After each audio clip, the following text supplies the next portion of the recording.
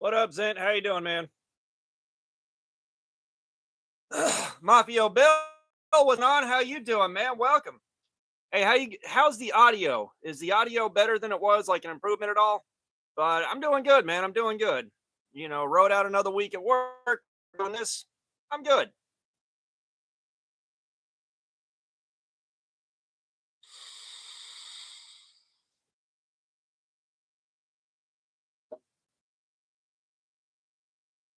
Jerry, what's up, brother? How you doing?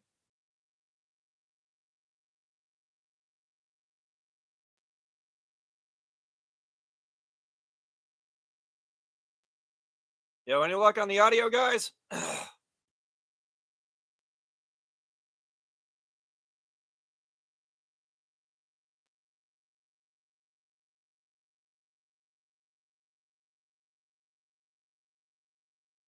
Good, Zent.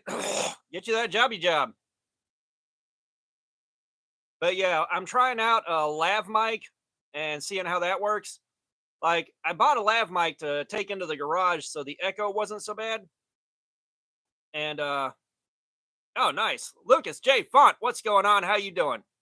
But the receiver plugged into the phone has to be plugged into a power source. It doesn't feed off of the phone's battery to use it. I gotta have a cable connected to the receiver on the phone in order to use it. So I can keep it here on the live stream station, but other than that, there's not a ton of use for it. Like, I got to figure out a better solution.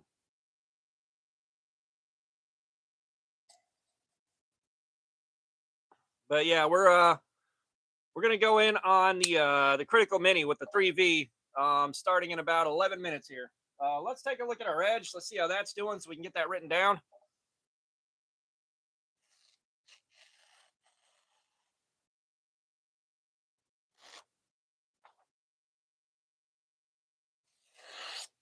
Uh, Brother, I got a bunch of spring assisted knives. I'm not the world's biggest fan. I'll be honest.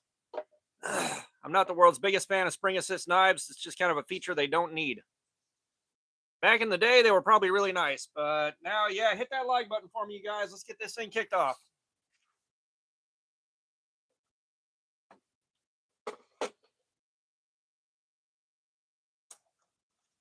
Jay the 10th, what's up? How you doing, man? Welcome.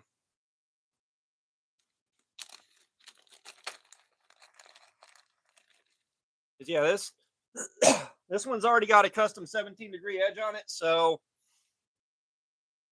we don't have to worry about the edge crapping out in an hour and a half like all of our other super steels have done. All right, let's get the seam wiped off.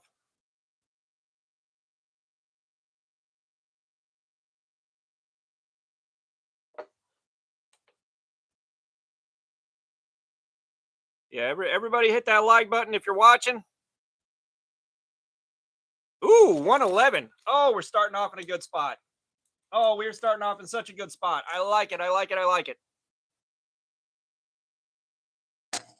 Yeah, give me a knife on bearings with a flipper tab. Forget the assisted open.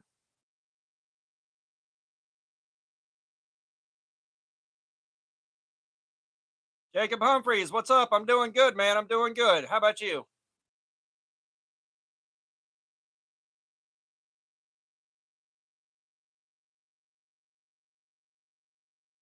Hanako, what's up? How you doing? Welcome, welcome. Hope you're doing good today. So yeah, I think I've decided next week we're gonna take a step back into the cheap shit.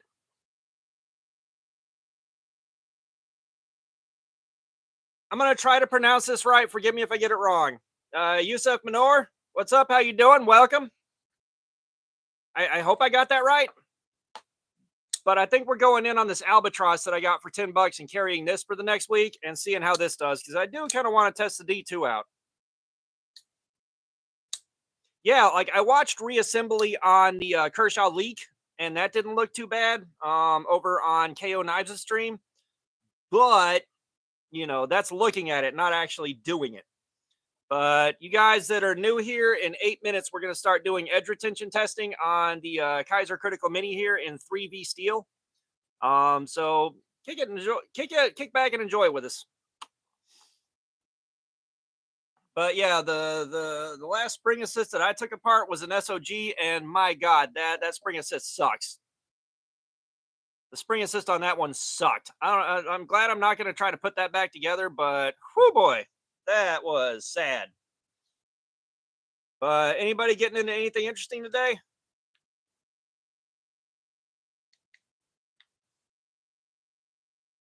Anybody get hung up on some new good music this week?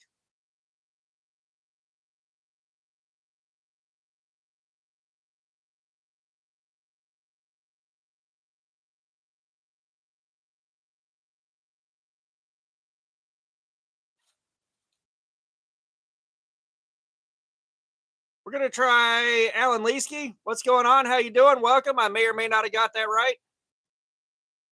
Hey, at least you got the spelling of Alan where it's on shit in gift shops. Like you get the weird spelling of Alan. It's never on anything in a goddamn gift shop ever. Fucking hate it. Hey, Punisher, I'll tell you the same thing that I said about the partial liners a million times now. If you're at the point where that partial liner fails and breaks on you, you made about 7 mistakes going into it.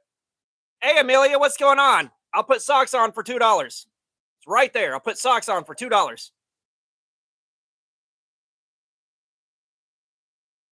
I dare you. I dare you.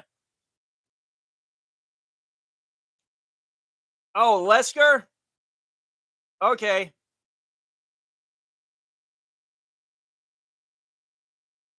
That is an interesting spelling of it. That is a very interesting spelling. That was new to me.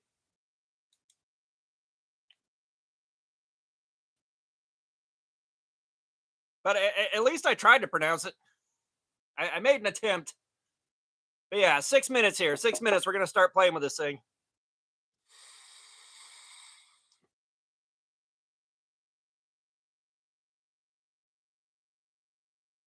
Yeah, like, yeah, if it was spelled out phonetically, I might be able to pick it up.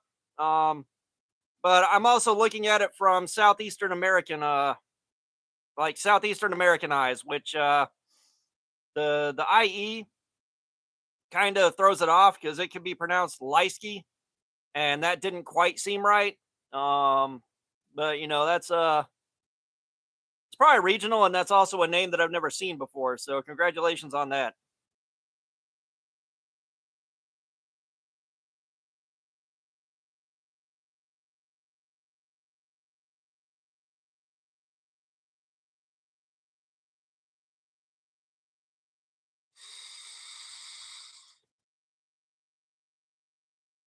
Unfortunately, mortal, what's up? How you doing? Okay, so congratulations on the Swiss Army knife. I just got a Victorinox in. Um I just got a Victorinox in myself. But yeah, the German name, um like I can kind of read German. I took classes in high school for a couple of years, but instead of actually studying, I was just being an asshole to the teacher, and I'm not proud of it now, but I thought it was funny at the time. I feel real bad about it now, but like I can't find the teacher to apologize to him. I've tried. But yeah, favorite opening type, centrifugal. If you can centrifugal open it, I'm in love. If you can centrifugal open it like that, you got my attention. However, the Atlas lock's really nice.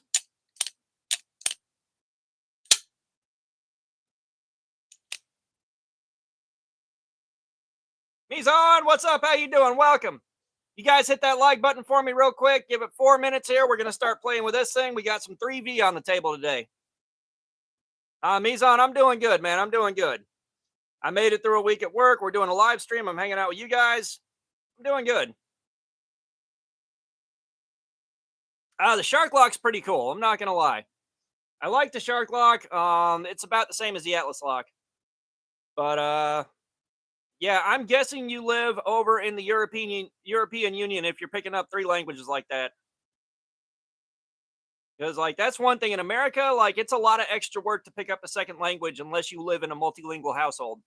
It's a bunch of extra work to pick up a second language.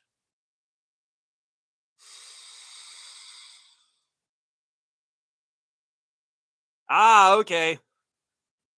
Yeah, so you're out there where all those languages are mixed together around each other a lot, which is pretty cool. Like, I wish I would have picked up some other languages while I was in high school. I've hit that age where you don't really learn so good no more. Um, there's so much learn by doing and there's so much learn by doing and repetition to that I don't have the time or energy for it after work and doing this. Like I don't have it. Just a guest. What's up? How you doing? No, the wife don't like knives all that much. She's not impressed by them. She's got a couple that I gave her, but not that impressed.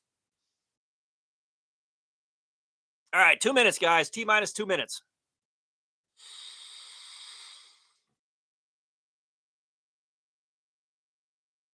Yeah, like my high school experience was such a nightmare that I just walked out and I got what we call the GED here in the United States, General Education Diploma, which is essentially the same thing as a high school diploma, but that means I didn't take the SATs in high school.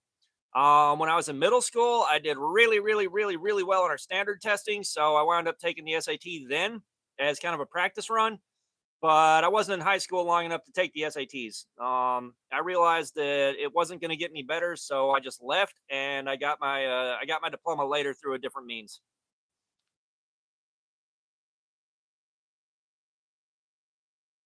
It's Tony MFs. What's up, man? How you doing? We got New Jersey in the house. I wasn't necessarily a bad kid. I was just bullied to the point where I couldn't function. Um, going into school back then, going to school in the 90s, if you're walking in there with PTSD or any other behavioral issues, you're a fucking walking bullseye. And unless your behavioral issues are violent, you're gonna be in trouble.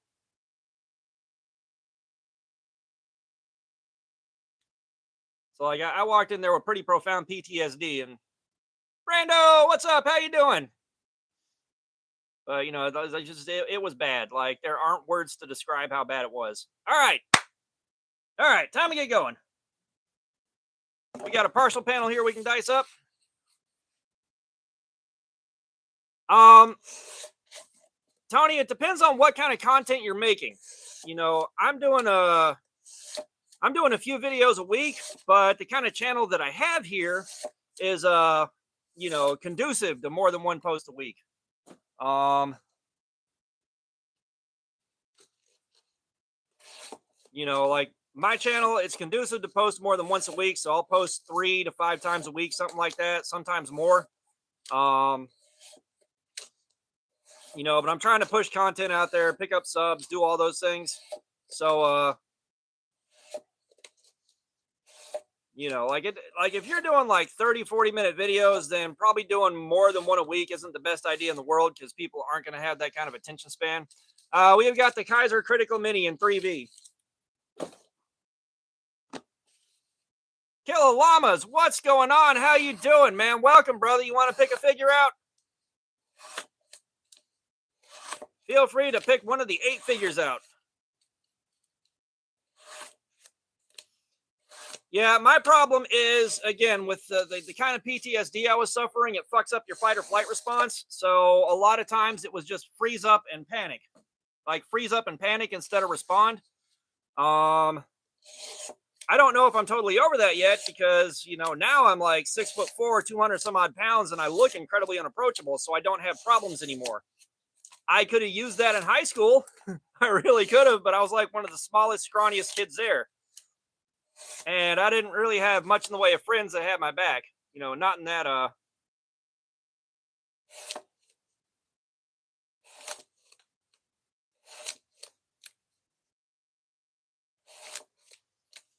I'm not being held at gunpoint. More at knife point if we're being more accurate. But shit, Tony, you get to pick a figure out. Killer Llamas threw that out there. So Tony, you can pick between the robot, the Grim Reaper, the Knight, the Frankenstein, the Alien, the Mummy, the Ninja, or the Scuba Guy. And we're gonna throw this one to Tony. He's a new face.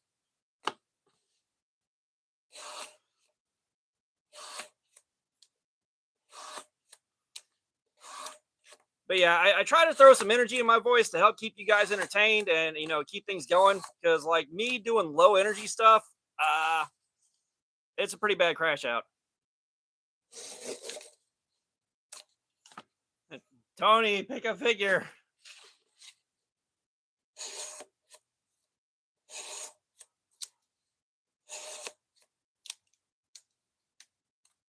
Gorebox owner, what's up? How you doing, man? Welcome. I have not tested the Shred Tenacity. Okay, you can pick a figure out, Tony. You've got your choice of the robot, the Grim Reaper, the Knight, the Frankenstein, the Mummy, the Alien, the Scuba Guy, or the Ninja. More will be revealed. The Real Cat, what's up? How you doing? Yeah, Tony, just pick one. It'll be a surprise.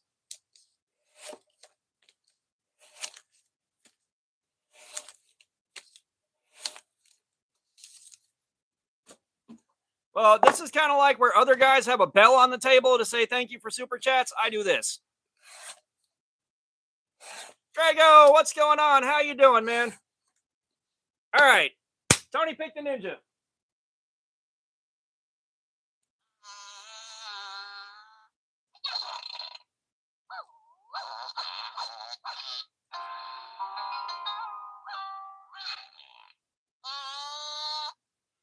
Gorebox owner, we don't do that shit in here.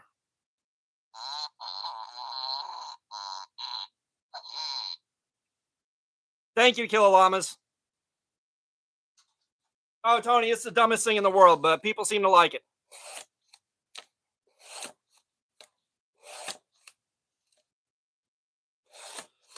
Don't worry about it, Tony. It doesn't need to be repeated.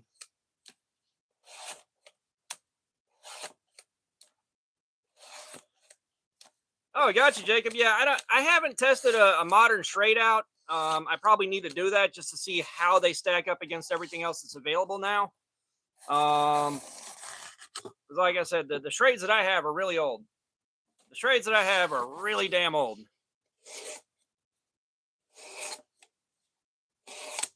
That being said, it doesn't feel like a knife that I bought or a knife that I acquired, not so legally, in like 1998 or 1999. Doesn't feel like doesn't feel like it should be that old, but it is. Mizan, we got the Kaiser Critical Mini in 3V.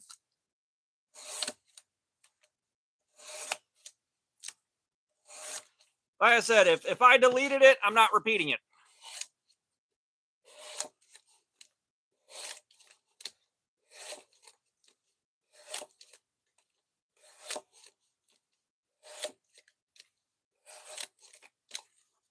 But you know, we got people coming in here trolling, and sometimes it's funny, sometimes it's not. Ah.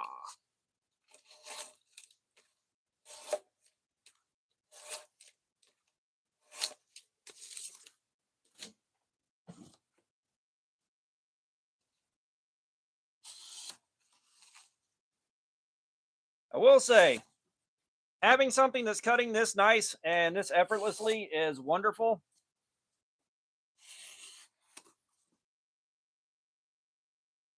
It's just nice starting off with something that I ZA Mass, what's up? How you doing? Welcome.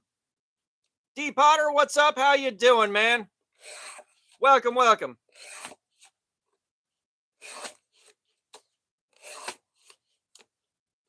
I'm not sure what you mean by Jeff Venture. What's up? How you doing?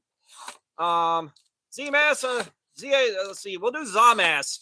Zamass. We'll do that just to make it easier. But I'm not sure what you mean by board setup. We're doing edge retention testing. We're looking to see how long it takes the cardboard to just totally fuck the edge of this knife up. And believe it or not, this thing is as sharp as it could possibly get when we started about 7 minutes ago. 7 minutes ago. It's still really damn sharp. Mark Lester, what's up? How you doing? Nobody is donating $50 for me to scream. Nobody is donating $50 for me to scream. Anderson Siegman, what's up? How you doing, man? Welcome, welcome. Everybody hit that like button for me if you'd be so kind. I would appreciate it.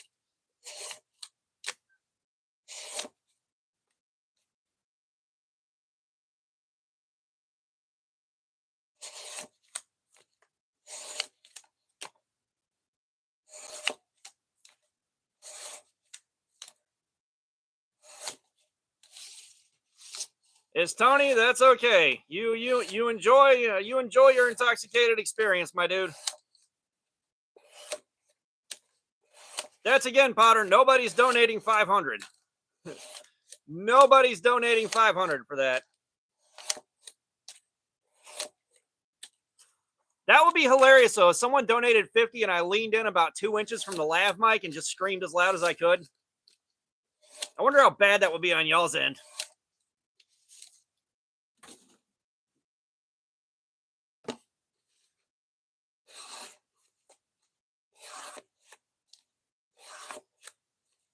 It's okay, Jerry. Nothing harmful happening.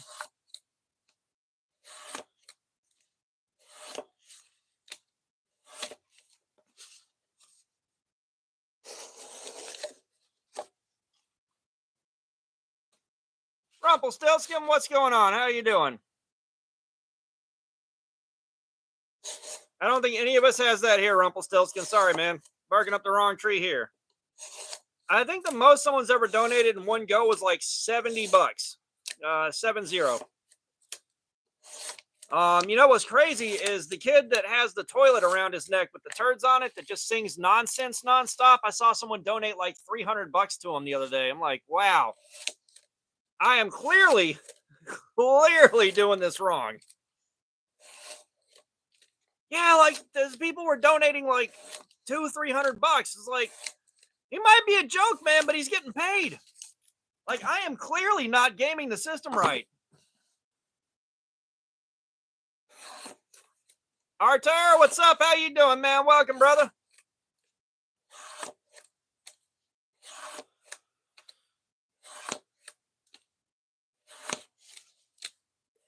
Like, don't get me wrong. I have sat there and stared at it in morbid curiosity for a few minutes.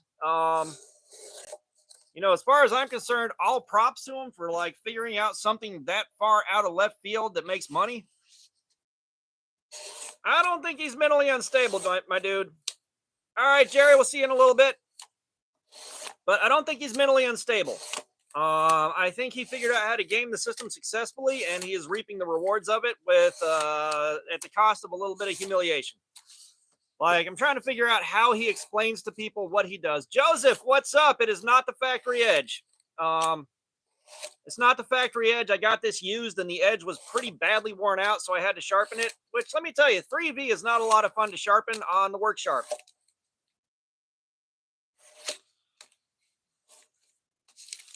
Oh yeah, no, he's definitely doing some self-deprecating stuff for the money there.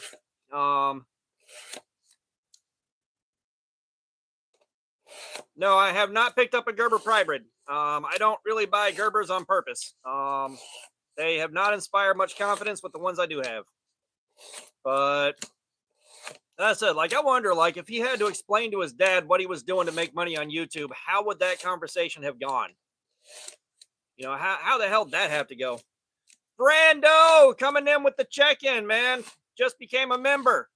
Brando, you know what to do, man. Pick a figure. SOG, I've handled more SOGs I like than I have Kershaw's. Yeah, Gerber and Kershaw need to get with the times. You know, Gerber's build quality on their budget stuff has been pretty trash. And Kershaw likes to use 4CR14 way too much. Yeah, I got you, Brando. It's appreciated, my dude. It's really appreciated. If you want, you can pick a figure out.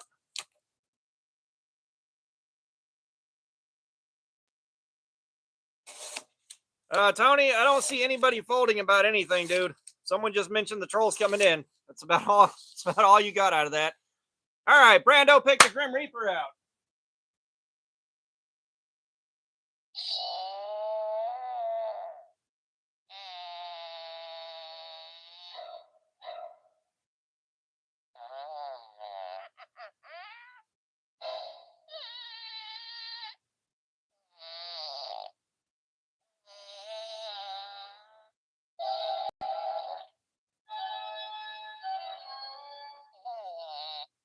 Thank you for the channel membership, Brando. ACR 13 is perfectly serviceable as steel. You know, it's not going to hang with like D2 or any super steels, but it's not a bad steel, especially Like the cost it keeps a knife down to for 8CR13, I think it's a perfectly serviceable steel. It is very, very underrated. Oh, it's not D2. It's not a super steel. No, but it makes a good $10 knife. Ground Fog, what's up? How you doing, man? Welcome. Tango Plays, what's up? How you doing, man?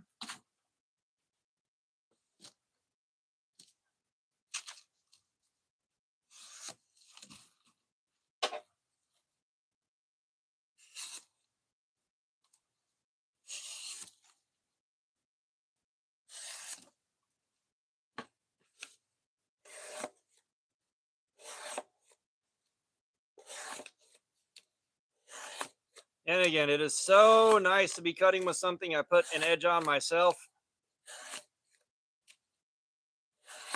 The Punisher, we're working on this right now. We may dig the bug out later, but you have seen the bug out like a dozen times now. I don't want to hear it. You've seen the bug out like 100 times.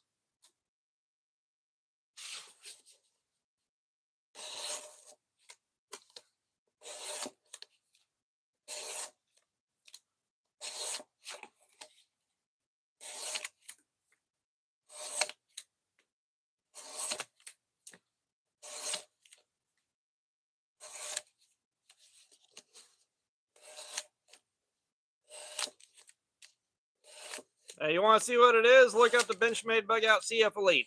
You will see about 7,000 pictures of it.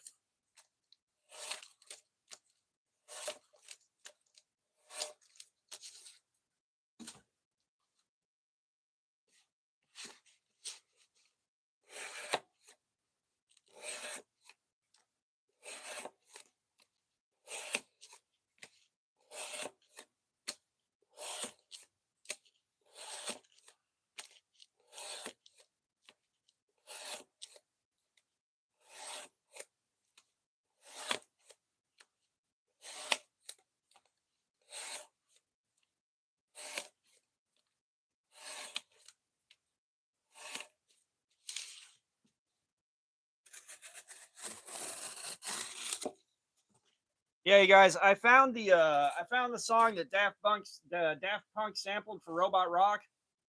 I have been kind of stuck on that for a few days now.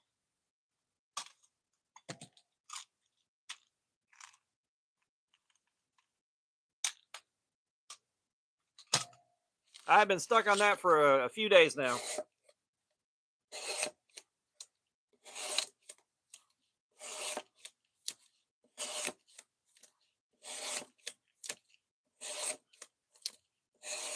Cannot remember the name of the band to save my damn life, but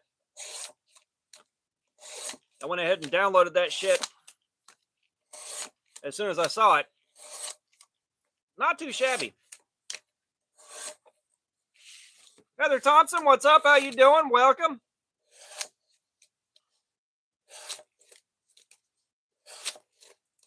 What's up, Dos Equis guy?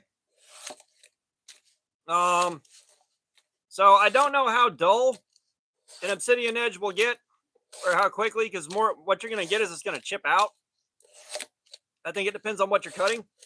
But, you know, the only thing that I've really seen about it is that it does split things at a molecular level, and that you can use it as a scalpel, and the incisions heal faster than they do from a stainless steel scalpel. But that's about all I know about it.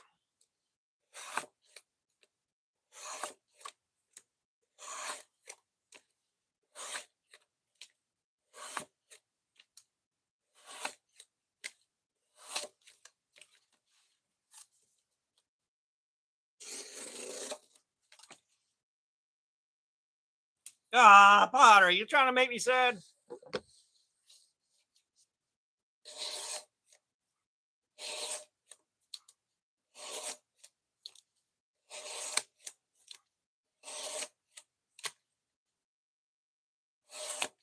If I could find some obsidian that was the right shape and the right size, I'd be game. But that would be a lot of work to set up.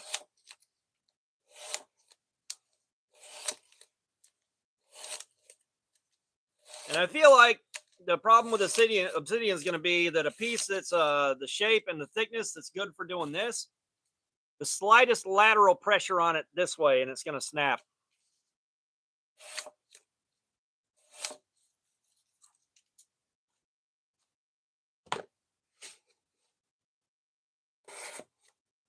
Oh, we do still wait for the shoe pudding for all the good boys and girls.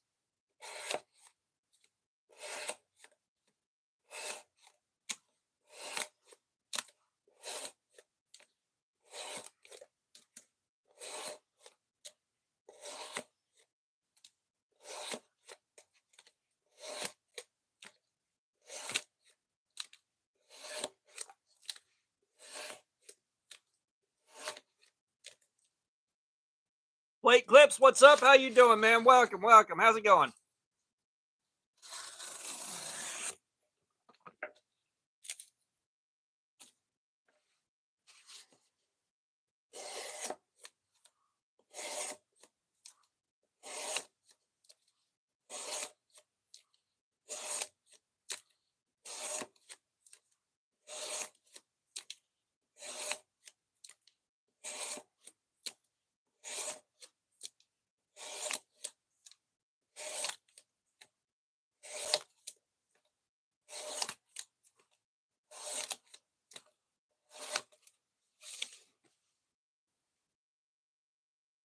Janal Shaluka, what's up? I hope I pronounced that right. How you doing? Welcome. Trust me, Chanel, we've been doing this for a long time now. I am being very careful.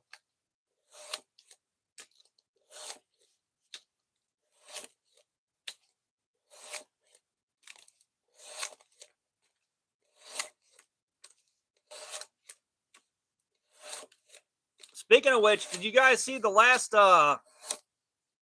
Cardboard Slayer video? The follow up on the Code 4.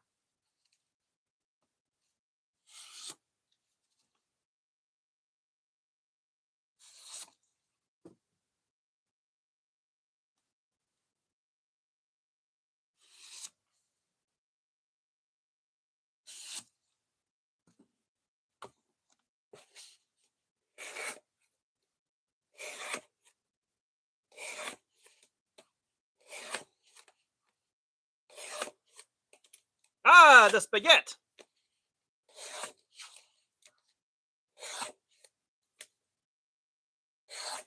Well, the karambits aren't as good at utility stuff as, say, this would be. But as far as a fighting knife goes, yeah, they're nuts. But you got to know what you're doing with them.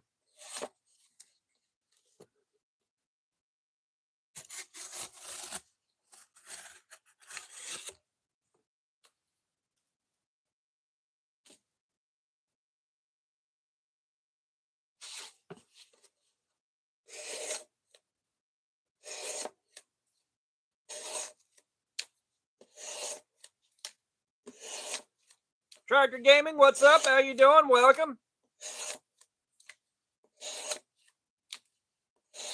I am quite thoroughly married. I am on my second marriage because I am so good at being married, I've done it twice.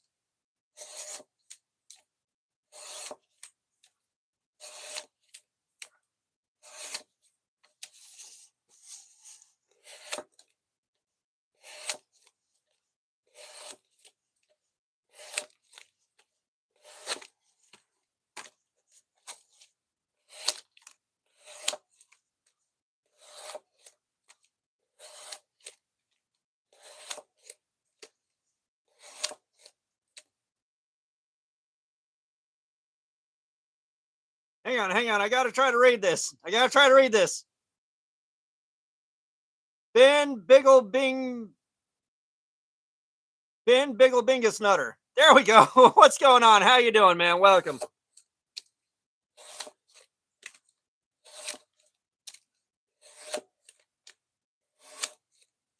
Yeah, we got the old practice wife out of the way. Animal Boy Gaming, what's up? How you doing, man? Welcome, brother.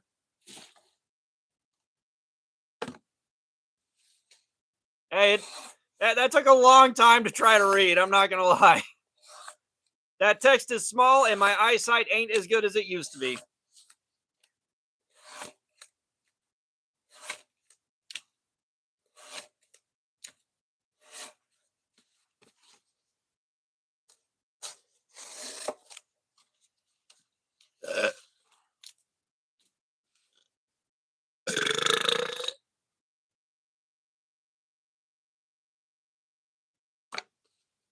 This ain't Fishy Scalaris, man. This is Jurassic Park.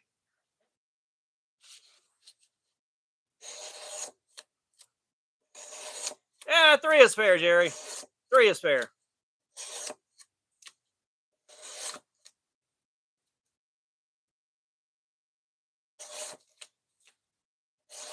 Well, again, Dos Equis guy, you have to know what you're doing with it. You know, like most other knives. However, for the kind of attacks that it's made for, these punching and slashing attacks, yeah, it's absolutely nuts. Like, it is designed to do that and do that very, very well. Oliver's Aviation, what's up? How you doing, man? Welcome. Y'all do me a solid if you would. Hit that like button, please. I'd greatly appreciate it.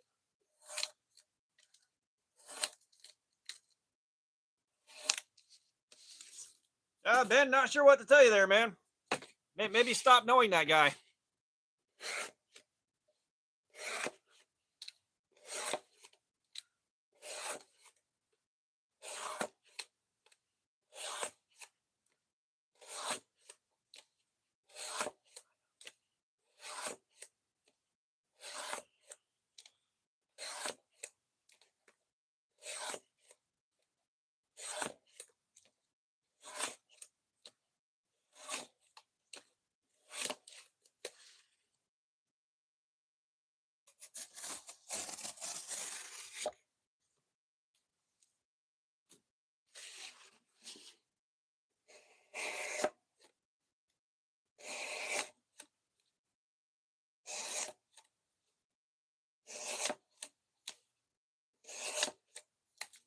Well, there you go, Ben. Yeah, get him to crash out. All right, Potter, we'll see you later, man. Folk, what's up? How you doing, man? Welcome, brother. Welcome back.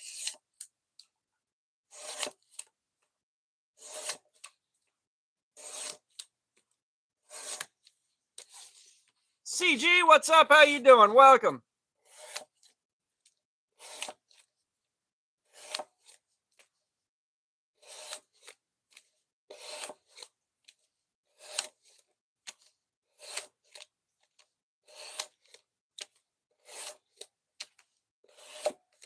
Shrek Smith, what's up? How you doing, man? Welcome, brother. This loser is doing shit that you're sitting here watching.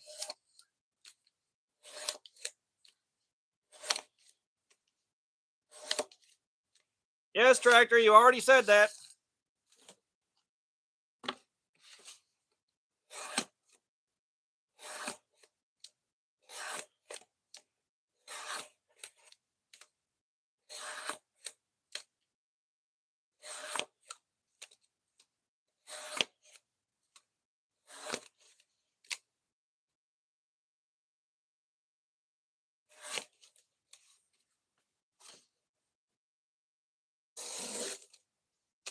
Shrek Smith, you can't tell me what to do. You're not even my real mom. I want to fucking hear it. You're not even my real mom.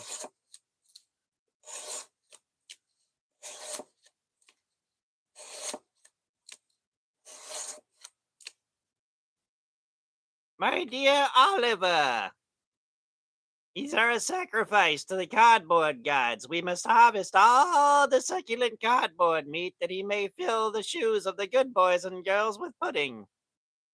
Are you a good boy and deserve your shoe, Pudding?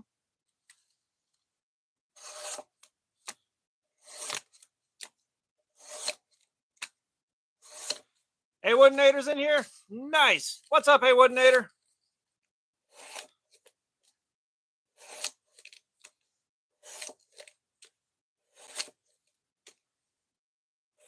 Granddad's Forge, what's going on? How you doing, man? How are you doing, man?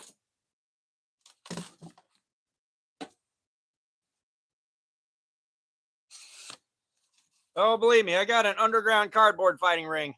Boom Stick, what's up? How you doing? But shit, Granddad's Forge, I ain't seen you in forever, man. Holy hell.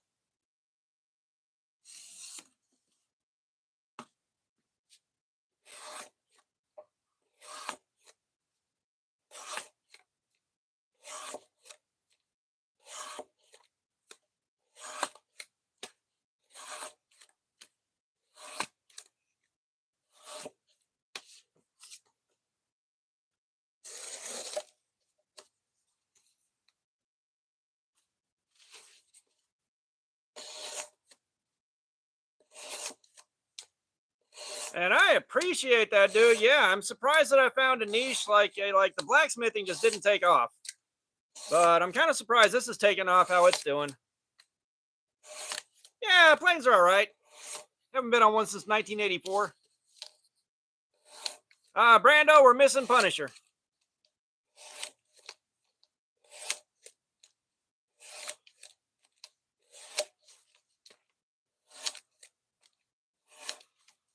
But yeah, for y'all that don't know, Granddad's Forge is one of my friends from the blacksmithing days when that was my entire personality. You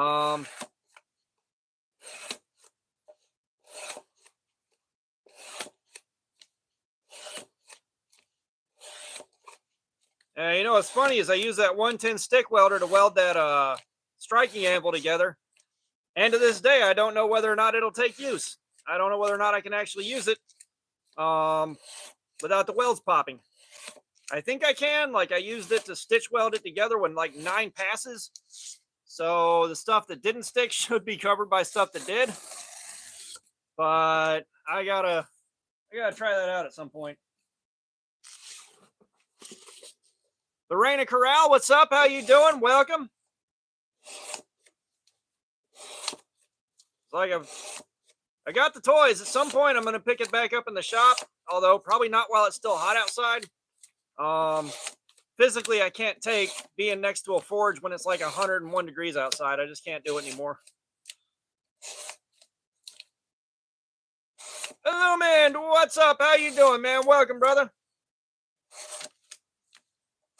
Sorry, chat's going by fast, and I'm having like 3 conversations now, so forgive me.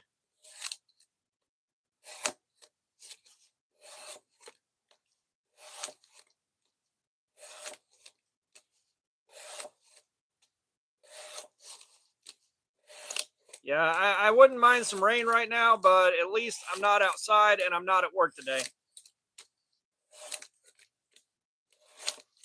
However, the live streams are probably going to get a little bit more subdued. Probably a little more subdued because not next week, but the one after, I'm going to start opening at work. I don't know for how long, but that means I'll be getting up at 2 a.m. instead of going to sleep at 3 a.m. Complete shock to the system.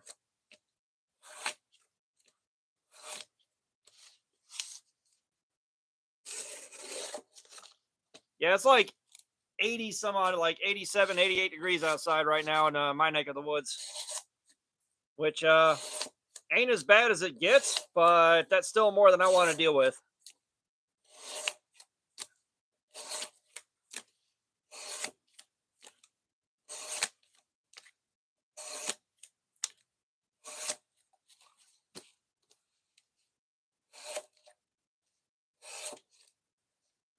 And I don't know if you guys are paying attention to the community post or not, but I got at least one video coming up with the 1-inch hemp rope. The hemp, the seesaw, the whatever you want to call it. But I got a video coming up with that. Because your boy about 50 feet of it.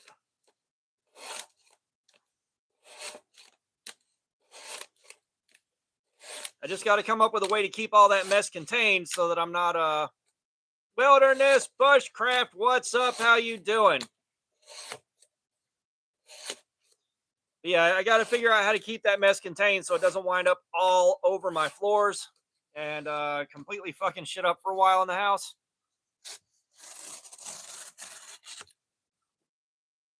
All right, Oliver, we'll see you later. And Brando, you're gonna piss your pants in a second, right? you're gonna piss your pants in a second, right? I think it's all called like it's like jute, hemp, sisal, like it's got about a million different names.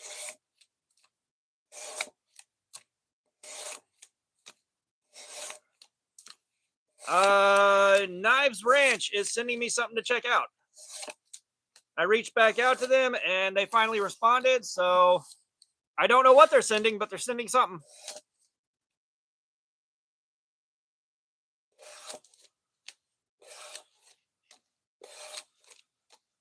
Yeah, I don't know. It's just that same 1-inch rope everybody uses for edge retention testing, so I figured I'd go ahead and get some.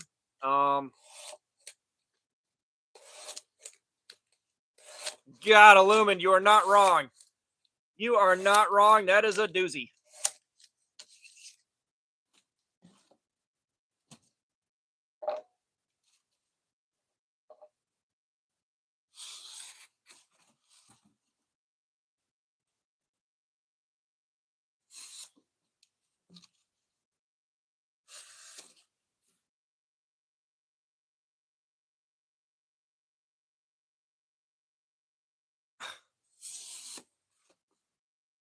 Wilderness, you want to see my surprise face? You want to see it again?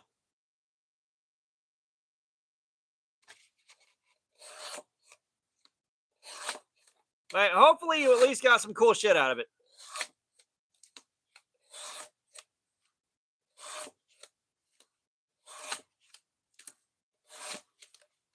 Yeah, it's like, I don't know if they're sending a folder, if they're sending a fixed blade. All they said was they're sending something.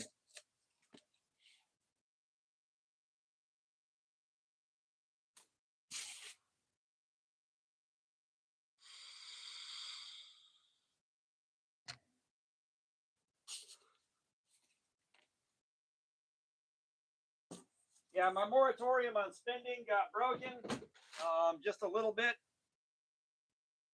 because I wanted this to do some videos with.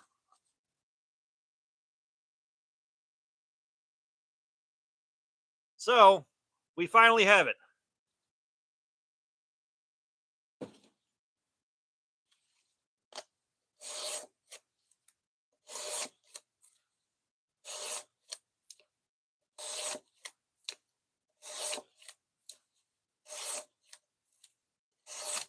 But yeah, everyone's been asking for me to do the rope testing.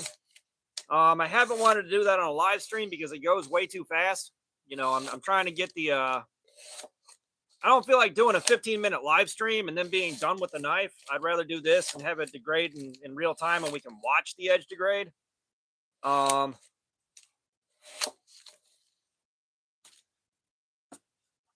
But yeah, so I just got to figure out how to collect all the trimmings off of that stuff without it getting all over my floor and all over my table and everything else. And then we're gonna do some videos with it.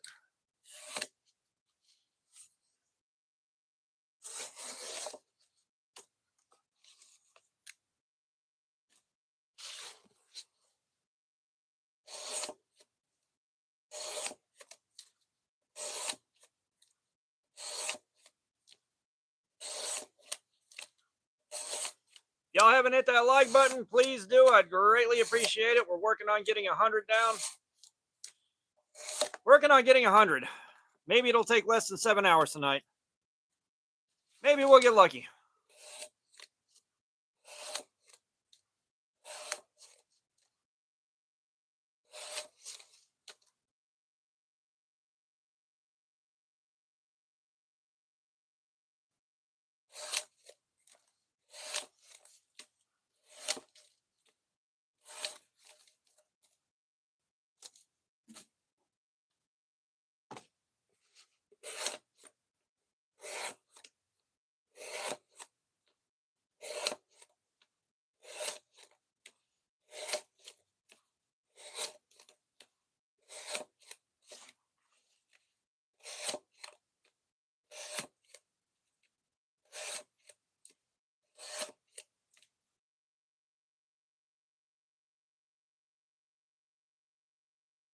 All right, Wilderness. Now you're getting into Now you're getting into my kind of blades right there.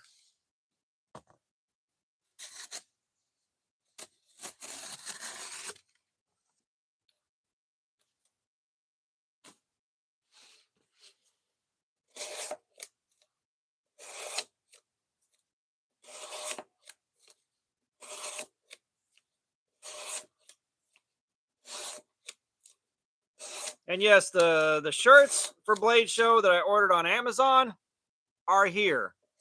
I still have nothing from what you call it, Teespring.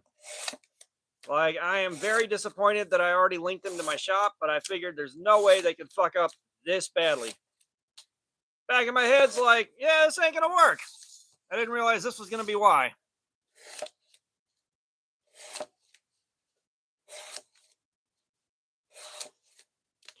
Yeah, Wilderness, shoot me some pictures. Shoot me some pictures a bit later. I'm definitely curious. It is a shame I can't buy it from you, but yeah, even if I had a ton of money floating around, I probably still wouldn't be able to afford that and not blow the entire month's worth of income. So I imagine that wasn't that cheap. I imagine that wasn't that cheap.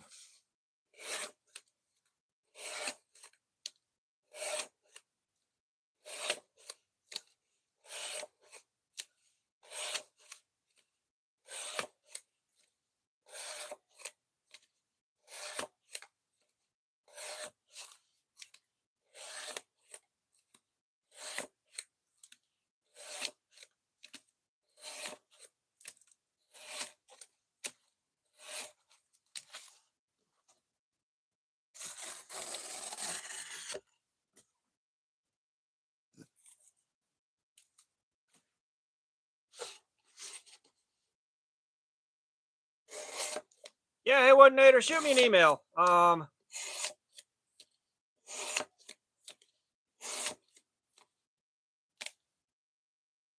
Go Space, what's up? How you doing, man? Welcome, brother.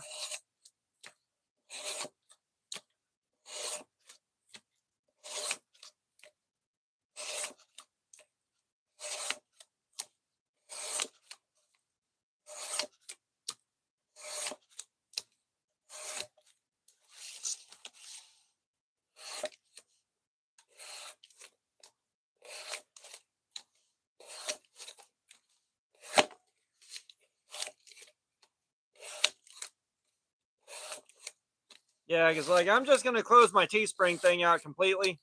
I need to get in there and just close my account and be done with them. Is that shirt, like 2 shirts, were supposed to be here April 14th to 16th.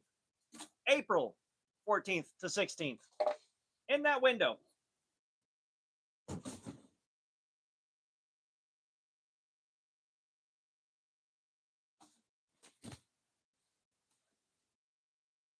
Echo Ape, what's up? How you doing? Welcome, brother. My day is going good. How's your day going?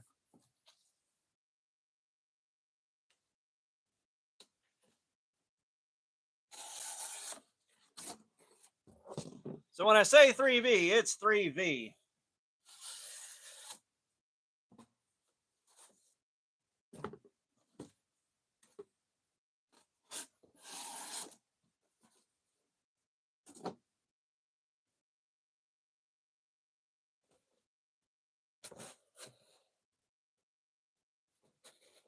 No, 3V.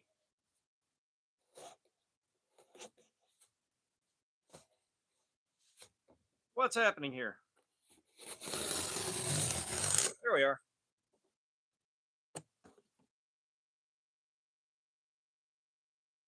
No, it's CPM 3V. It's not S35VN.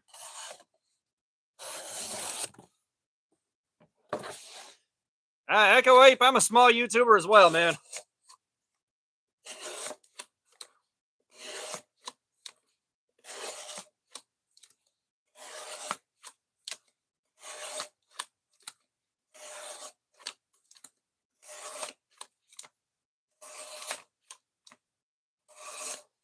Trust me, this channel is still tiny. It's growing, but it's still tiny.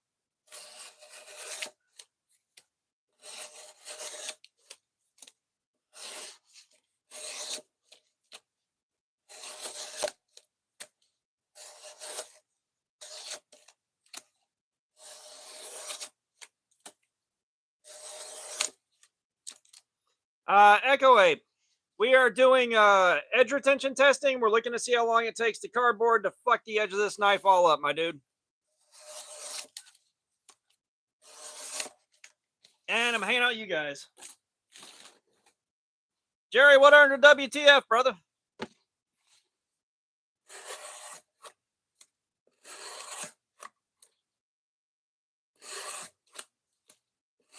Wilderness, I don't doubt it. Maybe something I can see. I'll see if I can get a Blade Show special on. That's it. I got to start talking to people. Like, I've started emailing some companies. TRM, I'm on hold with right now.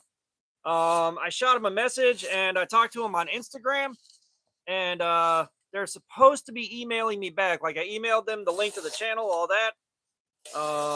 So they're checking the channel out. I guess I got to decide whether or not they like the vibe.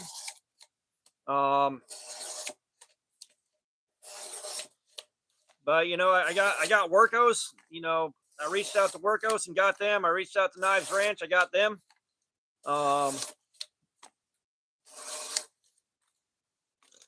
You know, I reached out to Kaiser. I don't have anything to show for that yet, but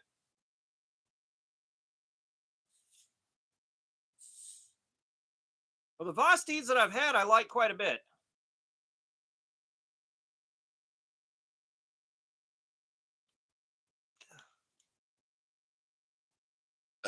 Granted, it's only been a couple of Vosteeds, but the ones I have, I like.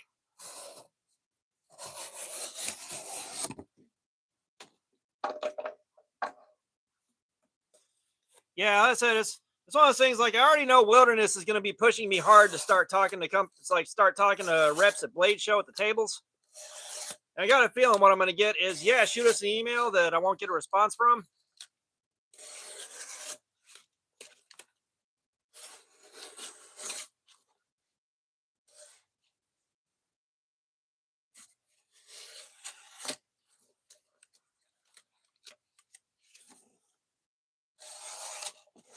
That being said, I hope when I go to pull cash out for it, the bank has $2 bills. So I need to see if I can get anything from the NAFS table with a $2 bill. Yeah, I like Civivi too. They made some stuff that I really, really like.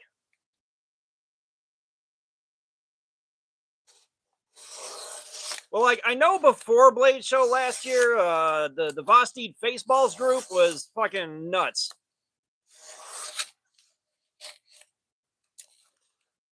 Like, the Vosteed fanboys were indeed real. All right, well, this piece is done apparently.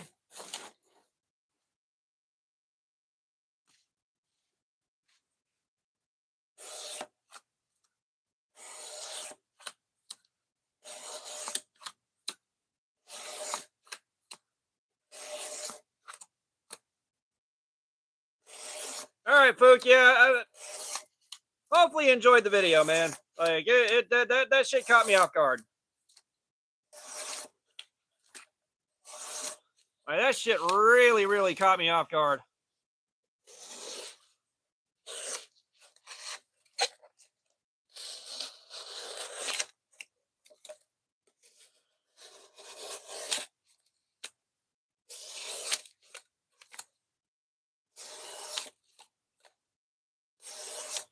Yeah, he had a lot of Civivis. And as a matter of fact, speaking of Civivis, I think this week, you know what? I'm not carrying the Albatross. I'm going to carry the Mini Asticus. That's what I'm going to carry.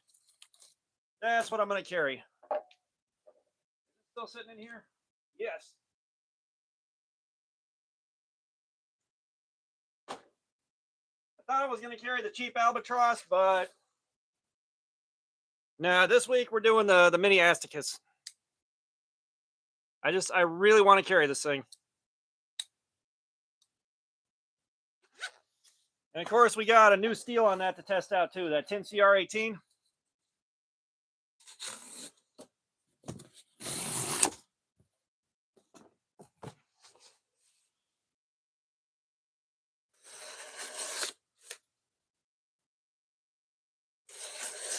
Probably not, Fook. Probably not. Like, you gotta understand, like, he passed away in 2007. So it's been getting on 20 years since the last time I saw him, and probably closer to 30 years since the last time I really saw like his Swiss Army knife in use.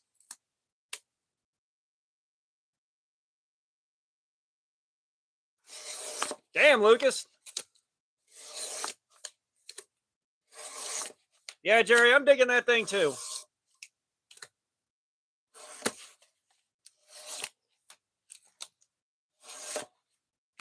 But I don't know whether or not that's a good value or not, Lucas. I'm assuming it is.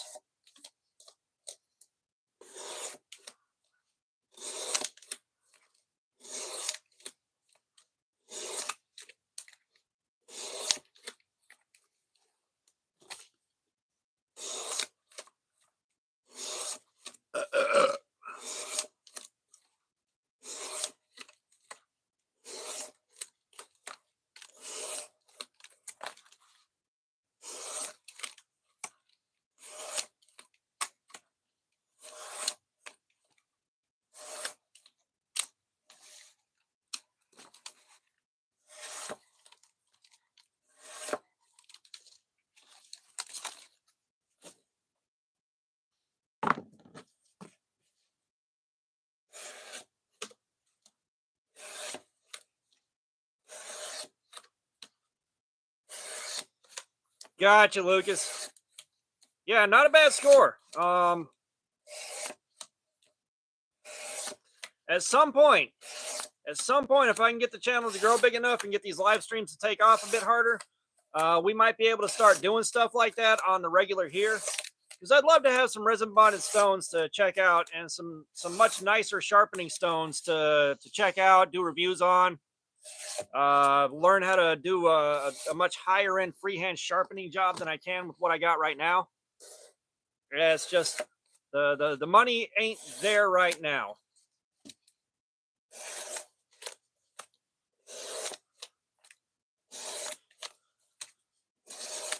Which, by the way, that Backstreet Boys song is on the canned radio at work. I'm stuck listening to it several times a day.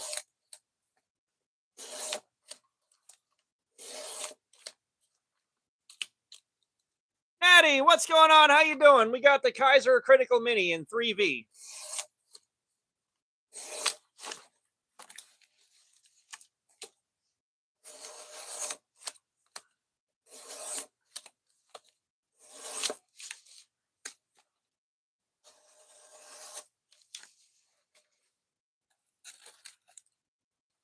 South American Aussie, what's up? How you doing? Welcome.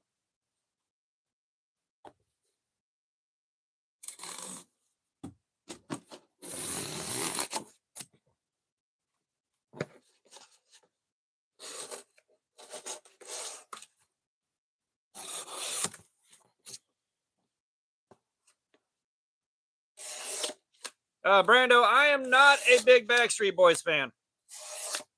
We'll just throw that out right now. Now, Blind Witness did a metal cover of Backstreet's Back that is good. It's good. I like that. It's right up there with Cradle of Filth doing Bad Romance.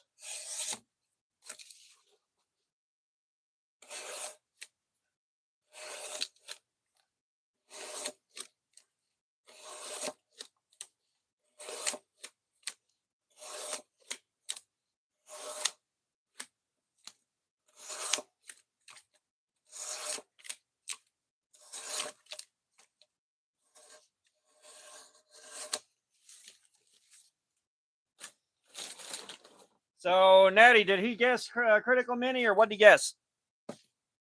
Brando, yes. Yes.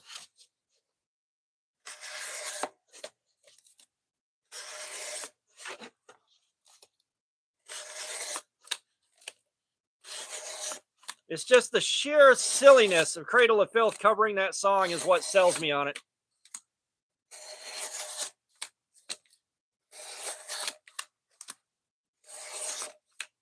And then, like, if I've got anybody in the truck with me, and I've got the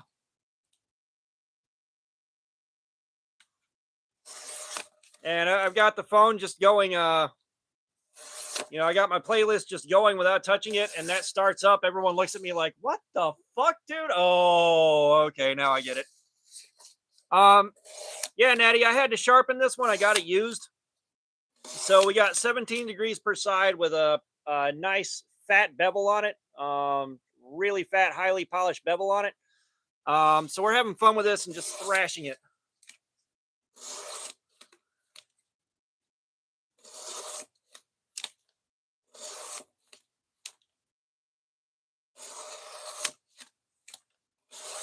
The only thing I can say, Jerry, is I'm glad there's not a lot of music that I like playing on there because I don't want it ruined for me. Natty, I appreciate that. Tell him I said thank you.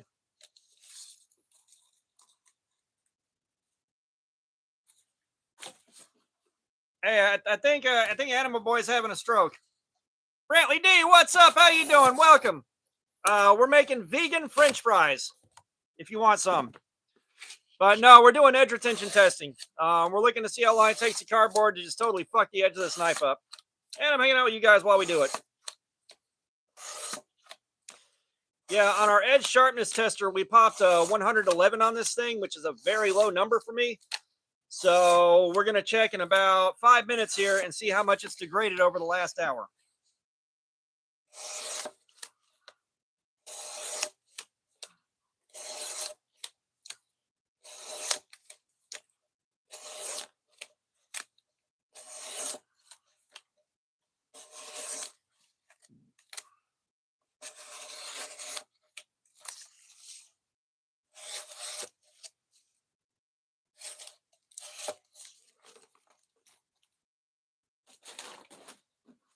But yeah, this thing got sharpened on the Work Sharp Precision Adjust Professional so that I had control over the bevel angle.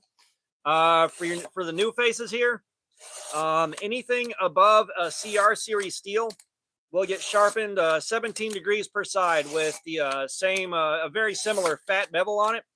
That way, when we go in and do this, they're going in on equal footing. You know, they're all pretty much equal across the board as far as the edge. Now, the grind on the blade, that's a different story. But don't cry now. What's up? Yeah, the sticker was a gift from a friend. So we had to throw it on there.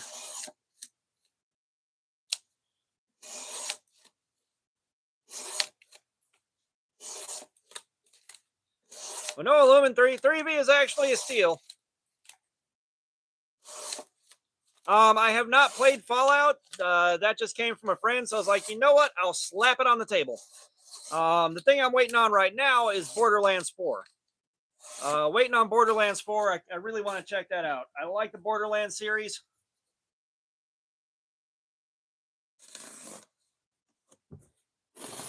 You know, what was it? Borderlands 3, the one in space. That one kind of sucked. And then Tiny Tina's Wonderlands was a good story, a good campaign, but the in-game content is so bad. Yeah, Brando, look up Cradle of Filth, Bad Romance.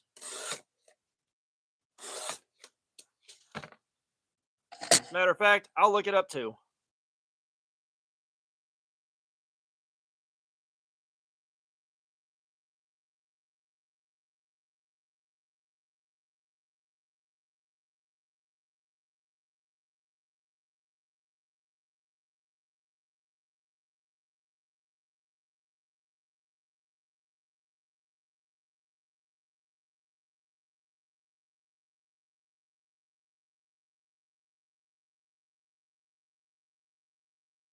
Yeah, you're looking for that Bad Romance death metal cover.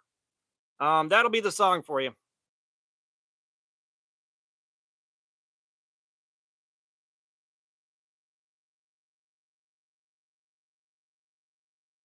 Yeah, if I remember right, Borderlands 3 is the one in space, and that one kind of sucked.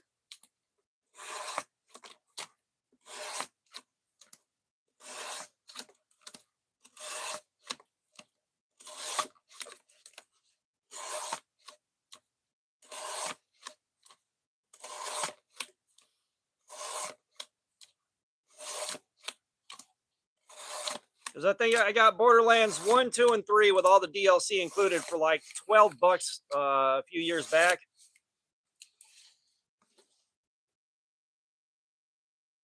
It's J-Man Keeds, you in here? J-Man Leads. Okay, J-Man Leads, what's up? Sorry, I saw Lumen responding. I was like, wait a minute, someone I didn't say hi to. Hit the like button, no shoe pudding for you.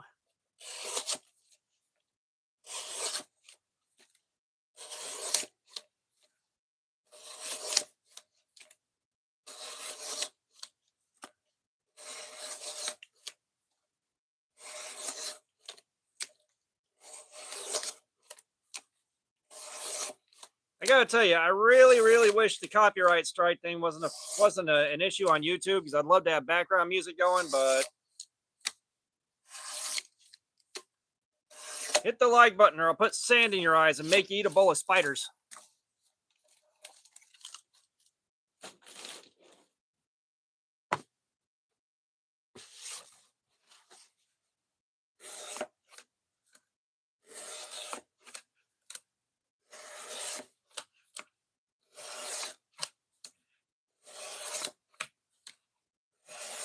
Aiden Miguel, what's up? How you doing, man?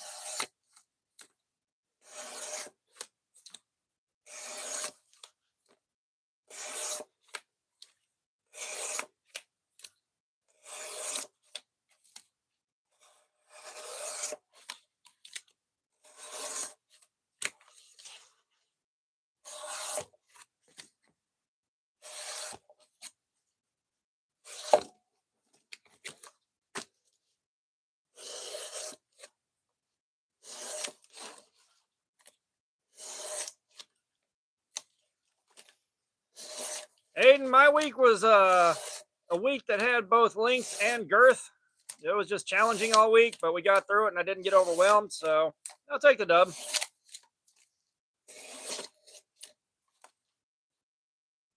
Justice, what's up? How you doing? Welcome.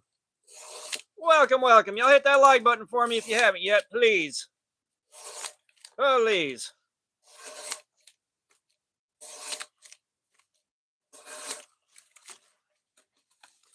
All right, we have reached the end of hour 1. So let's get the Forbidden Moonshine out, which I need to re-up on that.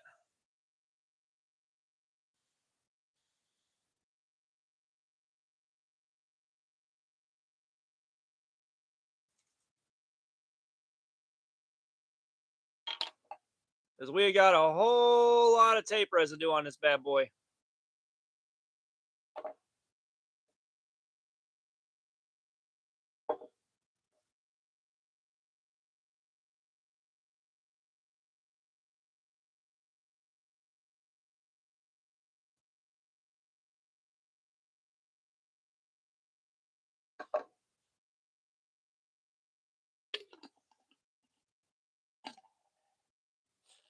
You know, I will say, you know, the donut socks I've got a whole bunch of different ones that are like bacon, eggs, sushi, all that shit. And I've been having to go through and dig through everything, like taking so long to match them up, that I finally just bought some black ones and called it a.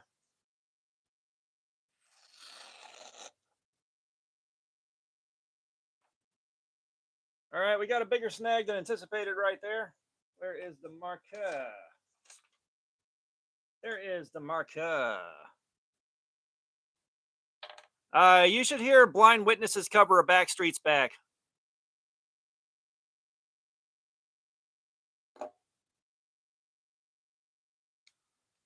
Like, if there was a Backstreet Boys song that I actually liked a good bit, that would be the one. I'm okay with it. Tasha Eddie, what's up? How you doing? Welcome. Come on, cooperate. Yeah, we're seeing some wear.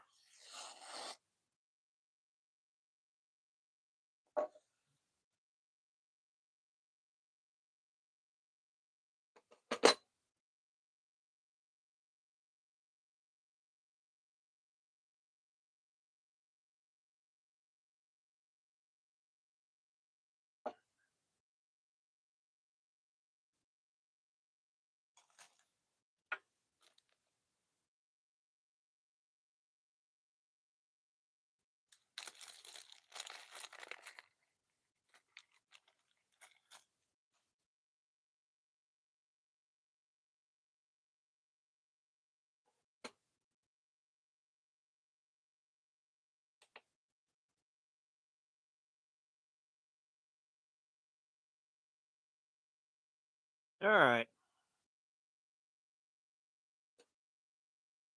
315. All right.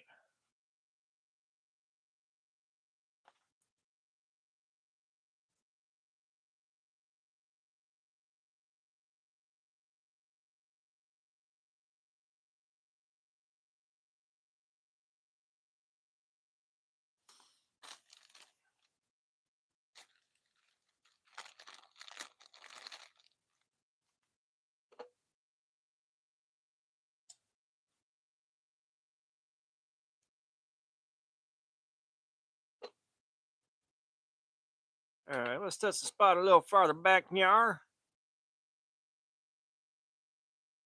274 back belly. B, what's up? How you doing?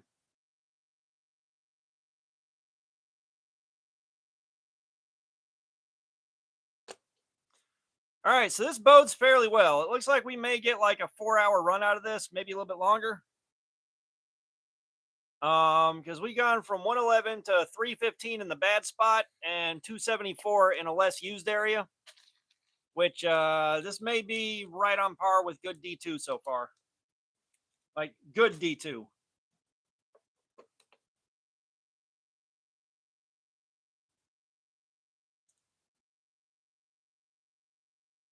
All right, so we'll give it about 6 minutes to let my hand and wrist rest.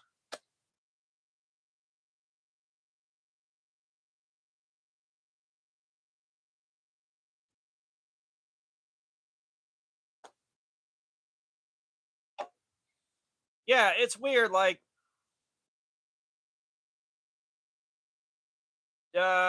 shit, a lot of people make good D2. I've been finding bad D2 just kind of across the board in random ass places. Most D2 is good. Go-to brand for knives. Shit. There's not any one particular go-to brand, but Civivi is a good go-to. Kaiser's a good go-to. Vosteed's good. Cold Steel's good. Gin knives have been real good to me so far.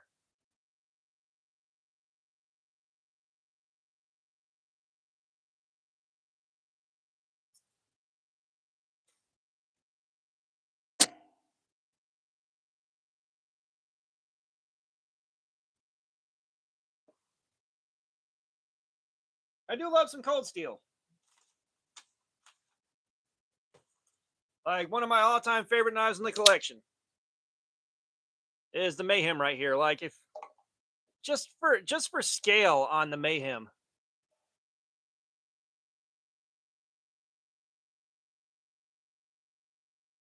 Like the handle is longer than the Critical Mini. Like I love this thing so much.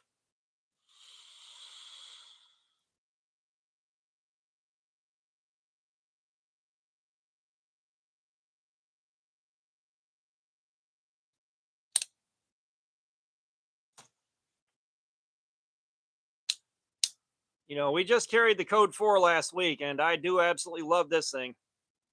I hate reprofiling Cold Steel's factory edges, but other than that, um, there we are. You know, other than that, this thing, the Code 4 is fantastic.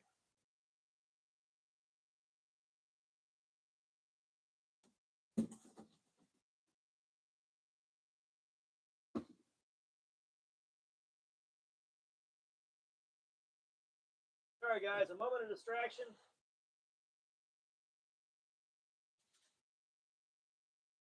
I'm figuring out a lot of space on my floor right now. Clearing out a lot of space on my floor. And a battlefly? Do you mean butterfly?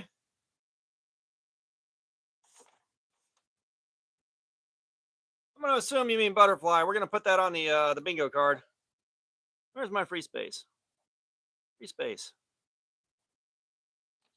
Okay. No, I do not have a butterfly knife. I had one when I was a kid, but you know, it's been a long time. And so I don't really I'm not competent doing butterfly knife tricks. I don't want to become competent. And yeah, they're just not for me.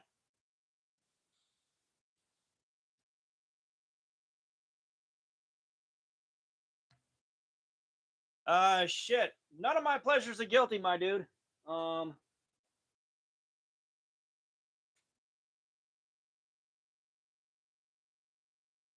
but I think if you like, kind of in the vein, the one that I wouldn't want to have to answer too many questions about if I was seen watching it would be ADHD's World.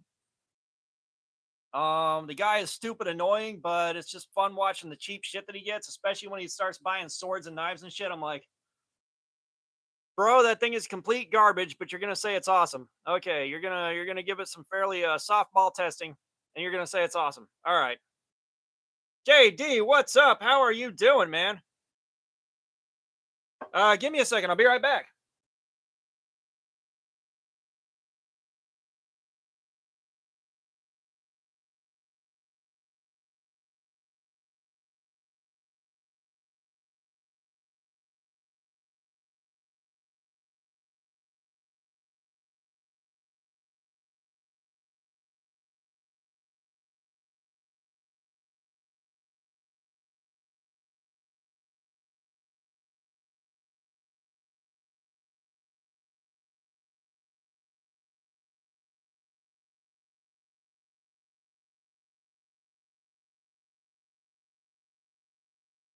Okay. Do you mean this one?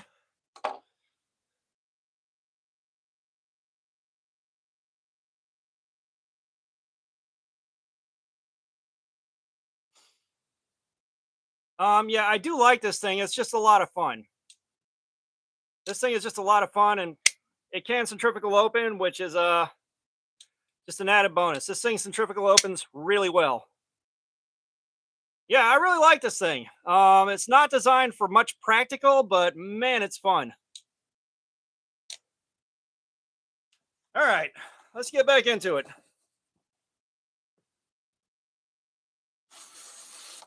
Well, see, what happened is I was looking for knives for my Timu Geddon series a long time ago, and the wife found one. It was a miniature version of that on Timu that just said Frenzy on the blade.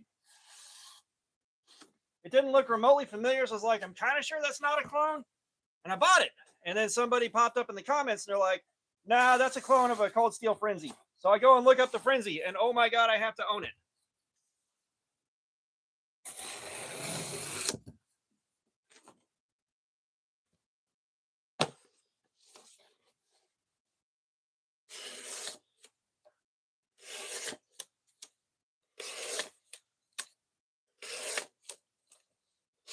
I want to poke you with a tip, but from way over here.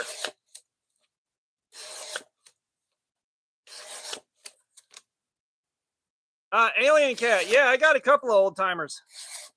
I got the 470T Beast and the 430T Beast.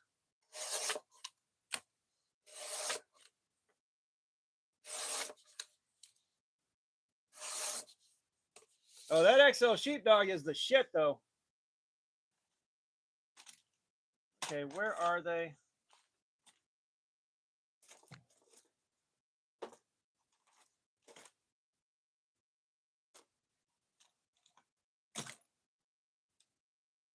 I had some Altoids here to protect my voice. They're not making themselves apparent now. Man, that's a bummer.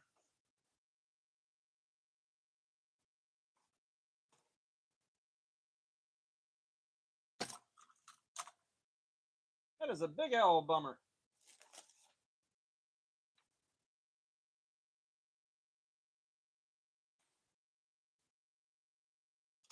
Well, all right.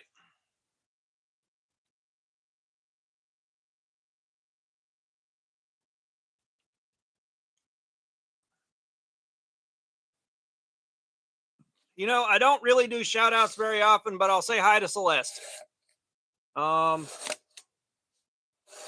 I pretty much never do shout outs because they're very, very annoying.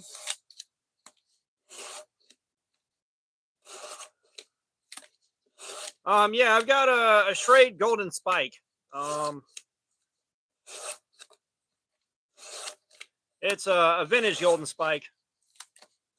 Yeah, if you guys haven't hit that like button yet, please do, guys. We're trying to hit 100 likes before 7 hours goes by. We got there last week. Maybe we can do it again this week. Maybe.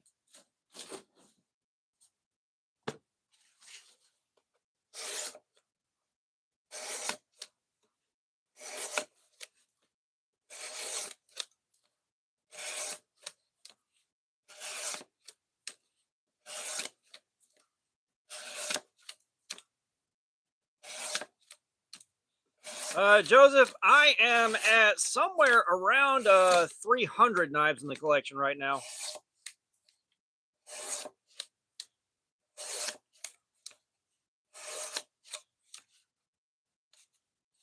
Rhaegar, what's up? How you doing?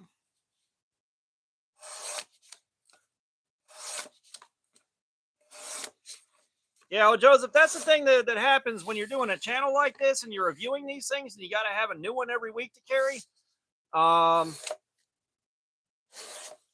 Yeah, you end up with a lot. Like, you end up with a shit ton of them.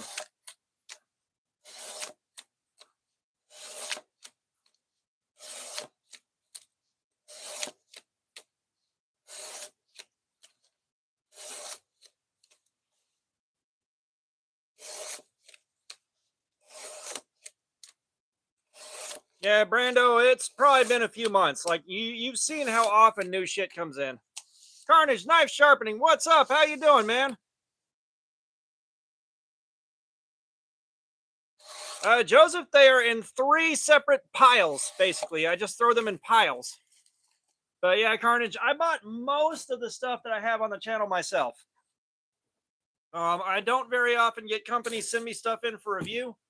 There have been some gifts, of course, but most of it I bought myself. Carnage, I'm doing good, man. Doing a live stream, hanging out with you guys. We're having a blast.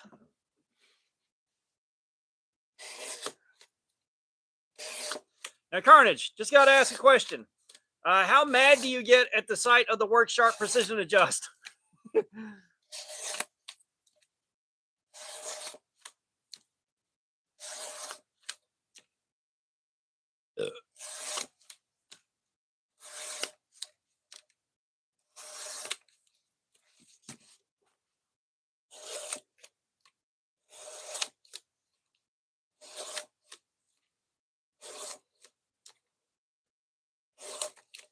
Yeah, like I'll rock that fixed angle sharpener so that I know my edges are all 17 degrees before I do this.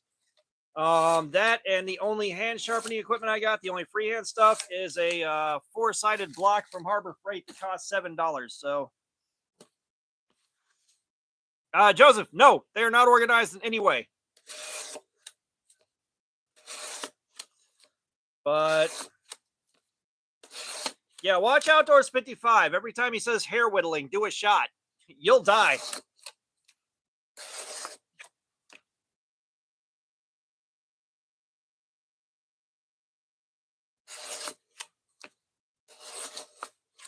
Yeah, and actually, I think like I can go up to the 3000 grit resin bonded stones on the Work Sharp. I feel like if I had the right steel, I could probably get it. Like if I had the right steel, I went down to like 12 degrees or something like that, I could probably do the hair whittling deal, but not with my steels and my sharpening.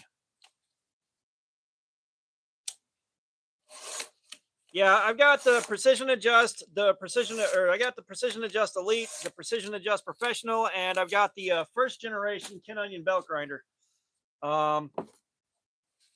And then for freehand sharpening, I got that. And I mean, it works. It'll give you a nice 600 grit edge. I can get them sharp enough to be very serviceable, but yeah, don't get me wrong. We love Daddy Alex around here, but do a shot every time he says hair whittling. You'll die.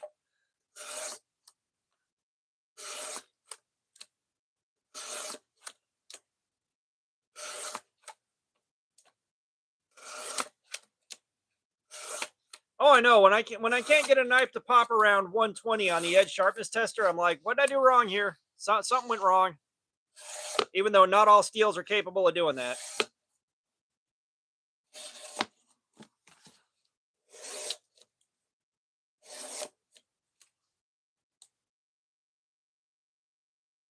Yeah, D2 has been hanging there with super steals for edge retention on this, for doing this with the cardboard.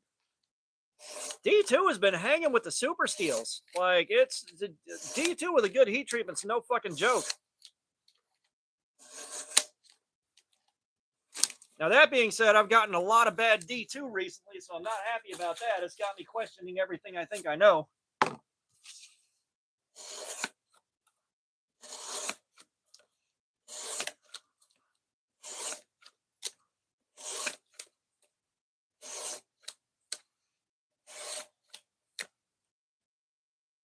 P Shooter 79, what's going on? How you doing? We are doing edge retention testing.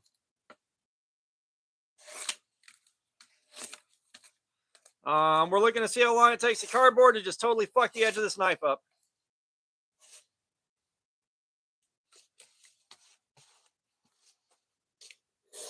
Brando, you're not wrong. The pile does look like a TSA confiscation lot, except everything is nice-ish.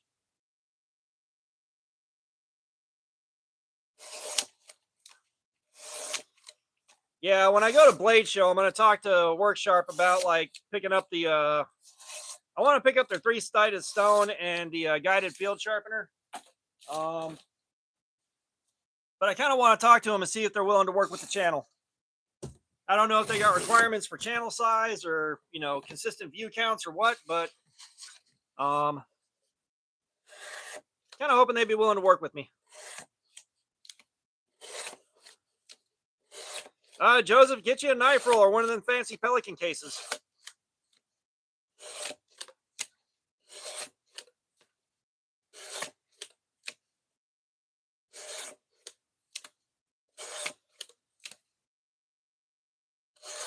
Tasha, I appreciate the kind words, but I've got so much D2 and we have done so much testing on so much D2, it's not even funny. Like, the majority of what we tested has been D2, so we got so many data points on that we know how to compare at least, you know, the knife of the week. We can compare that against D2, and we know, you know, we got a ballpark idea what the steel is capable of.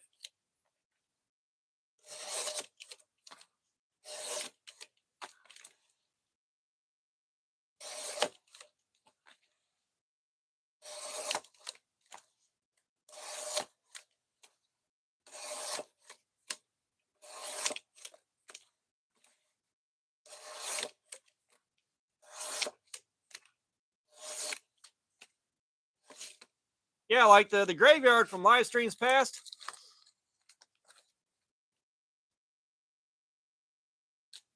Oh, yeah. No, that's what I'm going to talk to them about. Be like, hey, I got this YouTube channel. You guys are already getting a lot of airtime on the channel. You know, we work something out.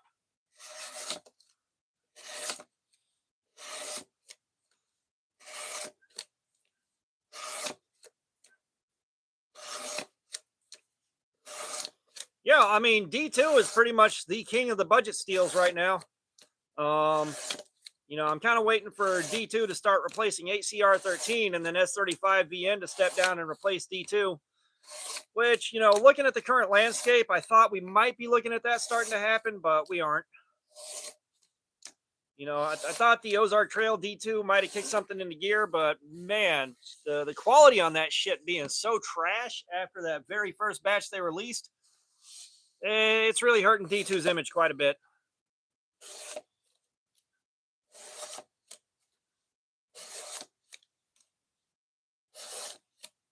No, Brando, they just get thrown in a drawer.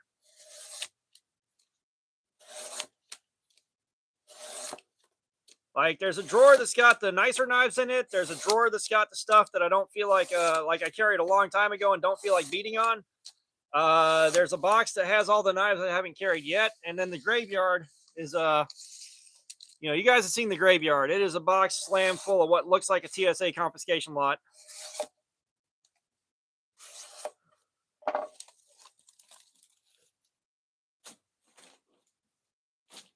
It's just a drawer that don't get open very often.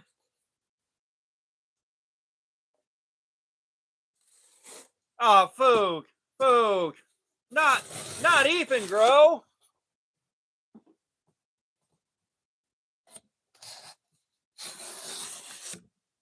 No, the thing that still hurts is the D2 on that QSP Penguin. Like, I'm still hurt by that. Johnny Cash, what's up? How you doing, man? Welcome, brother. Y'all do me a solid, hit that like button if you haven't already. We're trying to reach 100 as soon as we can. It's not a milk crate, but I don't feel like dealing with the legal implications of getting caught trying to take one from somewhere.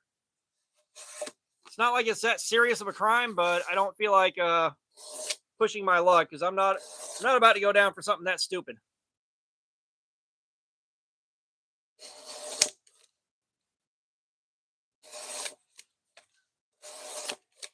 I'll be honest, Carnage, the best D2 I've seen was on these guys, the three that I bought. This D2 has doubled the performance of every other D2 knife that I've tried. You know, most D2 will take 4 hours of doing this like clockwork, and this took 8 hours. 7 hours on the factory edge, 8 hours on the 17 degree per side fat bevel that we got on it now.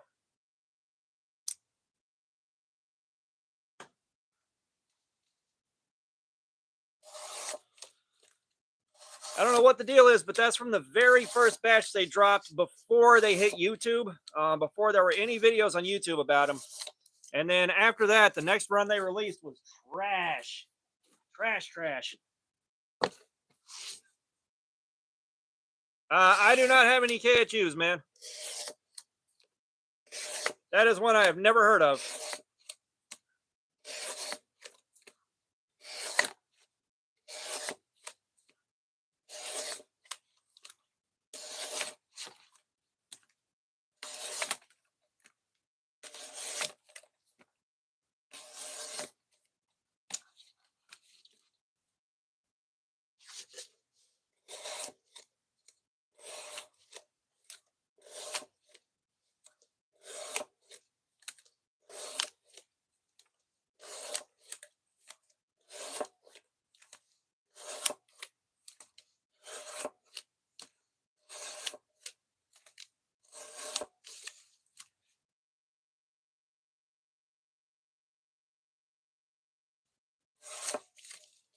I'll try to remember to take a look at that whenever I get done with this. I will say, like, the bread and butter of this channel is stuff that's like under $50. Usually well under 50. We got this Critical Mini right here because I traded for it. But normally we're doing stuff that's under $50.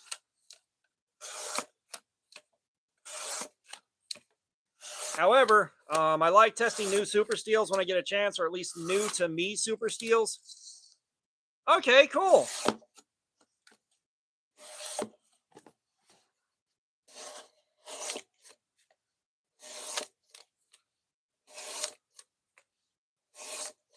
But like 3V is new to me.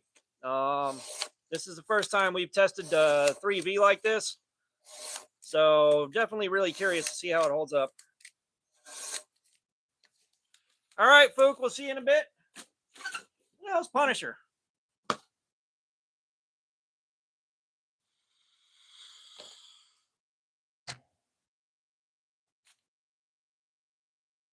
Right, hang on, guys.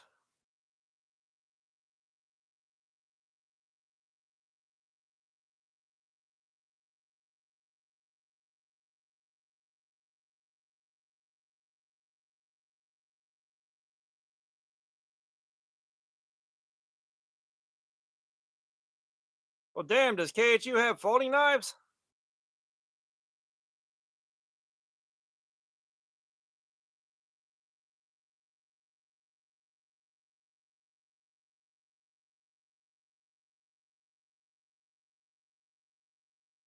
Noah's Adventures, what's up? How you doing? I'm not seeing folding knives from KHU, which is a bit of an impediment because I can't carry a folding knife every day at work and do a full review on it. I may or may not be getting a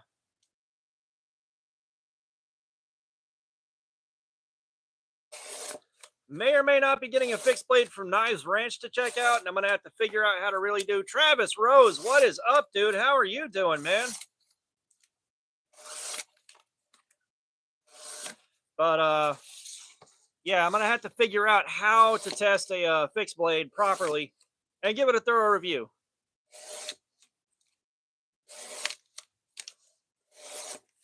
Yeah, I think the most expensive thing that I have is a Spyderco Sage 5, the Rex 121 steel. But that was a gift. Well outside of my means if it wasn't a gift.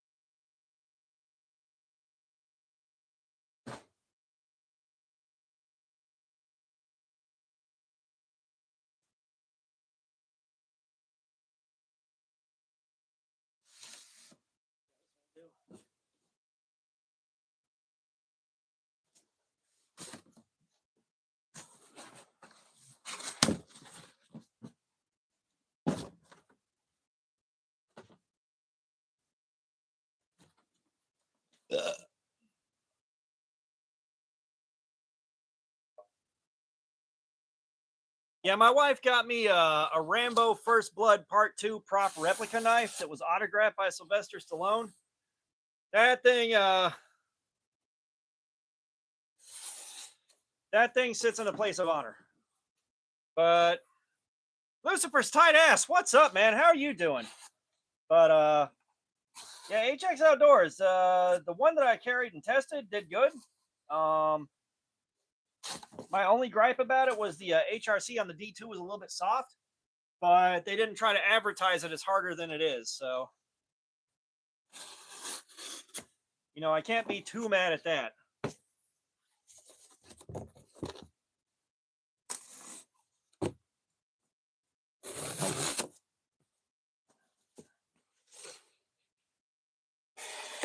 I'm doing good, Lucy. I'm doing good. We're doing a live stream. Live streams are never a bad time.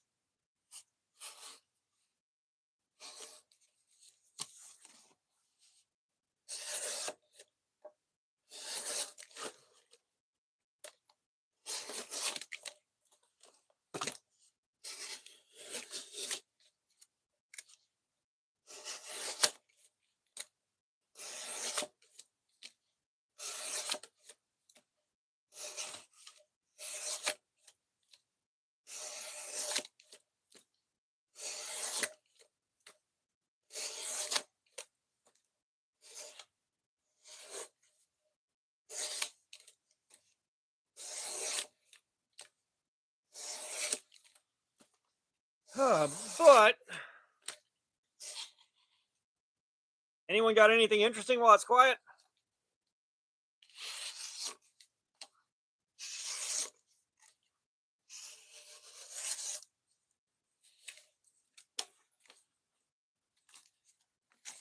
Yeah, just imagine if cardboard could scream.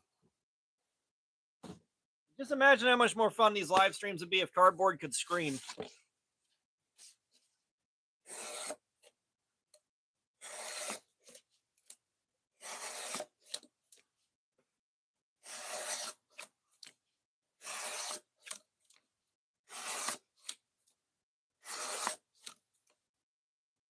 Monica Gabor, what's up? How you doing? Welcome, welcome.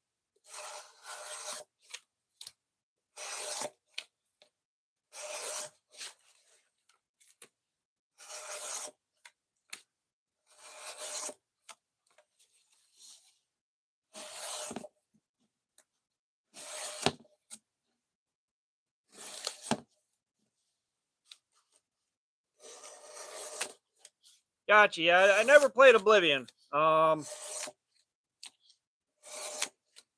Just Elder Scrolls kind of was a swing and a miss on me, but I made the mistake of playing Skyrim on PS3.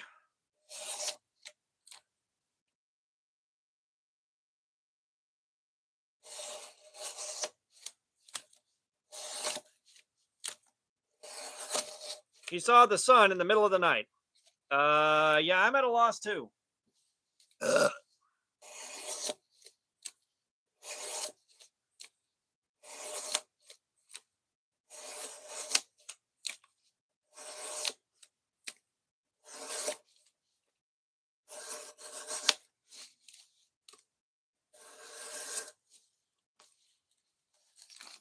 Yeah, so I'm not hitting good numbers on those, Jerry. I'm not hitting good numbers on them.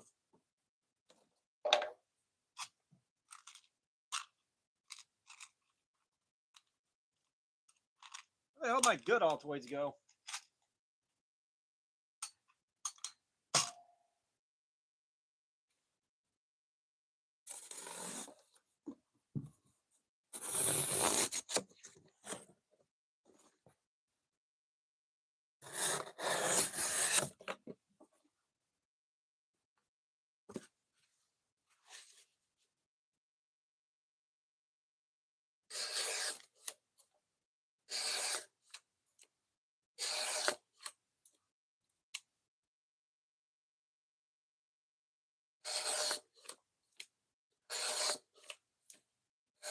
Yeah, maybe somebody got a new EDC flashlight.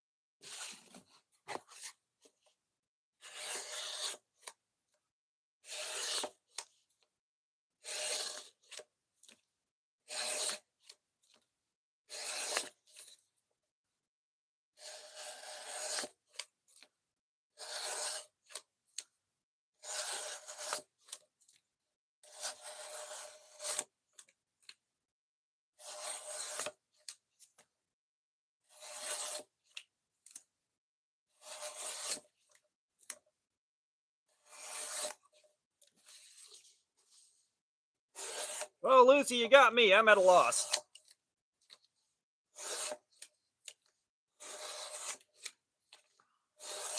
I am at a complete loss.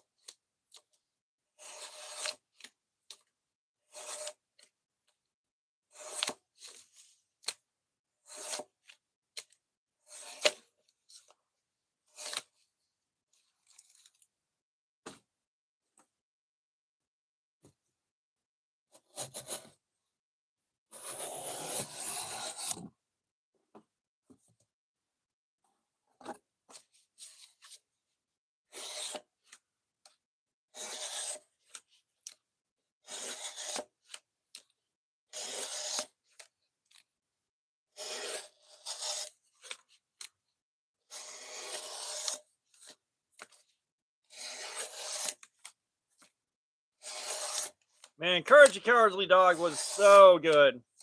That was so good.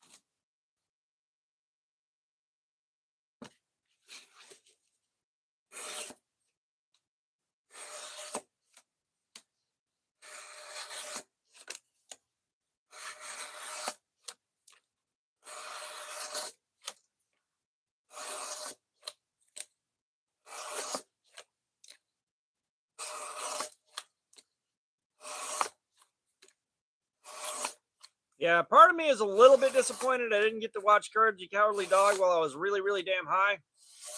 But the other part of me is like, whatever.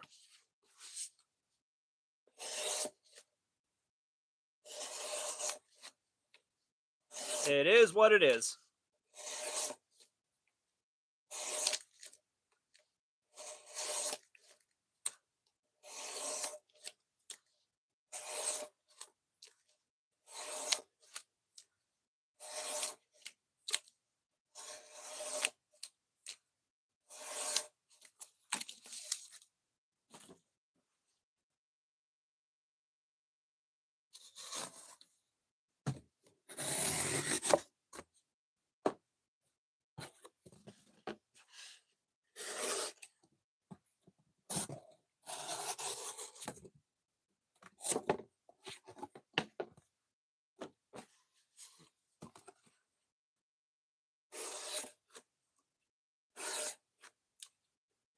Yeah, about the time that I finally got my shit together and quit getting high, we had Netflix, and basically that was it for shit to watch.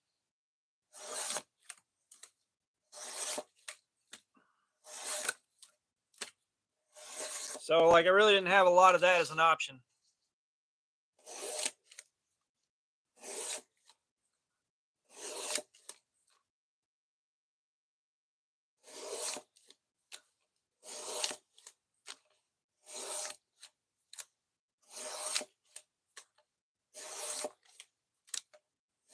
Like, I'm trying to remember the stuff that I did watch.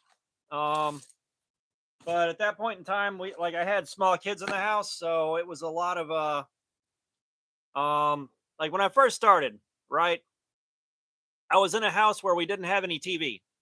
We had a PlayStation 2 and that was it. TV didn't really work. Um like we didn't have reception in the house. The antenna signal was so weak that the TV wouldn't pick it up by itself. We could occasionally watch TV if we basically made a string of coat hangers and tinfoil all around the top of the room. And even then, it only worked once in a while. So we were mostly on the PlayStation 2, keeping ourselves occupied. And then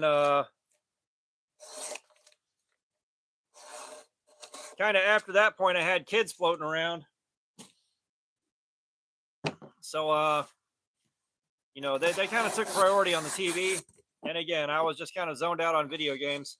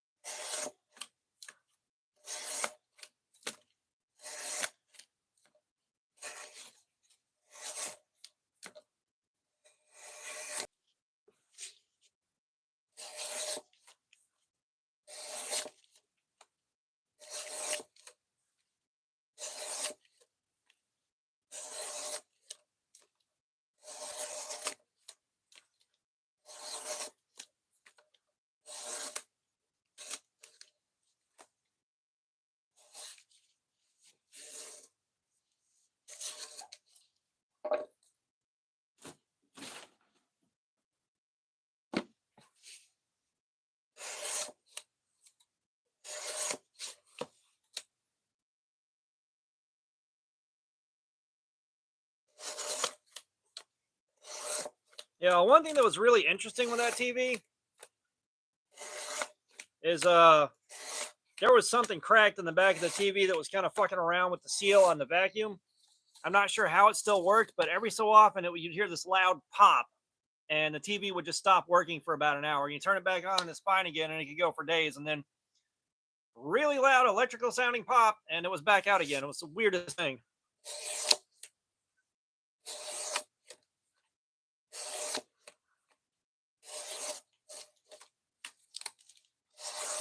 I did watch a ton of movies.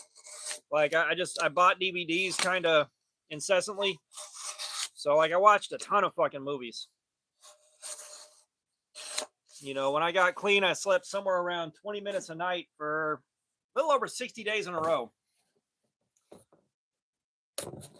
And that was going to work, That was dealing with the ex-wife starting arguments constantly, all while sleeping 20 minutes a night. So, like, at that point in my life, I'd watch 300, then I'd watch I Am Legend, then I'd pick something random, and then I'd watch Hancock like every fucking night. And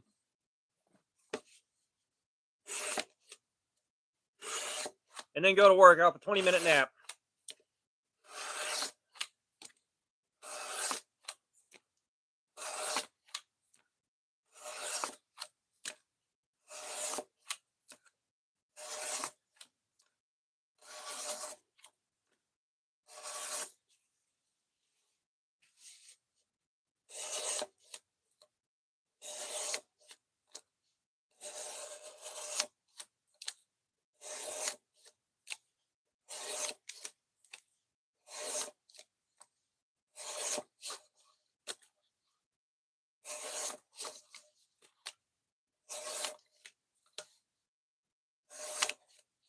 Yeah, Joseph, I made it through, but let me tell you, man, running that long on 20 minutes of sleep a night will fuck with your head a lot. Like, that shit was so fucking brutal. And while it was happening, you know, I'm on the inside of the car. You know, like situations like that, you're on the inside looking out. So it's kind of hard to see all the damage happening to you while it's happening.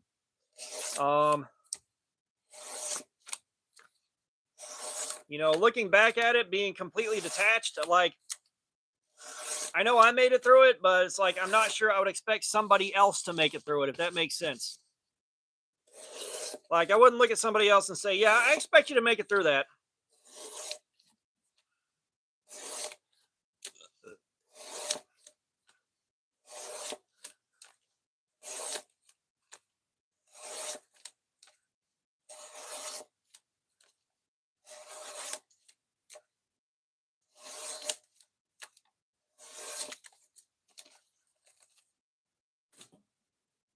Yeah, and it wouldn't have been so bad.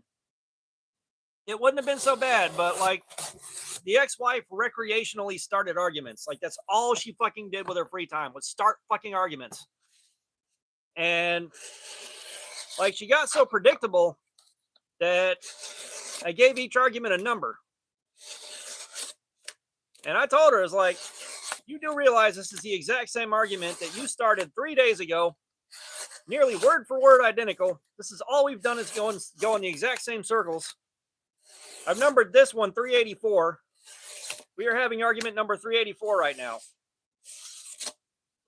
I cannot tell you how pissed she got with that, but it's like, stop it. For the love of God, stop it. And then she'd start a different argument. And that would be, all right, this is argument number 742. I can tell you word for word what's fixing to happen. Let's party.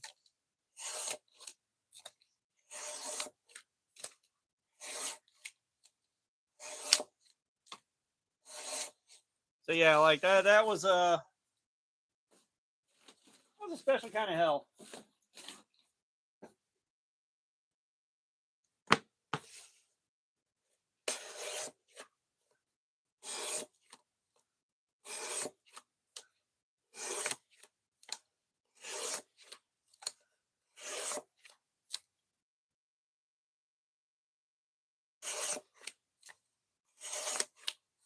I'll be honest, Wilderness, it looked like the inside of my house.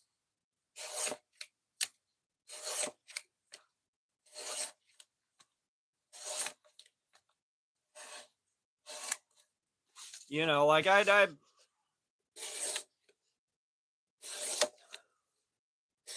it's again one of those situations that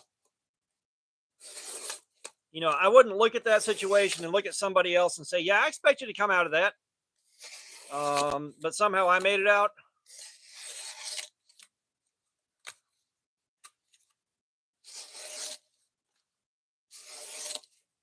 I guess I'm built different. Not correctly, but different.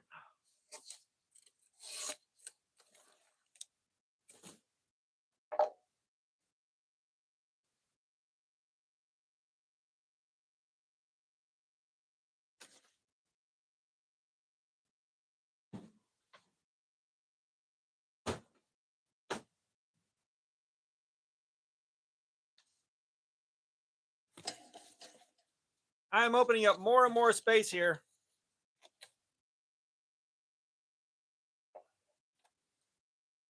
I'm not sure about stronger.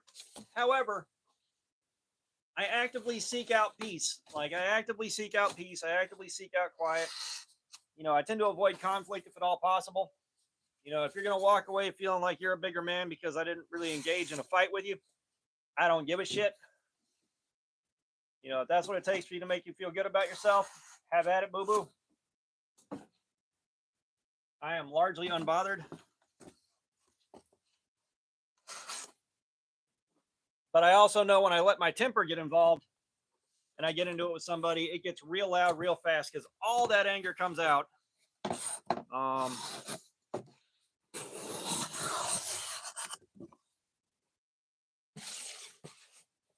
You know, all the years of anger come out, and somebody gets hit in the face with everything that happened during the marriage, everything that happened before it.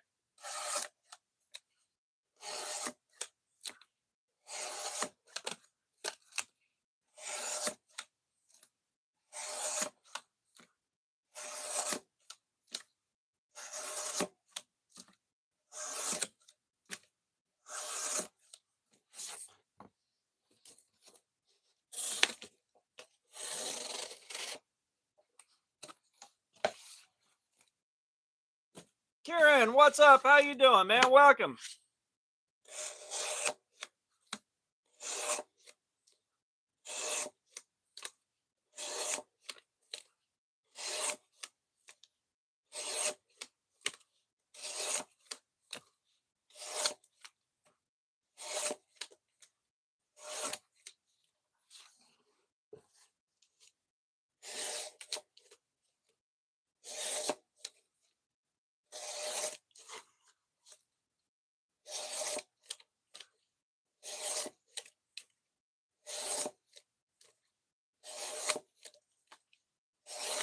And guys, I think all right, Lucy, go ahead and get them exams knocked out. Appreciate you dropping by.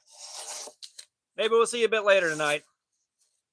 But my video on the Workhorse flashlight should be going live in about 2 hours here. And in the description of that video, there is a 40% off discount code.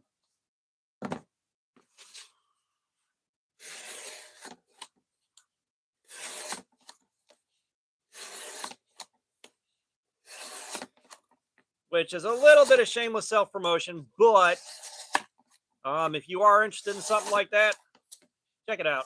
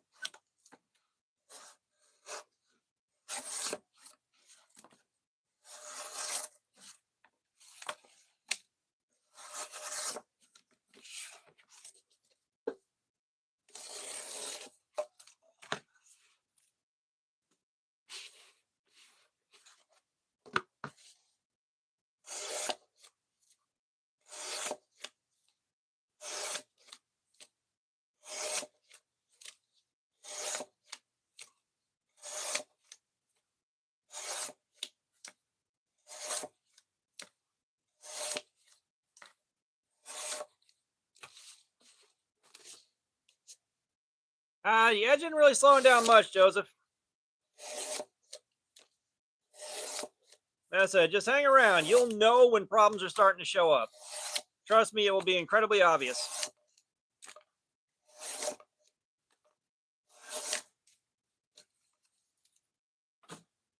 Now, we are closing in on 2 hours of me doing this, so I am starting to slow down a hair.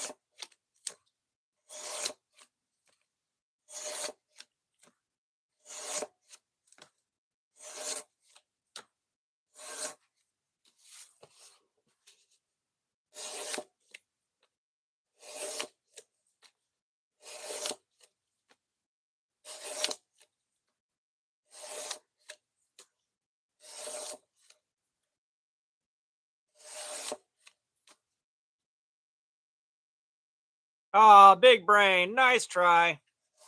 Nice try, boo-boo. In about 5 minutes, we are going to take a break for a few minutes and see how the edge is doing. I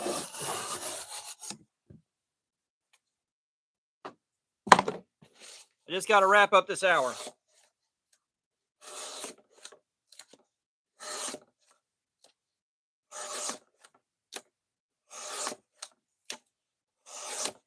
Because we'll hit emotional support caffeine.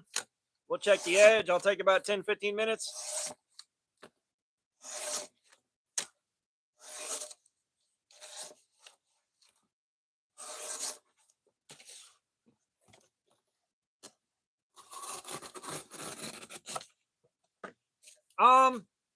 Not really any major hot spots to speak of. This is getting hit pretty hard by the amount of pressure I'm putting on it to do all these push cuts, but not really any major hot spots.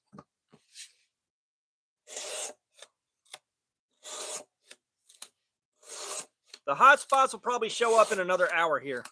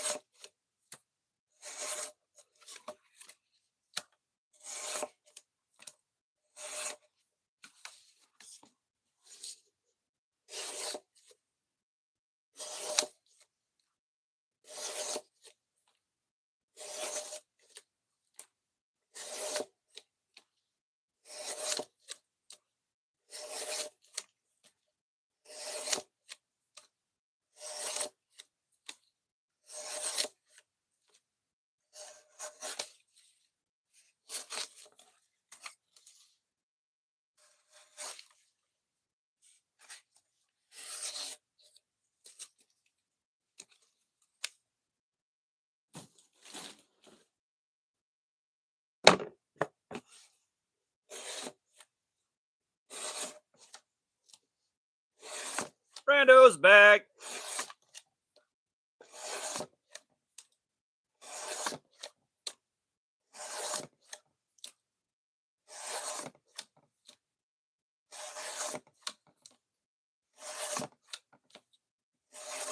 I would like to get swarmed like we used to get, just to get that view count up a little bit, but we ain't getting that anymore.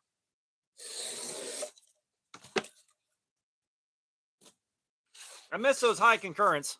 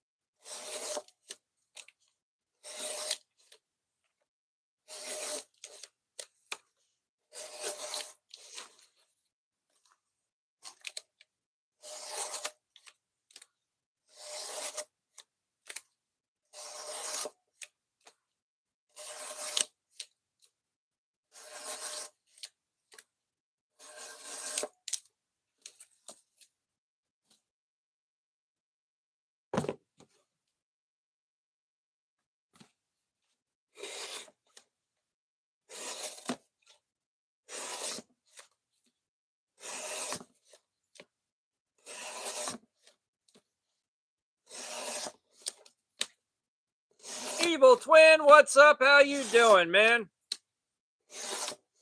Brando, I do not have a particular favorite troll anymore. Like,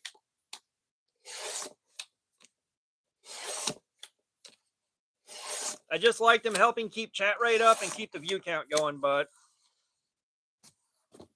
I said we ain't been getting that no more.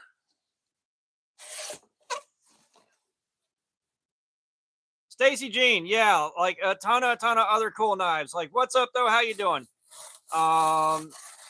This is a review channel, so believe me, I have a shit ton of cool knives.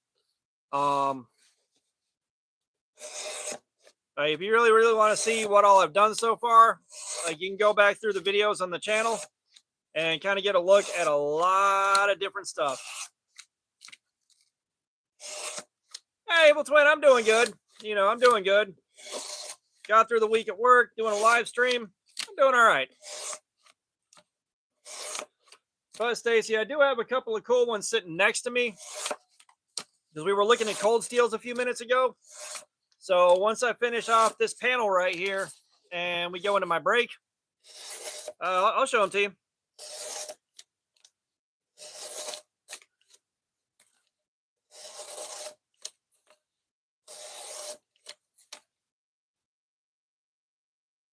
Is that I love hand, but it looks like lowercase L's? Yeah, no worries, Stacy.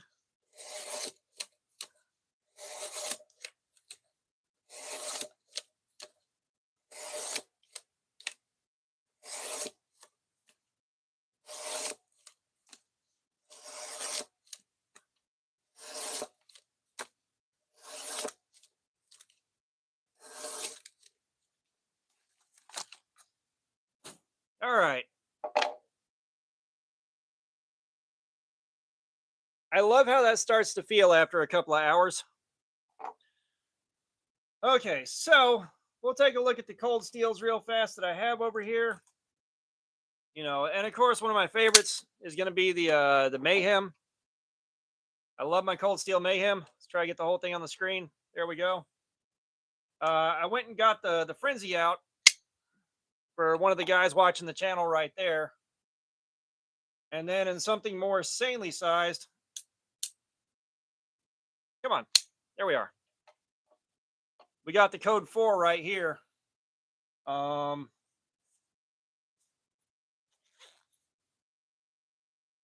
This one I'm carrying for review next week. A Civivi, that's a Mini Asticus. And I put my channel name on the knife. I had that etched on there before it got sent.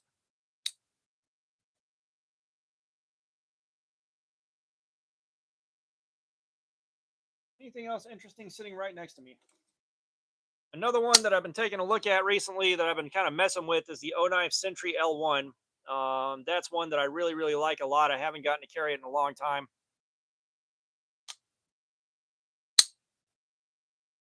You might be able to tell, but I love my large knives.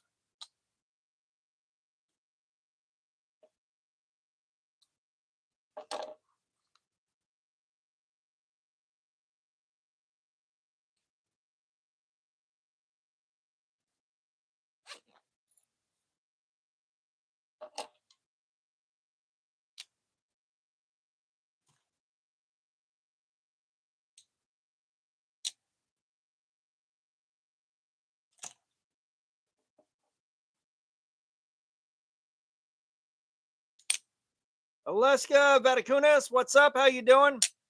Did I ever use any of them by the purpose? Do you mean, have I carried these and used them? Yes, I have carried these and used them. They have all been carried.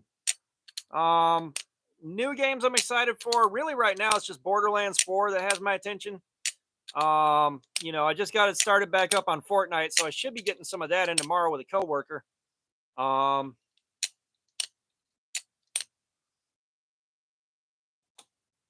But yeah, I mean, it's just you know, Borderlands. What I hope out of Borderlands 4 is going to be the normal convention for the Borderlands DLC, where the DLC is like basically a full extra game.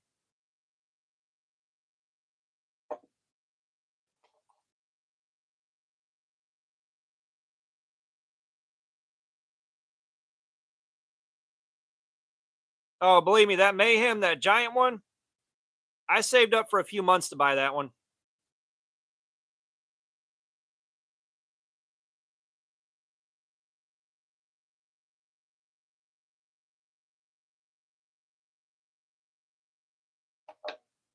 Amy Dearman, what's up? How you doing? Borderlands 4 is going to be on Switch 2. From what I can tell. I would have liked to have had a multiplayer shooter like that, a shooter looter on Switch. Trust me, I would have loved that, but no, they're not doing that.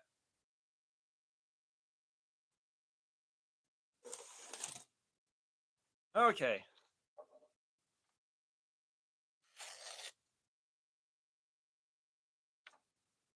Oh, we're starting to see some wear and tear on this bad boy.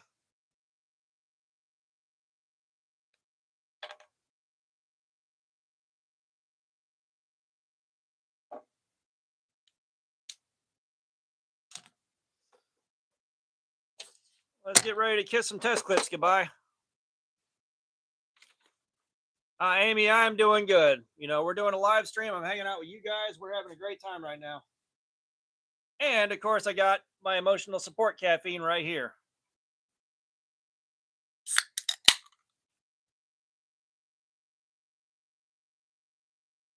But yeah, the Borderlands that came with the Tiny Tina's Adventure. That one. That's the best one that I've played so far. I said Tiny Tina's Wonderlands was really good, but the end game sucks.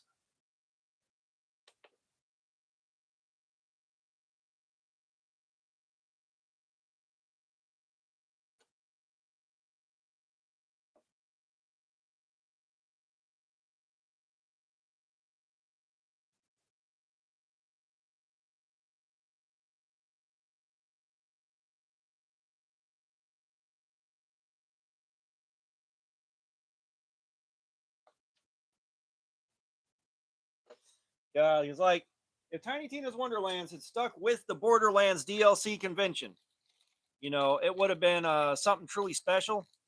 It's like I love the story, and the Chamber of Chaos wasn't a bad idea, but the DLC needed to be more than just here. The Chamber of Chaos level is going up.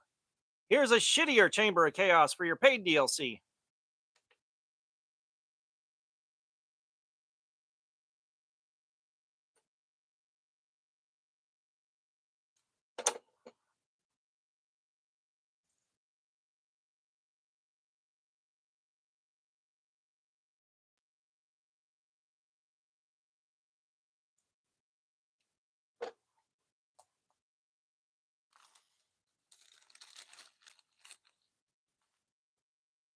All right, we'll do one more. This thing is still fighting the good fight. The wear seems to be kind of on par with D2 so far.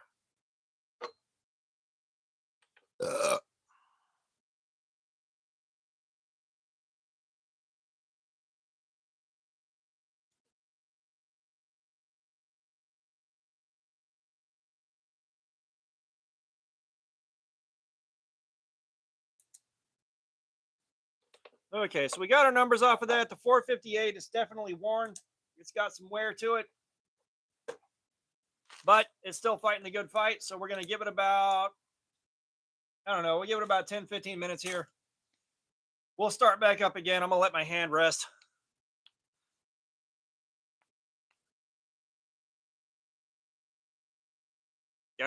Which screen? Your screen, Brando? Because like I'm not having issues on my end. You talking about being unable to read this? Like you guys saw the numbers get punched.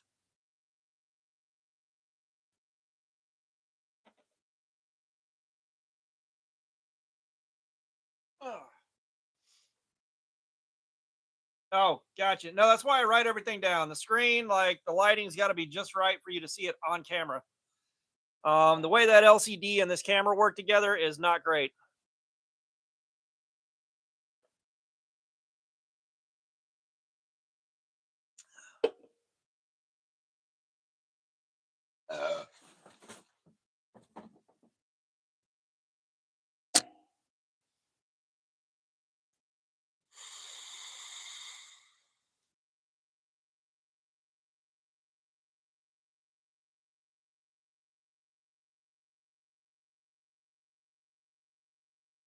But yeah, if Borderlands 4 does the thing they did with Tiny Tina's Wonderlands, which if you haven't played that, all right, the end game, all you can really do in game, all right, is you got the Chamber of Chaos.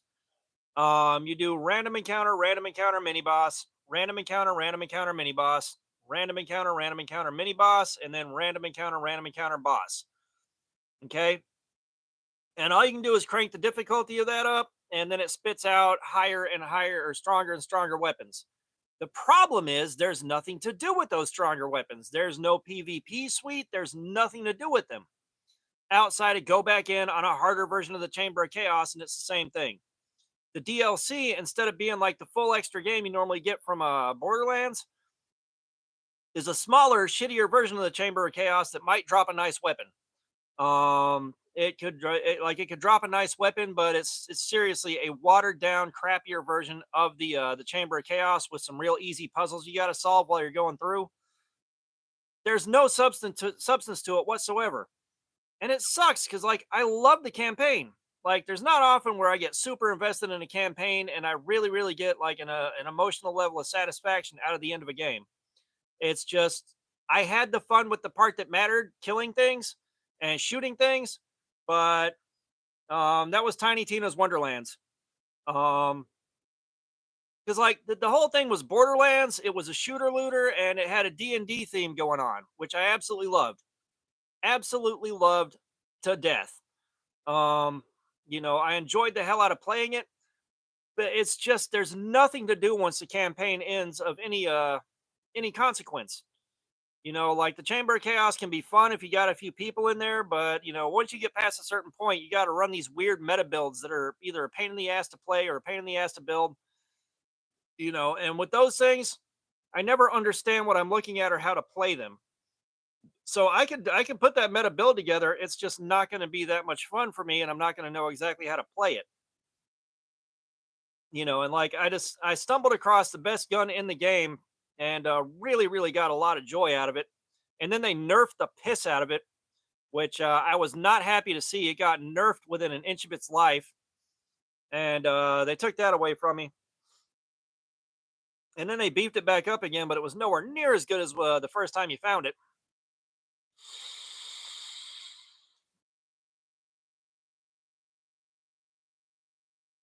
So yeah, it was disappointing, and Tiny Tina's Wonderlands, that was an extension of a Borderlands 2 or 3 DLC. I think it was Borderlands 2, where you had Tiny Tina's Adventure. What's confusing, Joseph?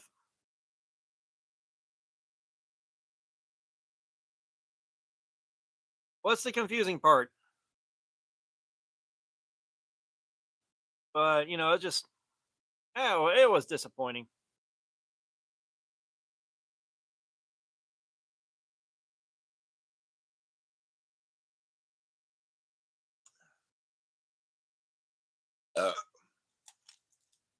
Hello.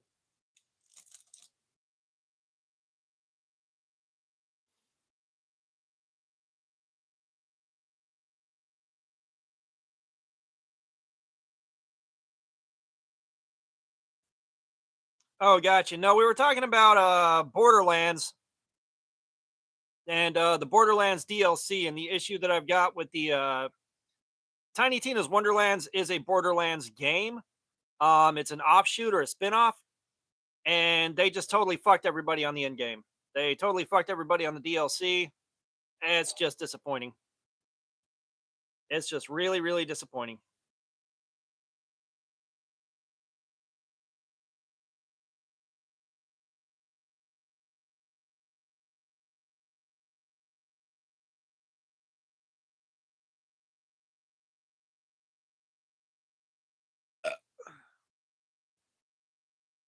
All right, we'll give it about 6 more minutes and we'll start back up again.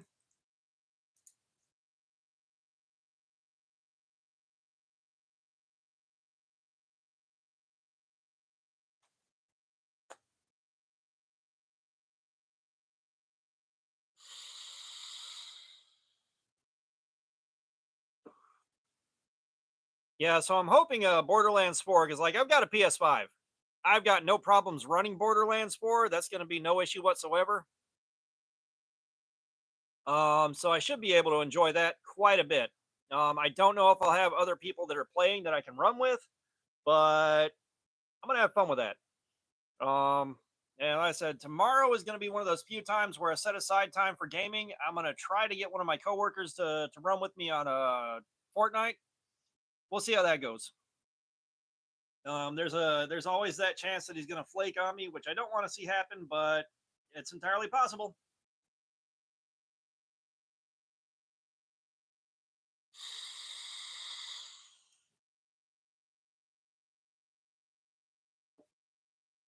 But if y'all haven't hit that like button, please do. Please hit that like button. We're trying to go for 100 before 7 hours elapses. We're 2.5 hours in now. Trying to think what I would like to have on Switch. I know GoldenEye came to Switch, I think, through the N64 bonus bundle. But what the hell else would I want on there? I don't know.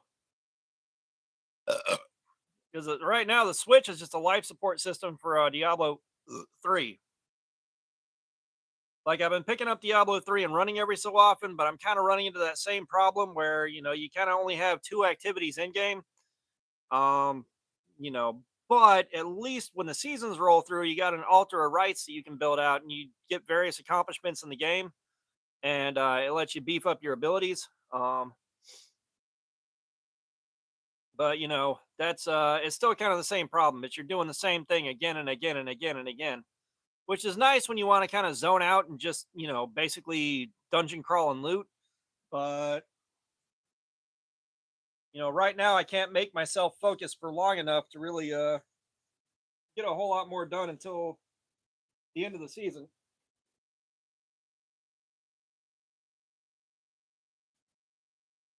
I would love to have a crew that could go in there and power level with me, but the only other people I know that play are my wife and brother, and neither of them are.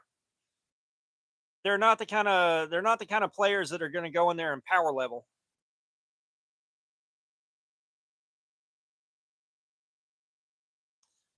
Was it BioShock Infinite? I played that because it was free, but I didn't really have the touch to play a shooter. So that one was a big challenge, but I played through most of it and then I hit a boss I couldn't get past. And I need to take a look at that again. I don't know if I can re-download it, but BioShock always looked like an interesting series, which I may end up doing something like that just to kill time during the day. Um, I know when I start opening at work in the morning, I'm going to have some time where I can't sleep, so I'm going to have to do something with that time. And I've kind of burned myself out on making beads, but we may end up back in there doing that again if the live stream doesn't go long enough. But you know how it is. All right, 3 minutes. 3 minutes, and we're going to get rolling again.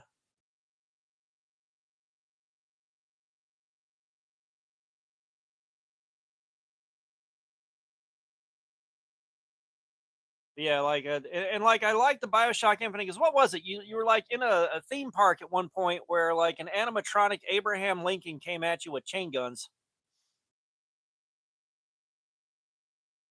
Yeah, that's not bad, Brando. And like if you run the Switch to the TV and you got a good controller, it really makes it feel good. And that's what I'd be doing if I was running something like Bioshock. I would be getting my 8-bit do controller out, and then I'd be running that kind of I'd be running that on the TV instead of on the tiny screen.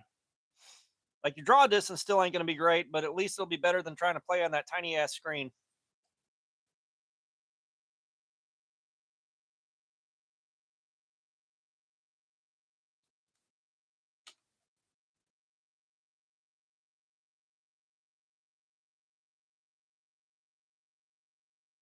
Yeah, so I mean, you got a solid controller like that. That's where you run that one through the TV.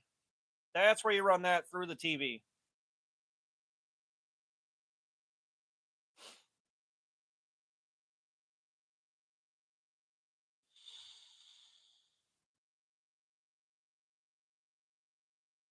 All right, T minus 1 minute. We're gonna get rolling again.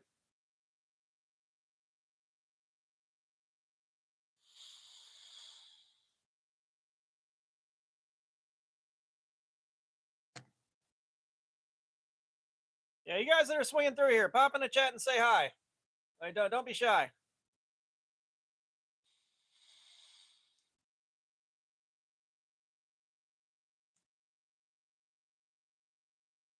Where the hell's Punisher in all this?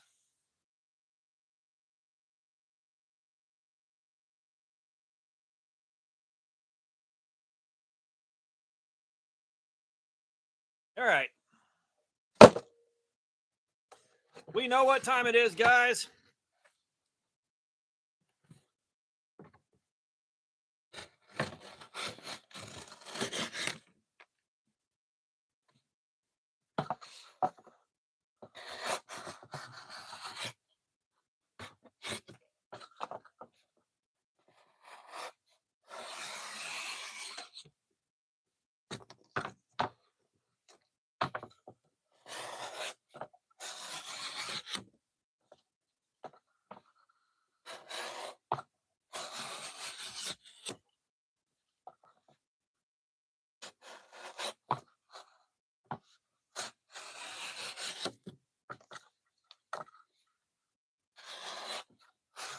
Like I said, I like my 8-bit Do Pro controller. It's like an SNES controller and a PS4 controller had a baby. It's so good.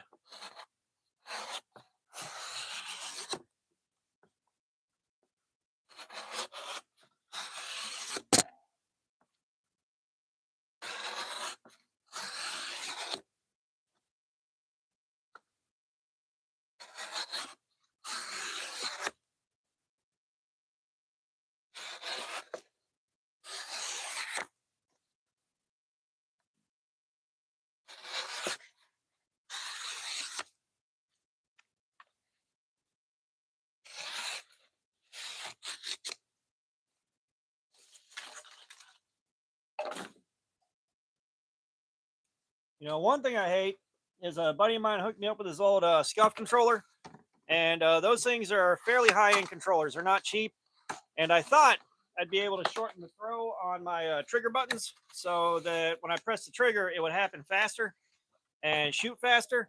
And every single gun in Call of Duty that I played required a different length of trigger throw.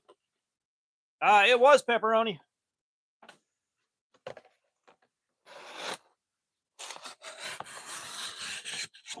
And some of the guns that I relied on required the entire length of the sweep of that R2 button to pop off. So it's just like, bro, really? I couldn't actually use it for the function I wanted to.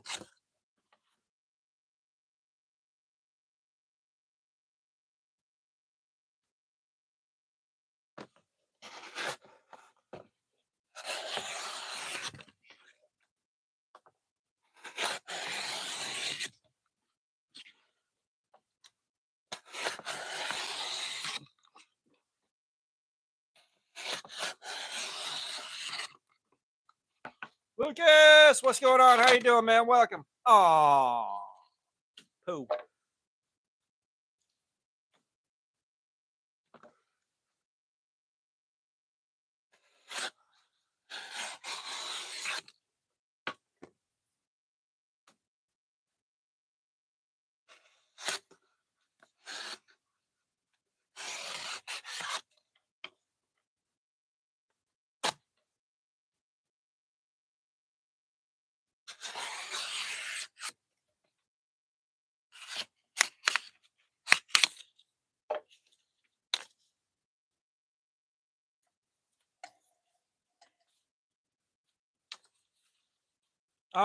Like just barely thicker, man. Just barely thicker, like another 1/8 of an inch. Let me grab the 8-bit Do. I'll show you what I'm talking about.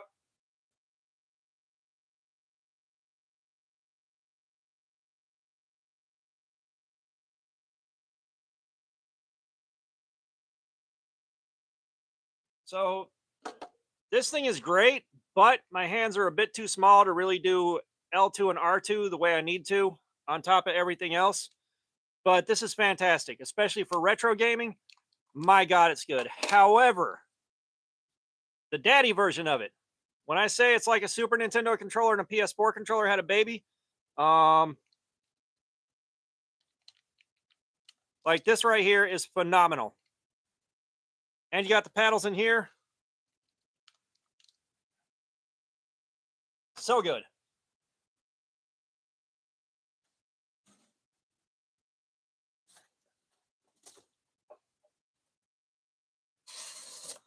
What's even better is you can get a little dongle for these things that will plug into, like, I got one for my Super Nintendo. Um, so I can connect either one of those to my Super Nintendo and run wireless controllers on that, which I can't tell you how much of a dream that is come true from back when I was a kid.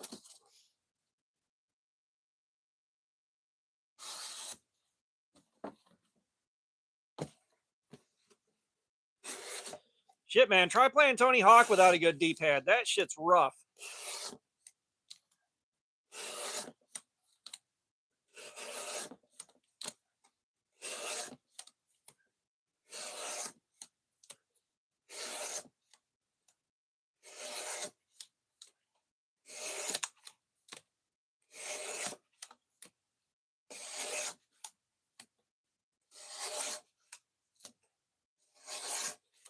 Fook, welcome back, buddy.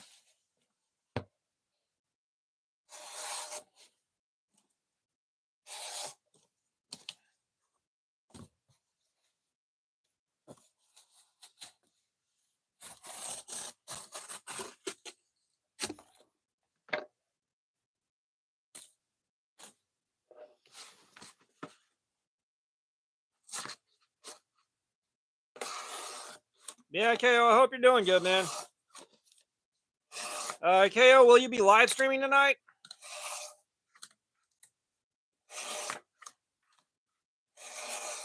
Yeah, I never could get like comfortable running fighting games on a joystick, but like I started on a D-pad, I learned how to play them on a D-pad.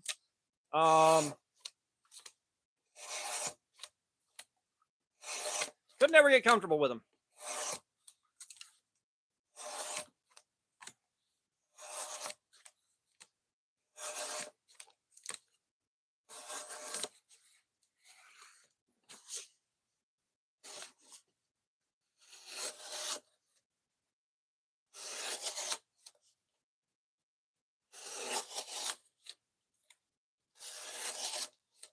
Yeah, folk, the fact that you missed out on the SNES hurts my feelings.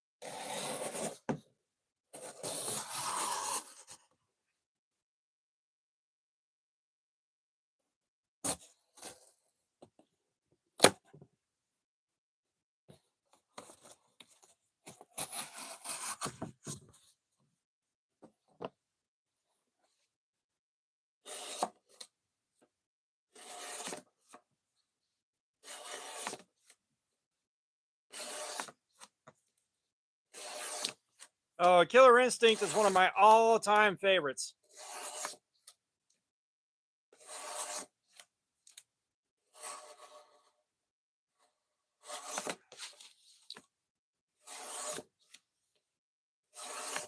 Like in Killer Instinct Gold, that was fantastic. That was one that me and some buddies of mine used to really get into and run tournaments on it.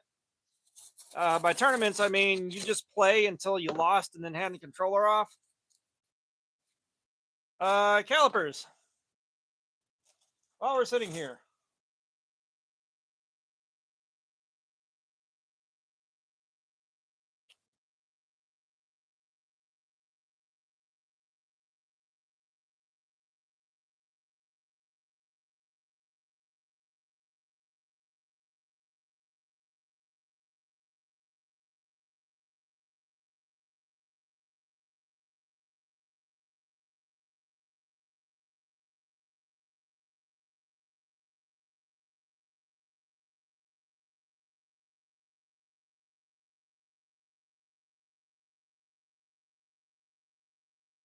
So I like 0.55 inches for this.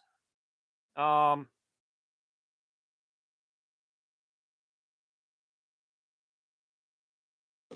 don't know. Let's check. Yeah,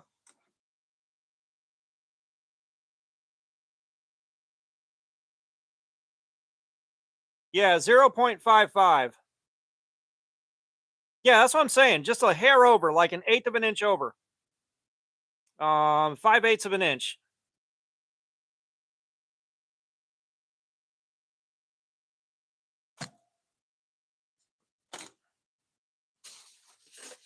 Yeah, Earthworm Jim was better on SNES than Genesis, but I've got it on one of my consoles. I can't remember which one.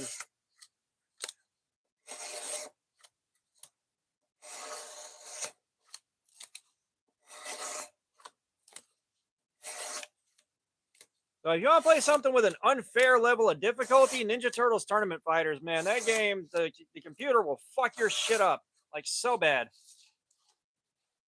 Let's do 0.55.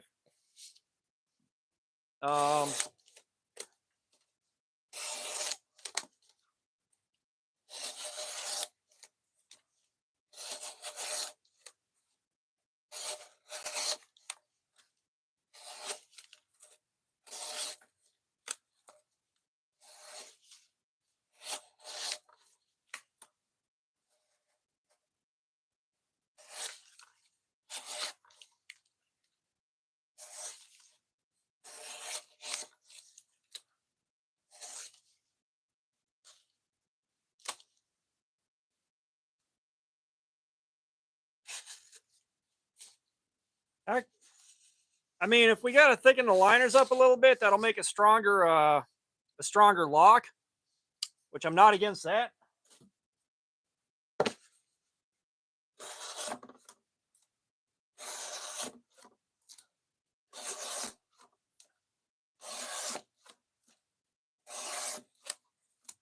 But I mean, all you got to do is tell Jen 0.55 inches thickness overall. They'll take care of it. You're overthinking it, KO.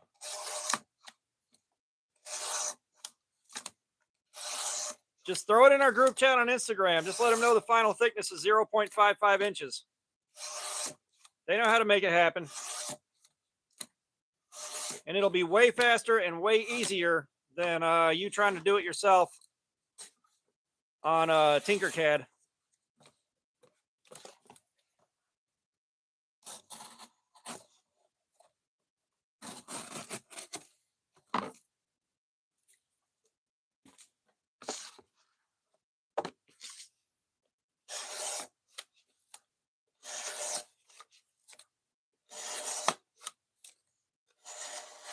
So at this point, I'm ready to let him get to prototyping.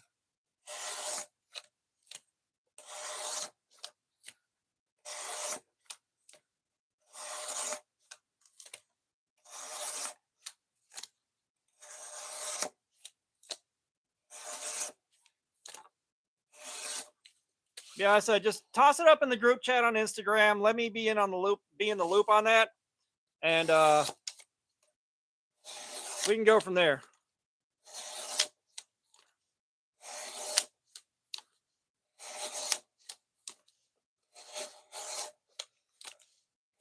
Because I think they're pretty excited to get to prototyping it too.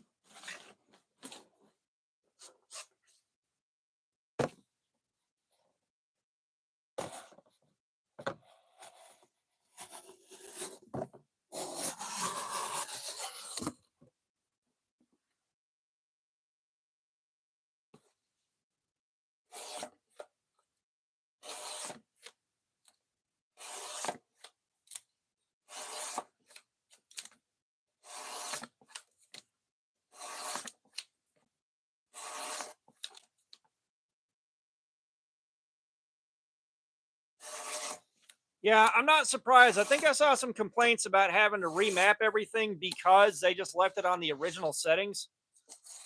which I kind of understand why they do that, because it's there for the guys that have the nostalgia for it, that you know exactly how they played it back in the day. Duolingo, what's up? How you doing? God, you ain't been in here in forever. Holy shit.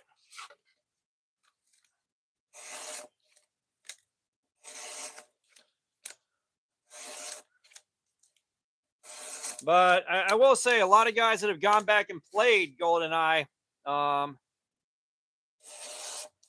yeah, we played it the way we did back in the day because that's what it was there. Like that's what the controls were at that point. They weren't optimized yet.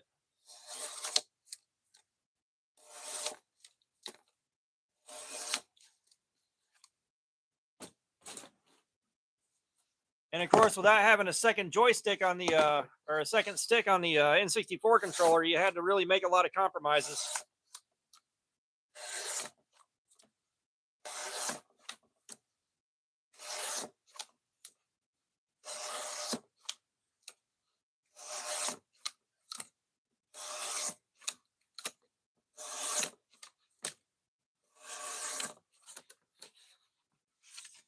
Good deal, KO. I appreciate it, man.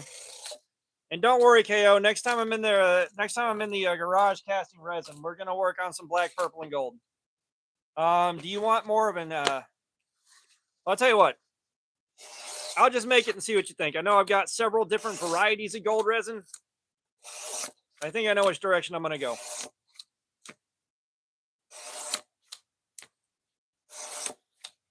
Yeah, because I think I know I played multiplayer,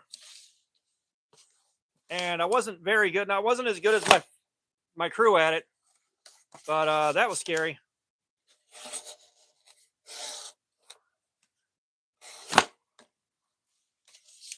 I hate when it does this shit.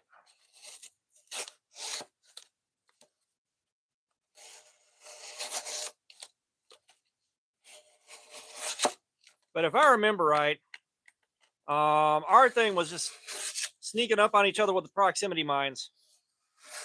Like that's what that whole game was sneaking around with proximity mines and trying to catch each other with those.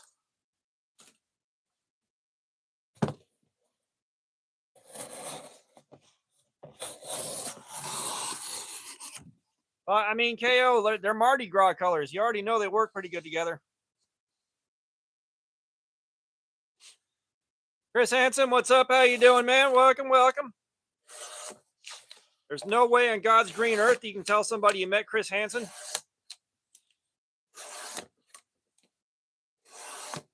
But I know where you're going with that, so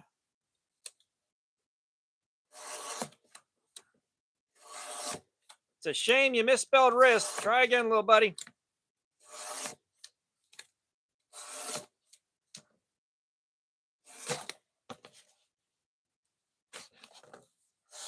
Yeah, I just didn't want that one staying up.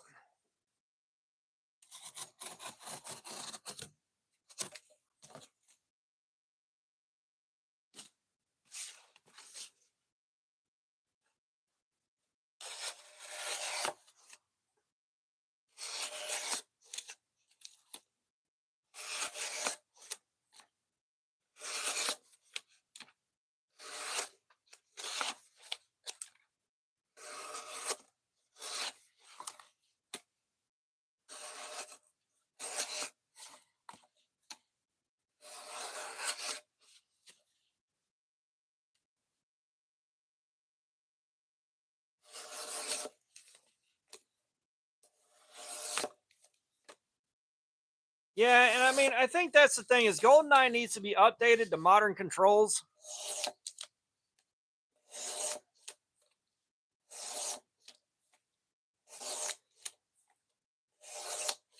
You know, but even then, like if they updated it to modern controls and like put modern graphics on it, it would all right, Jerry. But if they put it on modern controls and modern graphics, there's so much of the vibe that would be lost there that a lot of people would be upset by it. But I mean, you got it right there. Modern twin stick controls, like it could be done right. It would put a lot of people off, but it would put a lot of people on too.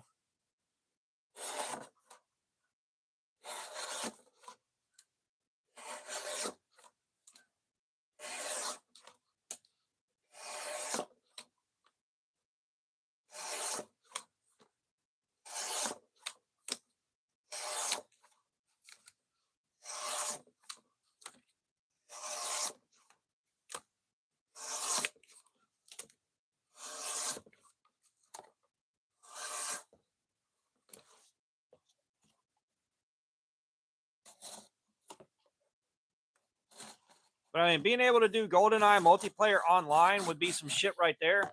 And then if they would base the MMR on the IP address and not the account, that would also help a lot.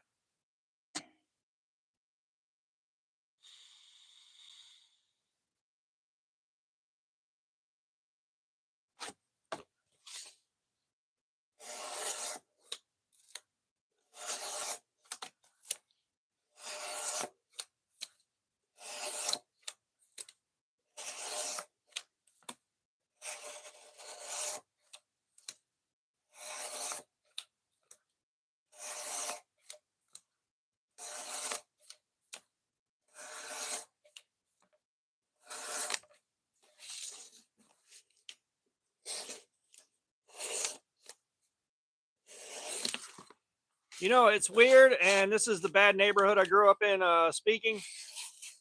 But every time I take the Switch with me anywhere, I get scared something bad's going to happen to it.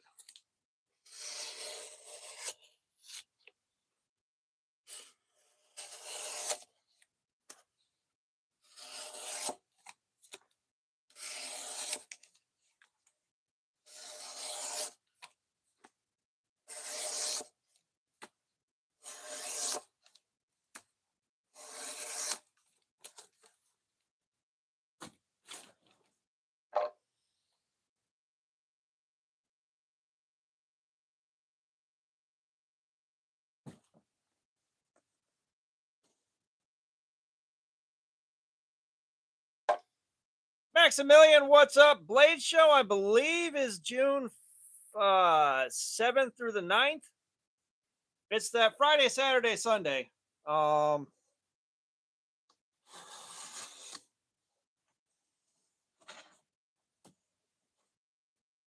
just remember, guys, first one to spot me and say hi gets to go home with this piece of shit. Wonder. Hey, look at that.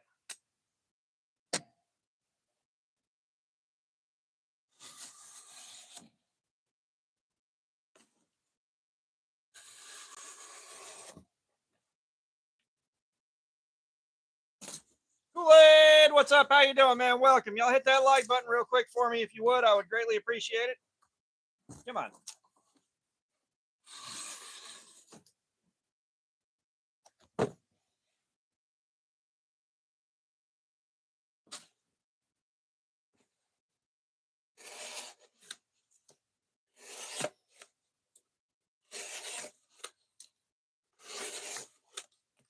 Yeah, Blaze Show is happening soon. I got my funding in order. I got a power bank for the phone that I'm pretty sure is in good shape.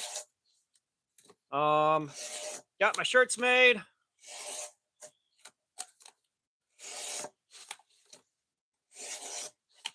Got the beads made.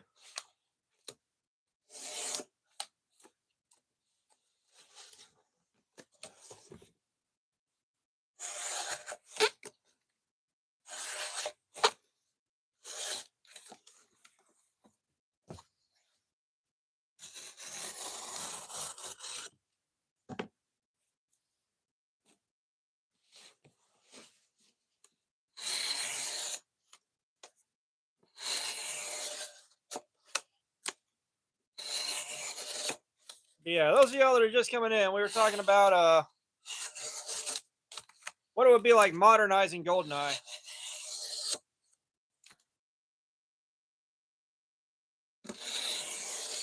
Yeah, I'm gonna try to oh shit.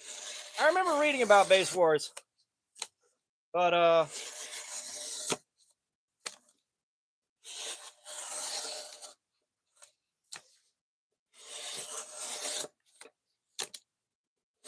what the hell was I saying? Yeah, I'm gonna try to get some I'm gonna get footage of Blade Show. I gotta figure out how exactly I'm gonna approach doing that. Because I don't know whether or not people are gonna want you walking around with a phone kind of aiming at them, trying to talk to them while they're also trying to help a bunch of other customers. Like, I'm not sure how the best way to go about that is. You know, and I don't have the kind of name recognition where I can be like, hey, let me take some of your time up. Step out to the side with me.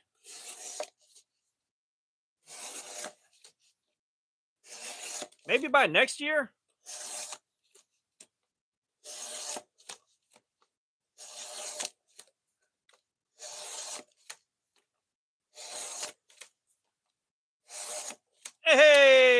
he's back.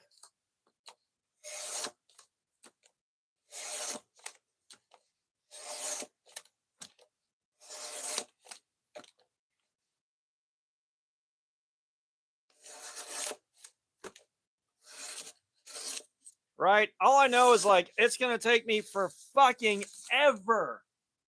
For fucking ever to edit that shit down whenever I get done. That is gonna be a long process getting all of that video edited down.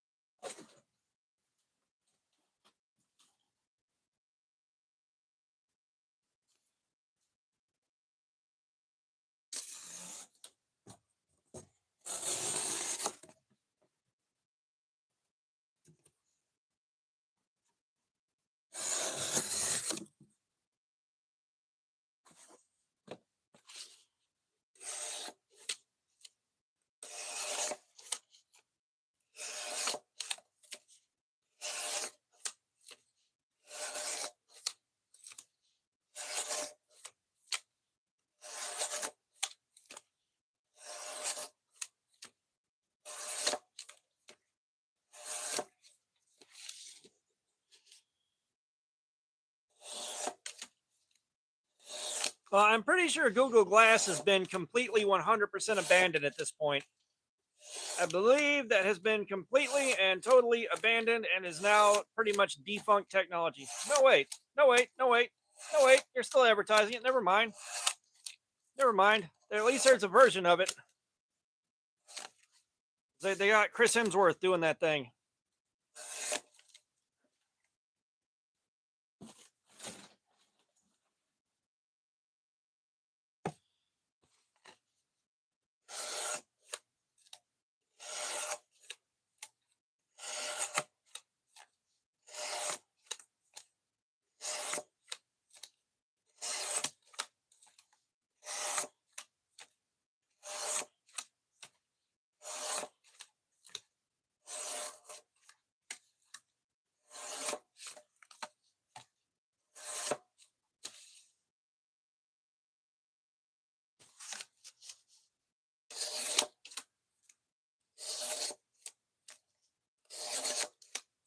Yeah, sure, Kool-Aid. No one believes you. We know what you typed last week. We were all there. We saw it.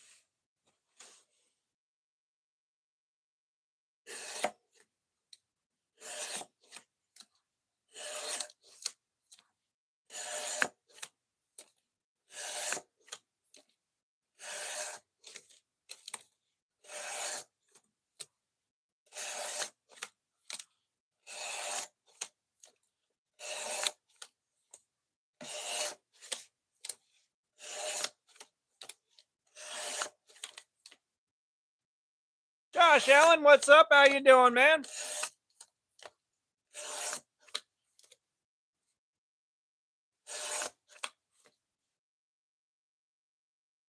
Yeah, we ain't doing that, Josh.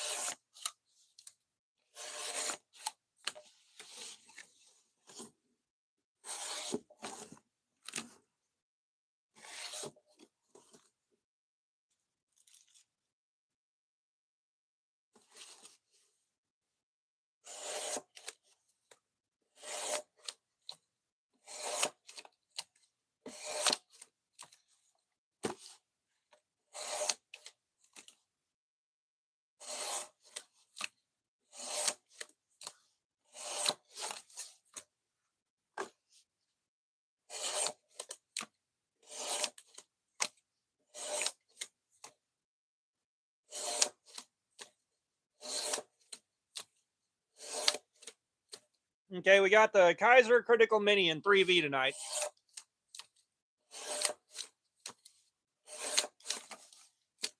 But no, it's a little different because Kool-Aid called himself gay last week and started a running joke with itself. But we're not coming in here calling other people gay like that.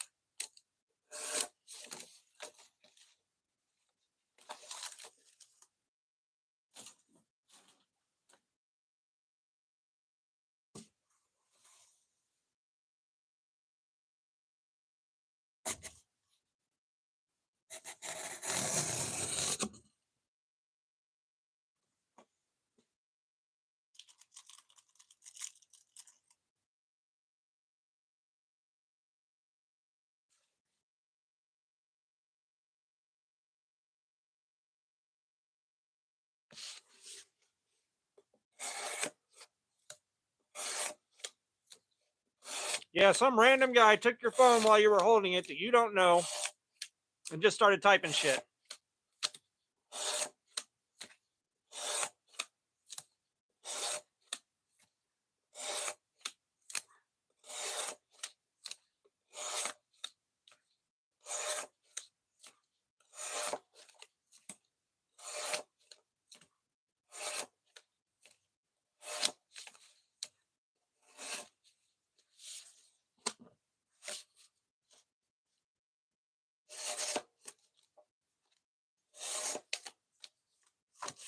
If you say so, Josh.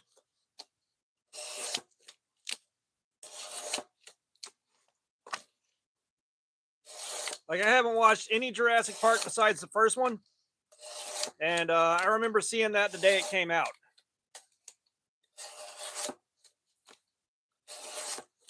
That's like one of the very, very, very few good memories I have of my mom and her second husband. Just sitting there and like trying to figure out how the fuck they made those dinosaurs look like that.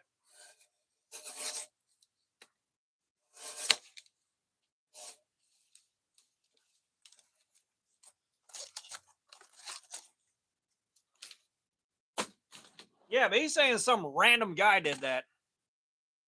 Like, come on, nah.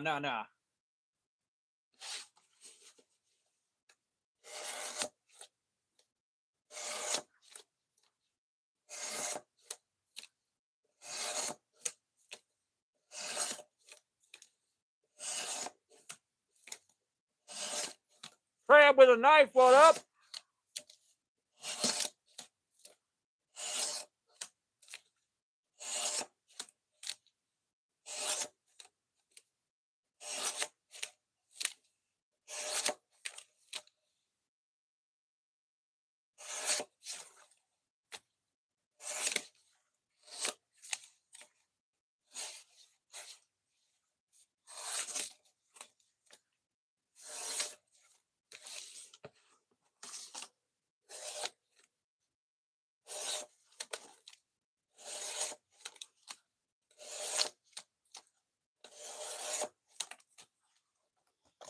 We got the Kaiser Critical Mini in 3V.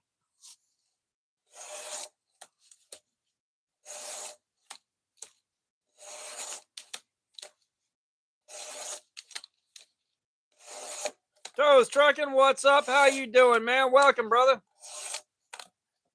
Y'all do me a solid, hit that like button on the way in the door if you would be so kind.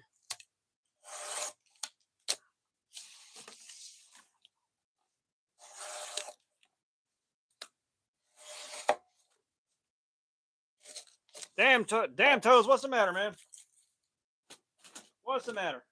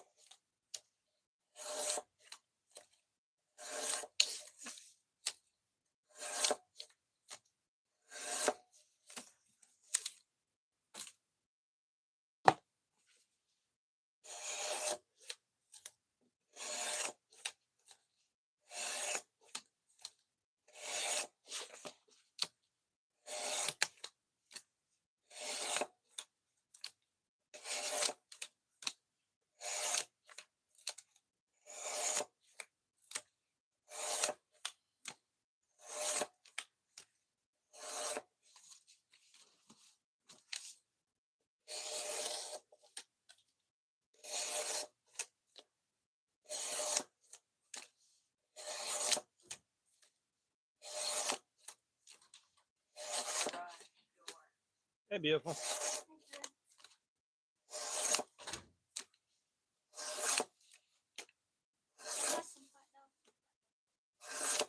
All right. Thanks. You're welcome. Hey, one doesn't have to be rinsed off for once. Weird. Then again, I could be wrong.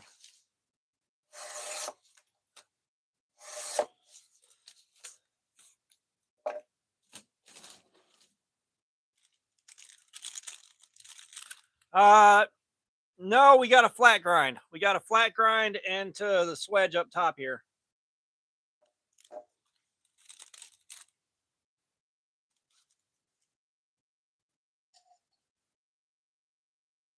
Hold on a second, though, you guys.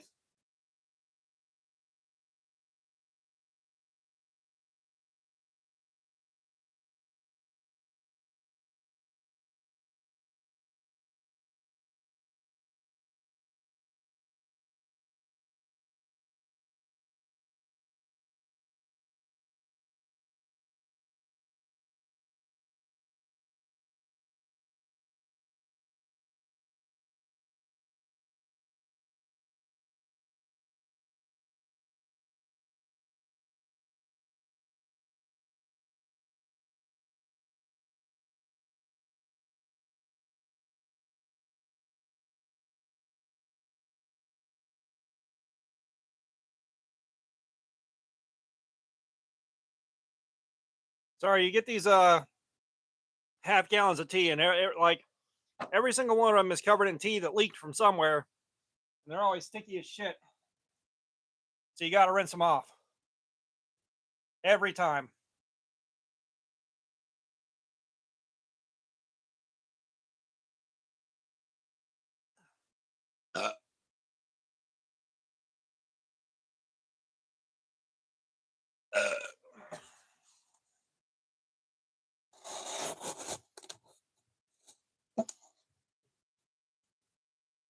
Yeah, the goal every day is 100 likes right now. That seems to be about as far as we can reach. Oh, yeah, I played Spyro back in the day. I hadn't thought about it for fucking ever.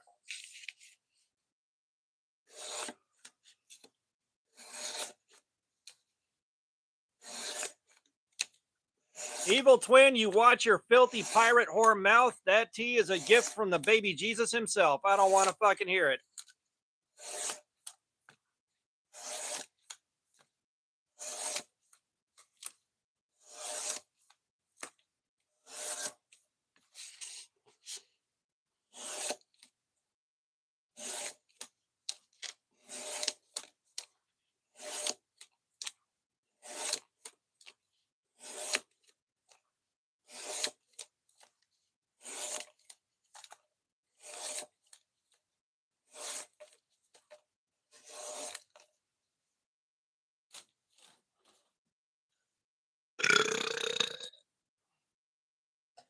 Damn, they're never what I hope they'll be.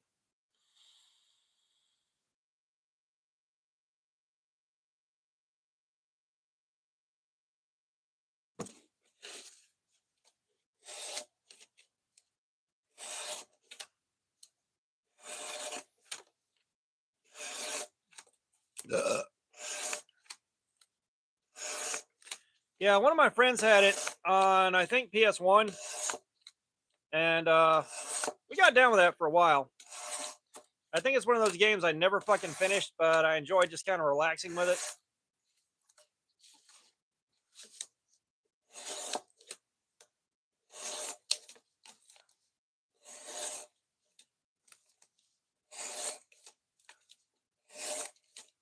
Yeah, Super Metroid, me and a friend of mine did beat that one. He got it finished before I could, but like we had that shit fucking memorized. All right, Kool-Aid. I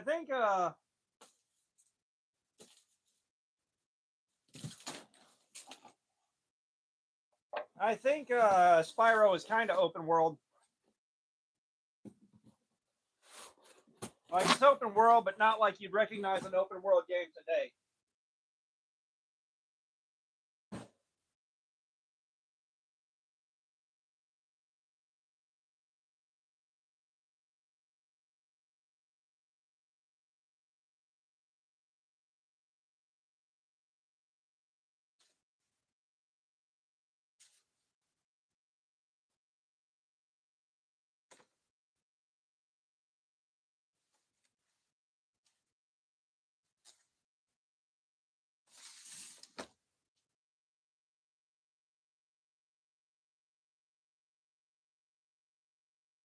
All right, Toad, see you later.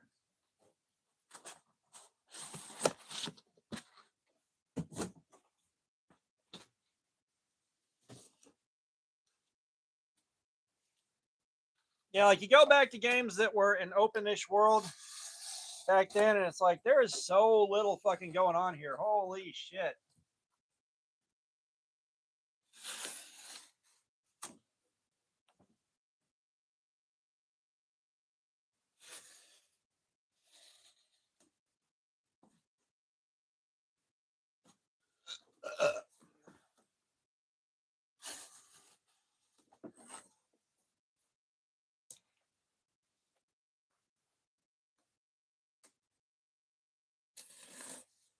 Man, things have been way quieter.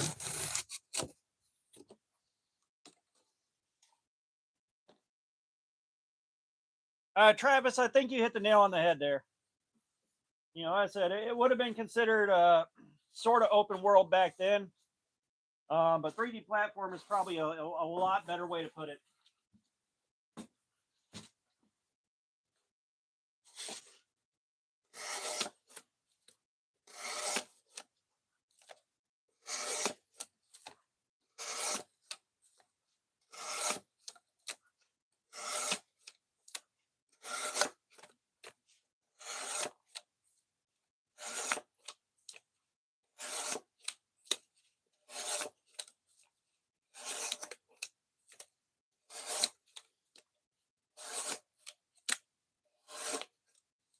But even then, like you look at the 3D platformers back then after getting used to what's available today, and you're like, holy shit, there's nothing going on around me.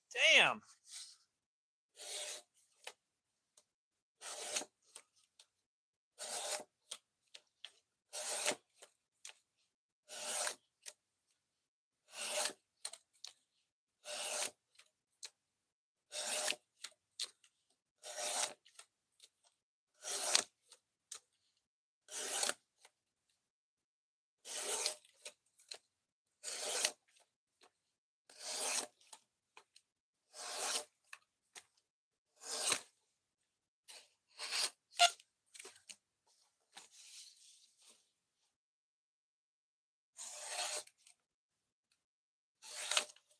You know, it's like I didn't play Super Mario 64 when it came out because I didn't have it. Nobody I knew really had it. So I went back. You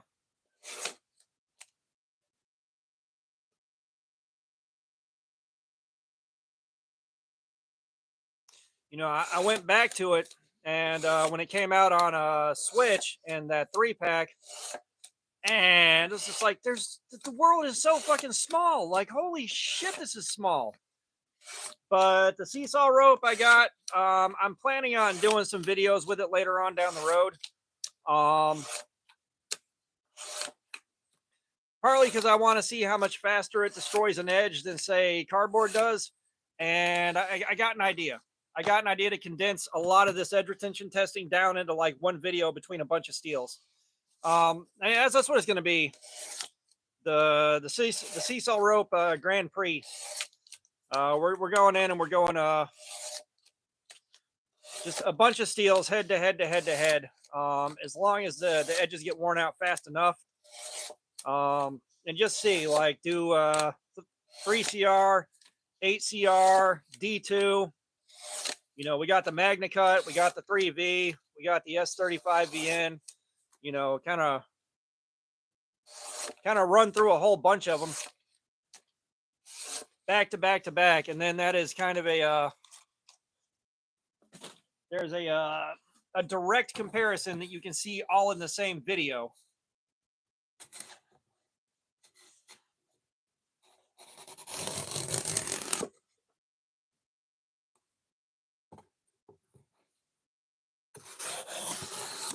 Like I said, I think this might be hemp rope.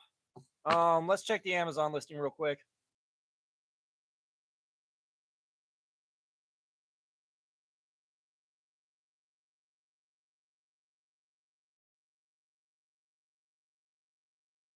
Yeah, natural hemp rope.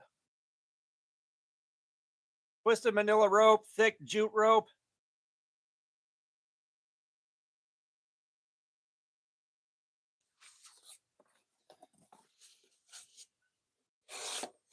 But either way, even if it is hemp rope, I know even that stuff is supposed to tear an edge up pretty quickly.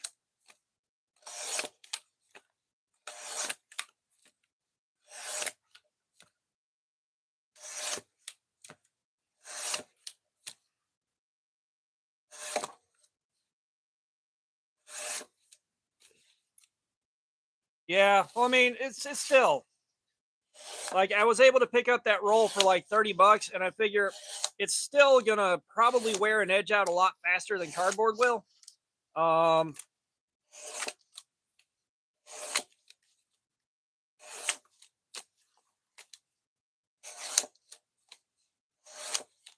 it should still give us something we can work off of, as far as I know. Like, it's going to be a lot harder than the cardboard is on the edge. I can promise you that.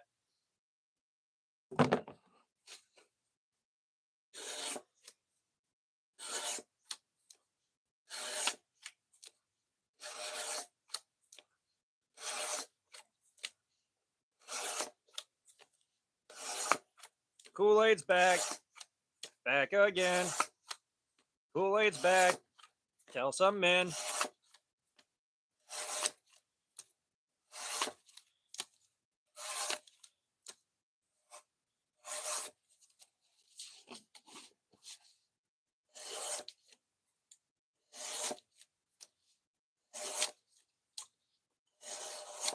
Yeah, I loved watching Bear Grylls shit. That whole thing get exposed.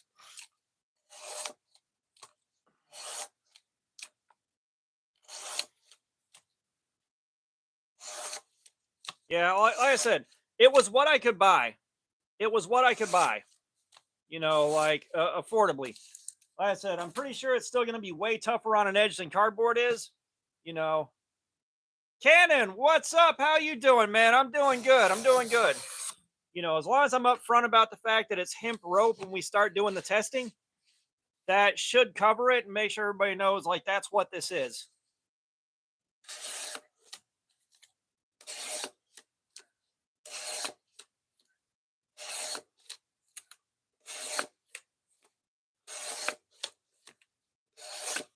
Because I'm pretty sure I'd seen a lot of people using hemp rope for that testing before Cecil rope became a thing, but I could be wrong. Yeah, I got a couple of Spyderco's, Cannon. I've got a Tenacious and I got a Sage 5.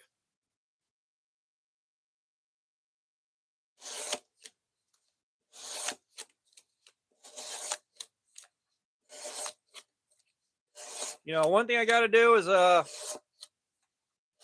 got to figure out how to catch all of the shit that's going to come flying off, all the little fibers they're going to be piling up, how to collect those without getting them all over my floor and all in my carpet and everything else.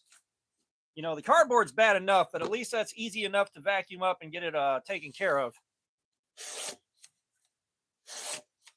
Whenever I finally break down and do some cleaning in here.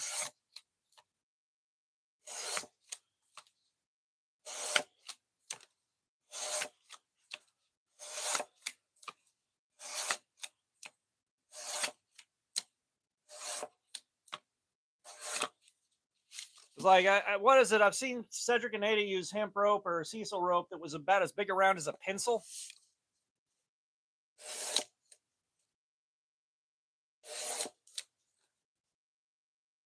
Oh, no. This is a Kaiser Critical Mini. Sorry, man.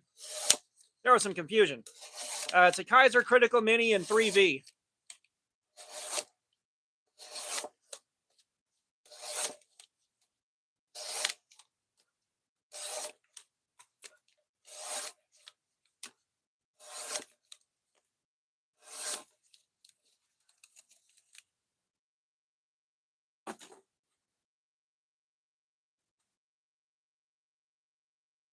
Yeah, this is an inch thick.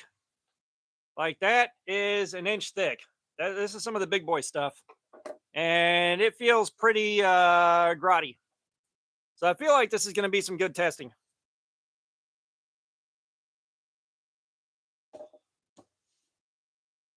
But yeah, I'm looking forward to playing with it. Yes, Josh, you said you were back. We know.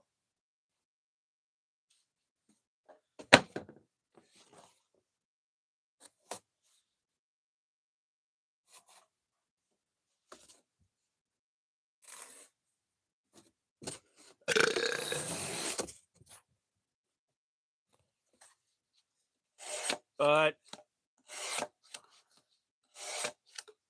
yeah, I said it.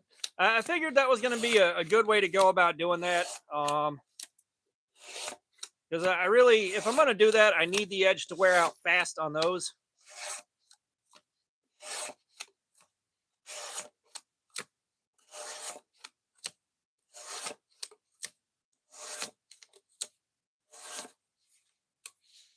Yeah, I appreciate it, Jerry.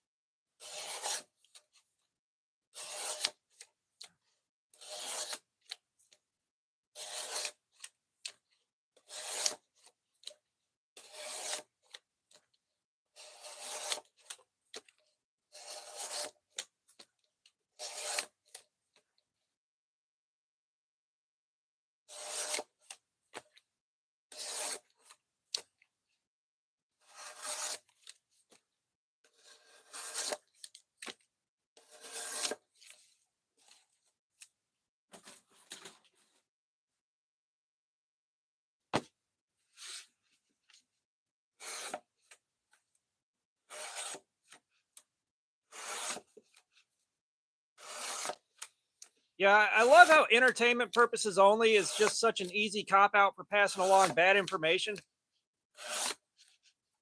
It's like the whole drinking your own piss deal. It's like, no, that's going to make your situation exponentially worse than it was when you started. Don't do that.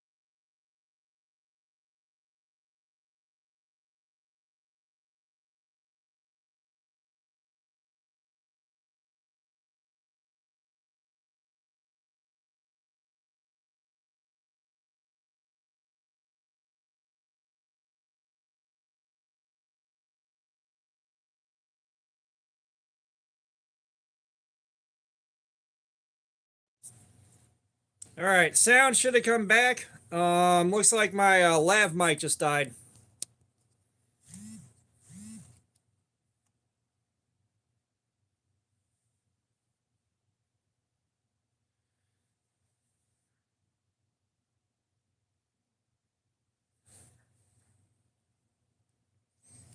Do I have a charger that's open right now?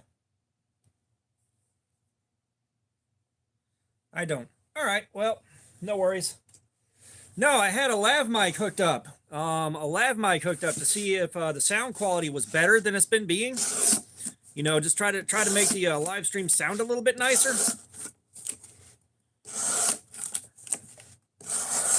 It just doesn't taste good, crab with a knife.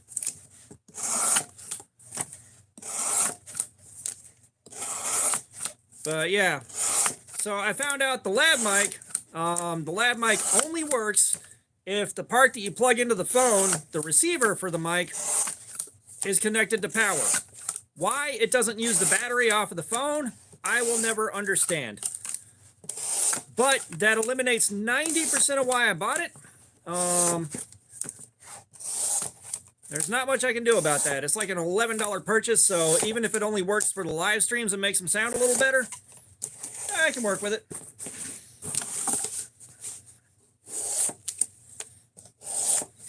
Well, plenty of charlatans didn't think Jolt Cola tasted good, but guess what? That shit was good.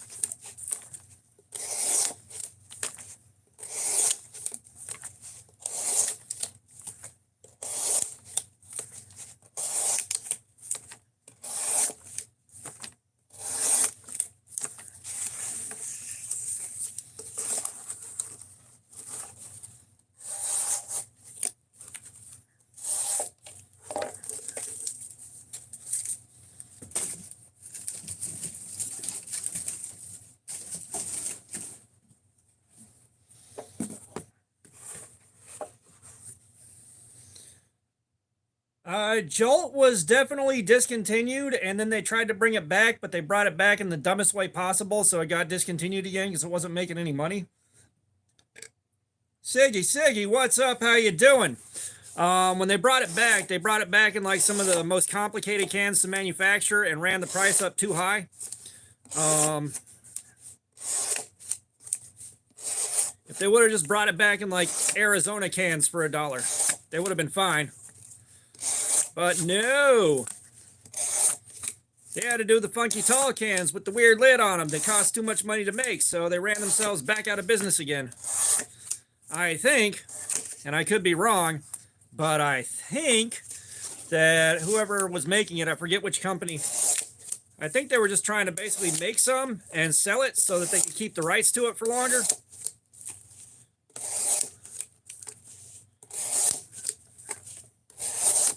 Oh yeah, like I fucking loved, I love Jolt Cola.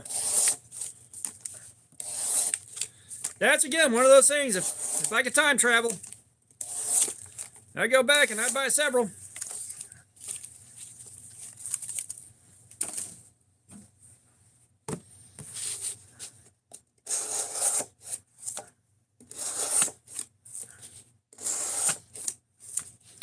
No, Jolt Cola was the original Red Bull. Jolt Cola is way older than Surge, my dude. What, did Jolt Cola go back to the 1980s? I believe Jolt Cola went back to the 1980s.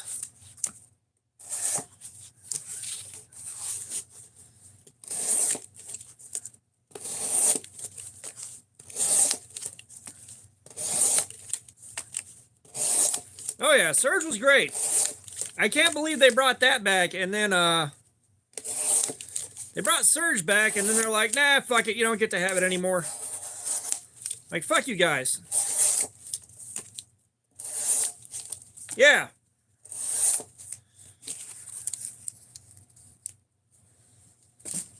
Like, I was still buying Jolt in like 1996.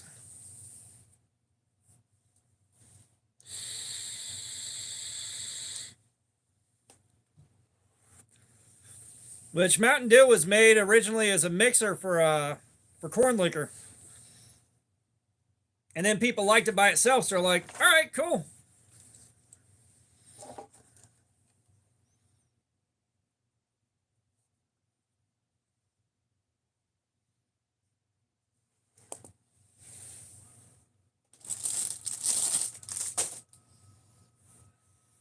All right.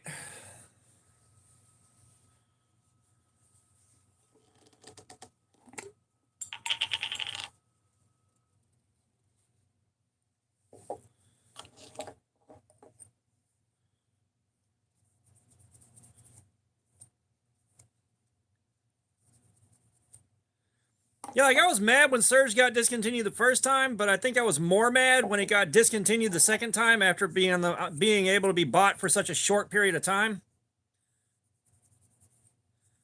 Well, no, Mountain Dew was originally a mixer for moonshine. It was originally a mixer for moonshine, and then people were like, "Hey, we like this without the moonshine in it." So they were like, "Fuck yeah, party on! We'll just sell this."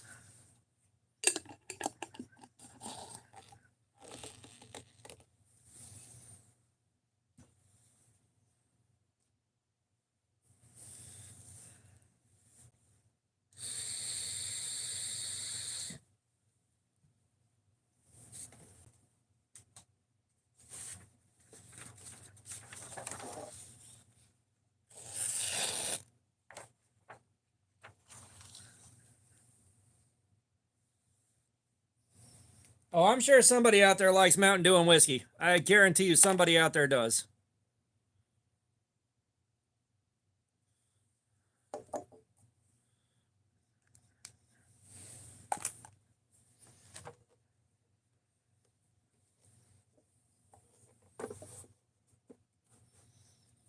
Yeah, it was somewhere around there, Travis. Like, it was somewhere around there.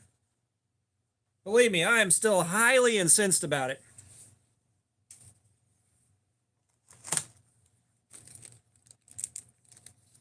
Josh, what's up? How you doing? We're talking about Jolt Cola and Surge. Well, yeah, no, that's how Mountain Dew got its name, was from calling moonshine Mountain Dew. But it was originally created as a mixer for the Mountain Dew itself was created as a mixer for the moonshine. All right, what kind of numbers are we pulling here?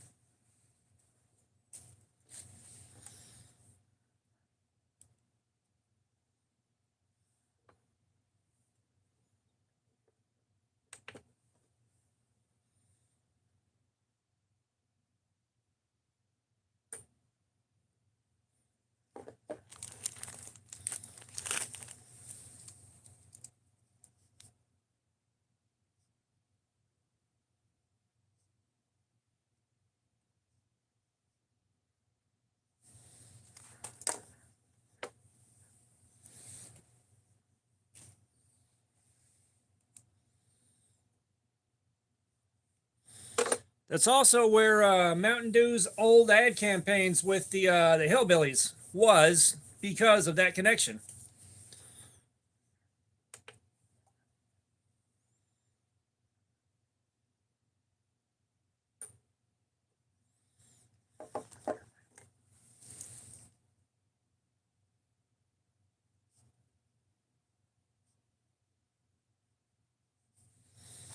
All right, I don't want to burn up a million test clips on this, but I can't find the bad spot.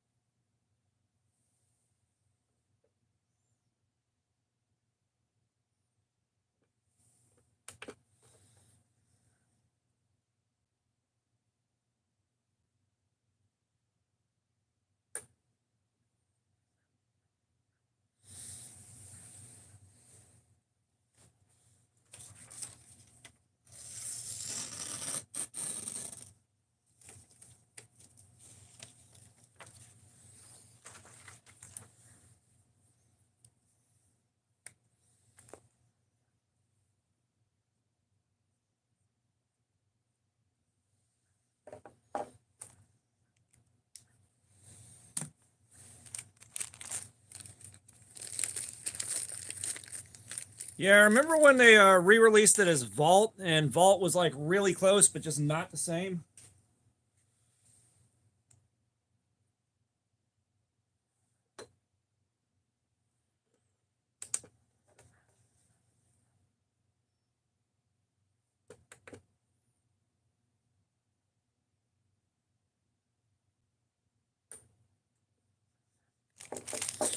Yeah, I cannot find the numbers that were as bad as the other ones.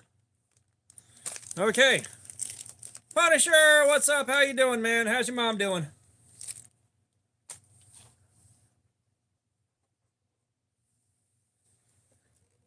I don't remember seeing Vault Red Blitz. That's not saying I didn't try it. I just don't remember it.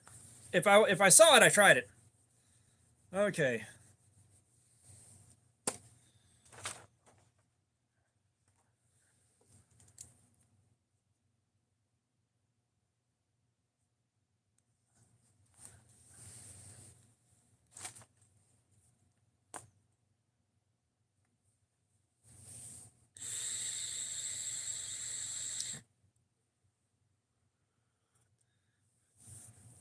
Yeah, Code Red's still good. Code Red is still good.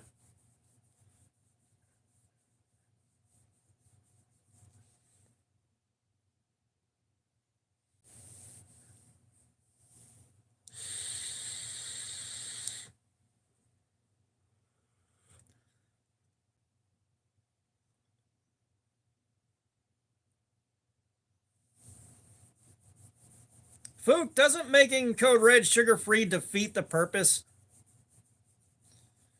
But damn, man, I'm sorry your mom's having such a rough go right now, dude. Shit, shit almighty.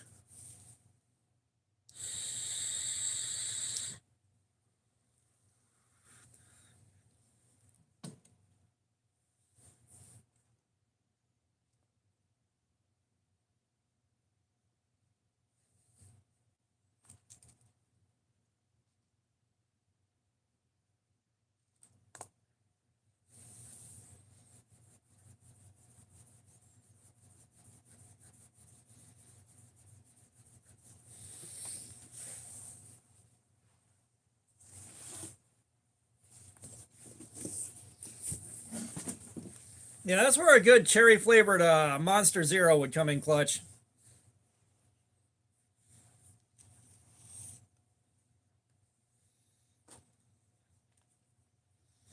Yeah, my hand's starting to hurt, Sig. My hand is indeed starting to hurt.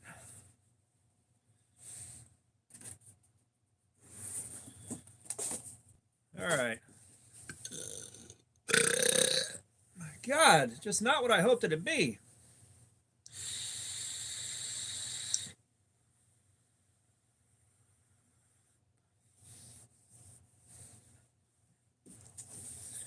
All right, back on that bullshit.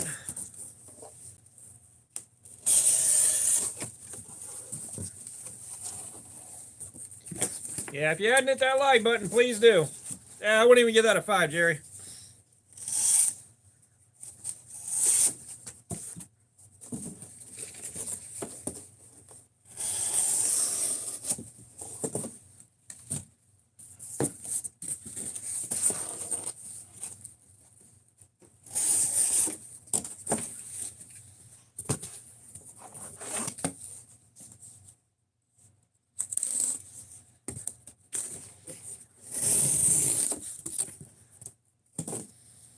Yeah, no, just poor lady can't catch a break right now. I mean, for fuck's sake.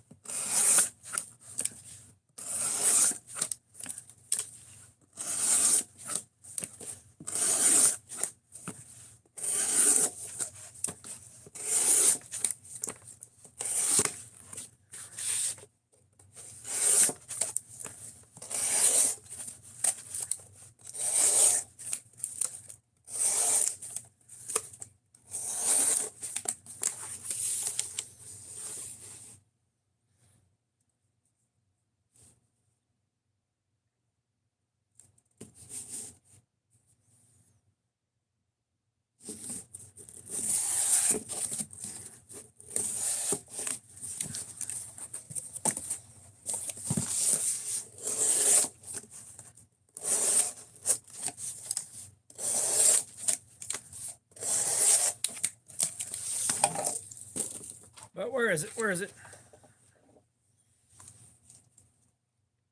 Let's see. We got a general trolling here.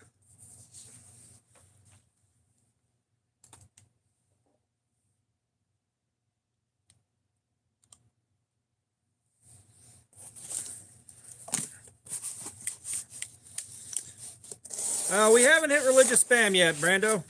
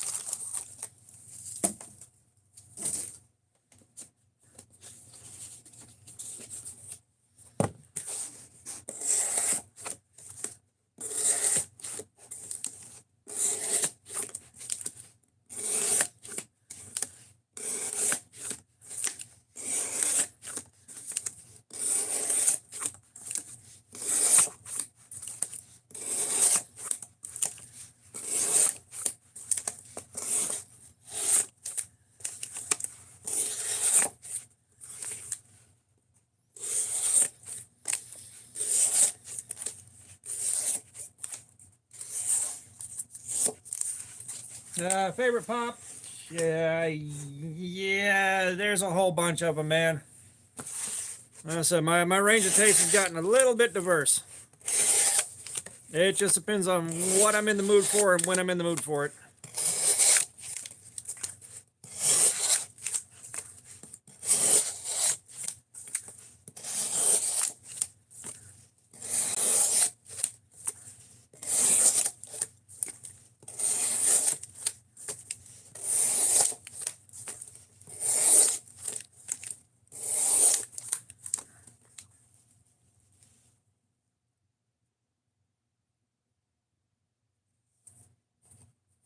I'm not sure how much of that's irony, but that sucks, dude. That sucks, dude. I've been there, Bo. I've been there.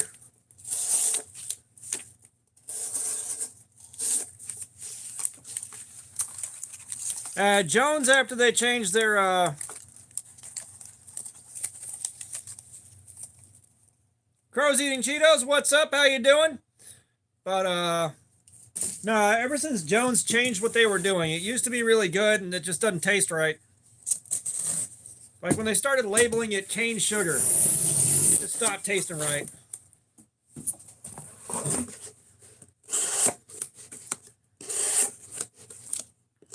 Yeah, once upon a time we had Sprite Remix, and we had no idea that it would be gone one day. We were kings. We just didn't know it.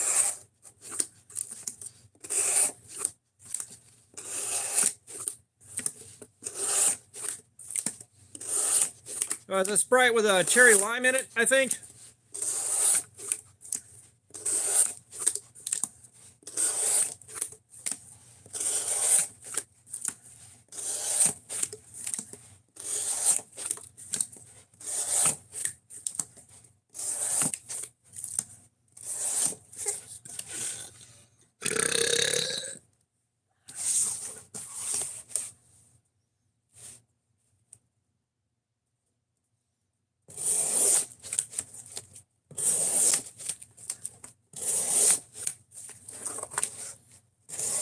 Why drink soda when you could mow a lawn?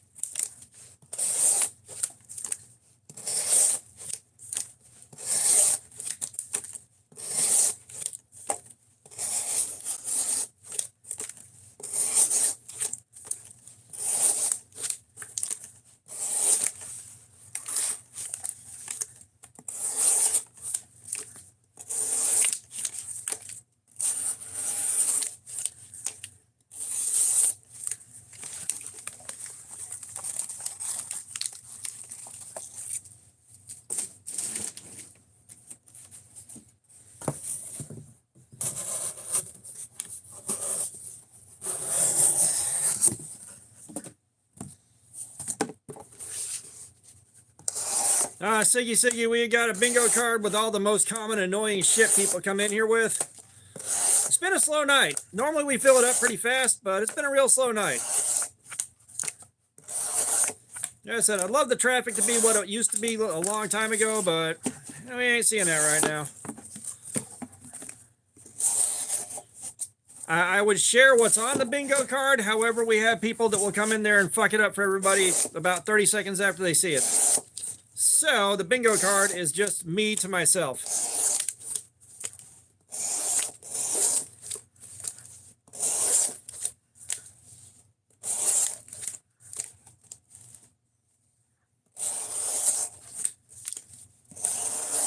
Yeah, my thumb got slammed in a car door that closed way too fast a few times when I was a kid, and I lost that entire thumbnail.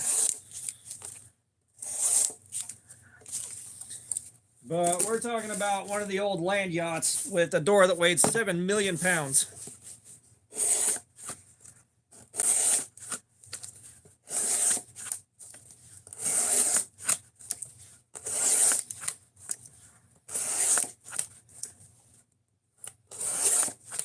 Boy, I hope he gets a good few bucks out of that, Brando.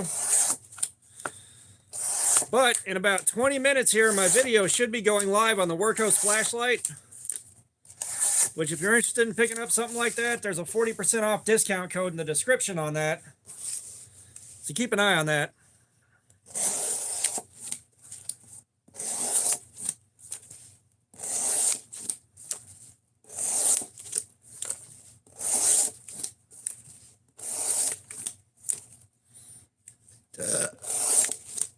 Evil Twin, I'm sure it just rolled over and landed on its wheels. That's what it was designed to do.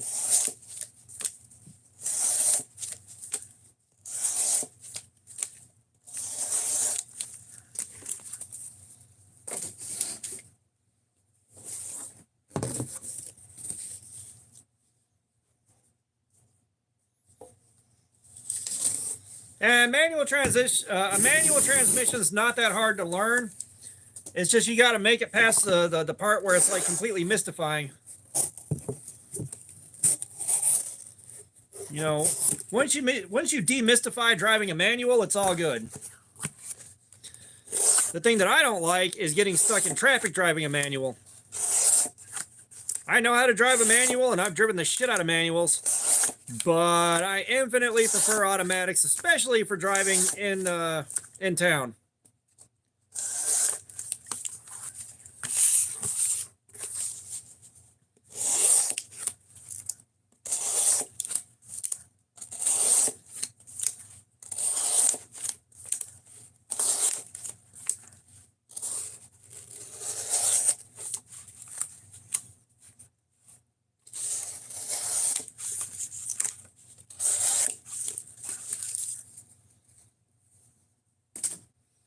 Well, no, if you've never driven a manual before, like, it's mystifying as shit.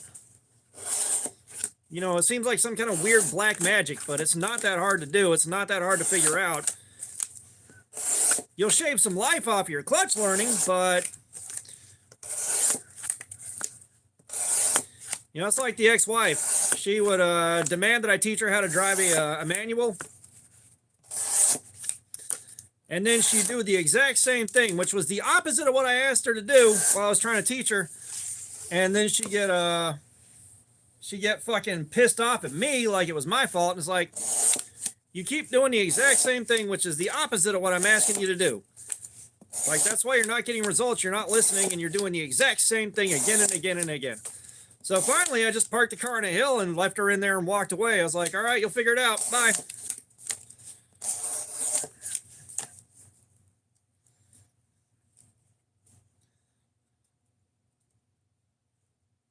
Oh, damn. Nice, Lucas. But yeah, I have flipped a car before, too. I had that bitch upside down about 7 feet in the air.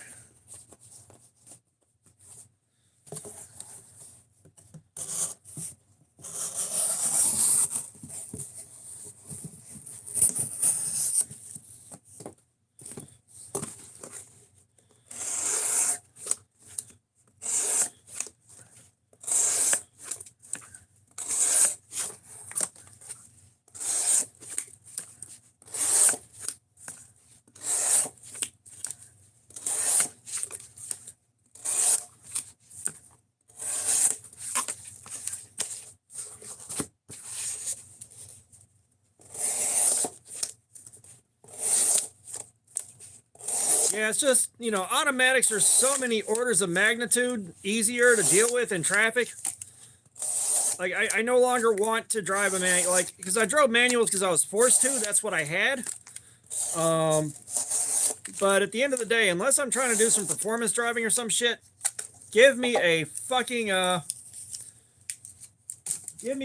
automatic. Oh, when I got my license, my first car was a 3-speed column shift.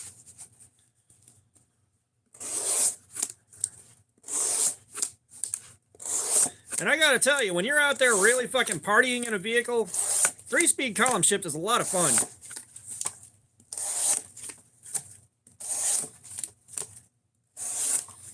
But that thing was part of what killed me on manuals in traffic, because you had to give it all of your weight on that clutch pedal to hold it still in traffic. And the brakes were also really, really hard to press down too. So like you were in a lot of pain if you got stuck in traffic for very long.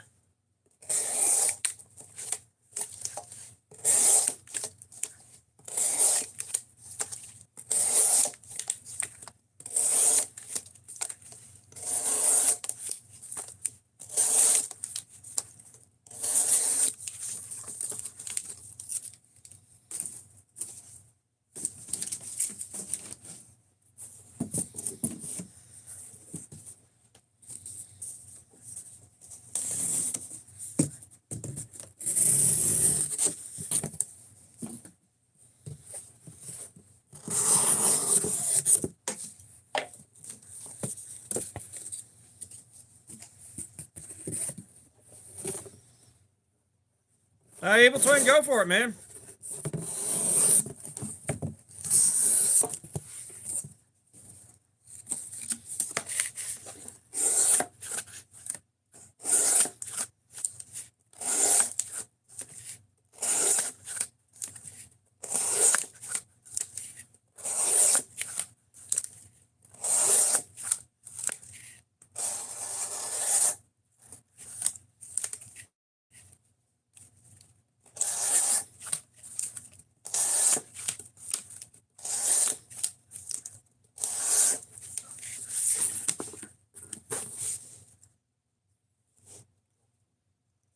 Natty, it's still the same knife.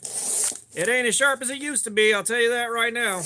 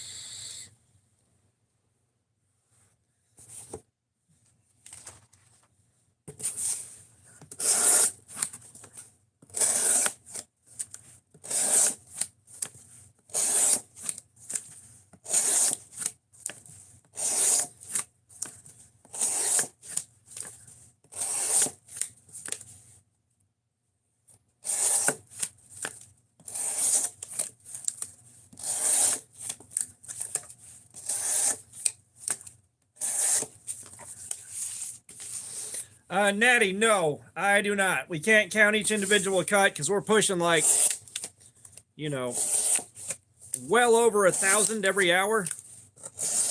Like, you think at the rate that I'm cutting, all right, we are into 3 hours and 15 minutes of cutting like this. Marcos, you do a flip. Yeah, your face is do a flip.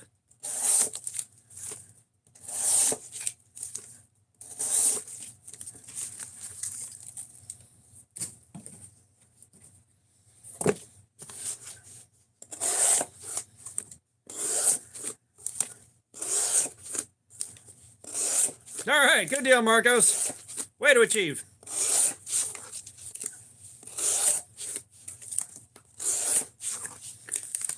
Oh, man.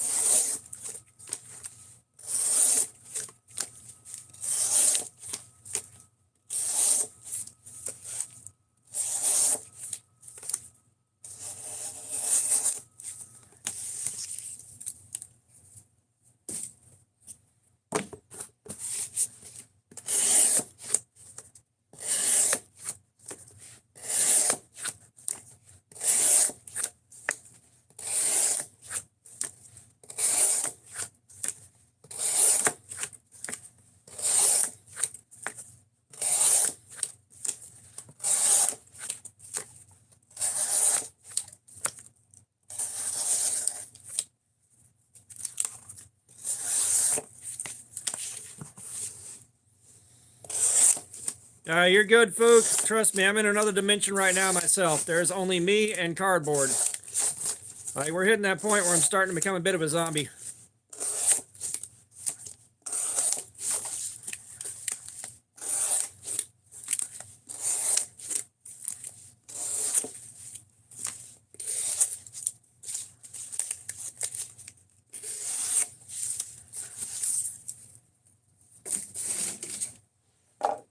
But I got a feeling if the numbers off of that last test were to be believed, we're still going to be going for a good little while.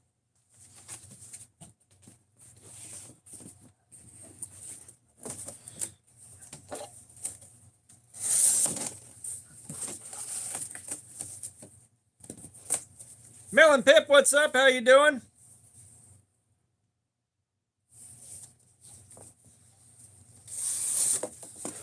Pretty sure you can do better than that, Melon Pip. Try again, boo boo. Try again, boo boo.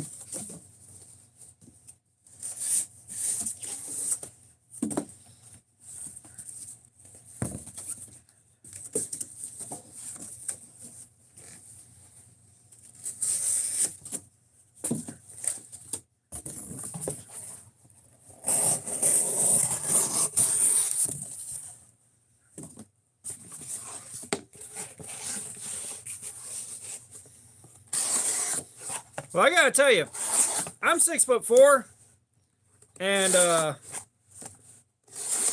every time I see someone that's significantly taller than I am, my first thought is uppies.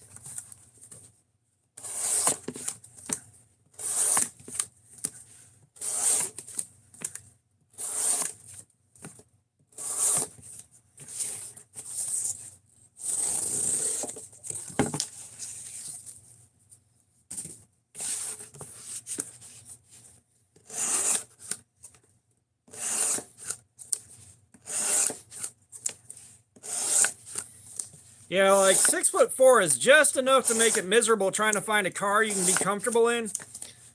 You know, full-size Dodge Ram 1500, you know, 4 doors.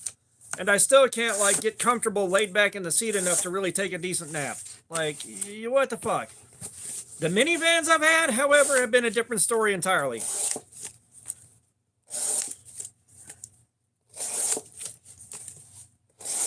Oh, I got a buddy of mine. When we were in middle school, going into high school, he wore size 15 shoes. And every time his mom went shoe shopping and I heard about it, I booked my ass over to his house just to see what she bought him, because she'd have to get just whatever the fuck was there that was that size. So many pairs of absolute clown shoes. So many pairs of absolute clown shoes. It was great.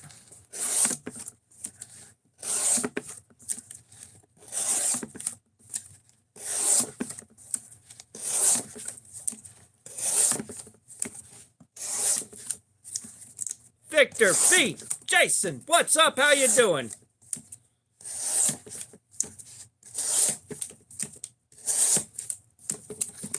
You know, but that's where if I still had my Mazda B2300 I used to have, you know, at this point in time, especially with the way I'm particularly exhausted constantly, I would have definitely thrown a small mattress in the back of that and just, like, I had a camper shell on it, right? So I put some pool noodles around the windows and basically combined the spaces, so when I'd run the heater, the AC, it would get back there, because the ex-wife melted the clutch in our second car, so all we had was that truck. And because again, she didn't really want to learn how to drive stick, she just wanted to be able to. But you know, that kept it nice back there, so I could have started the truck and let it run the AC back there and taken a nap in the bed of the truck and been just fine. Which I miss being able to do that.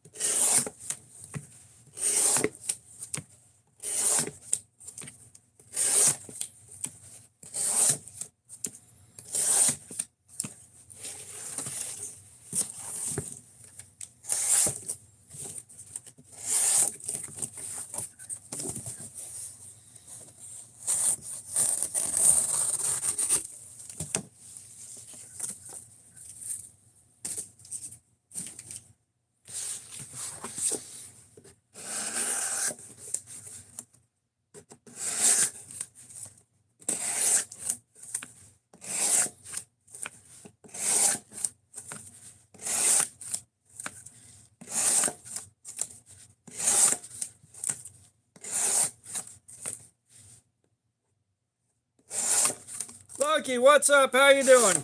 Want this knife?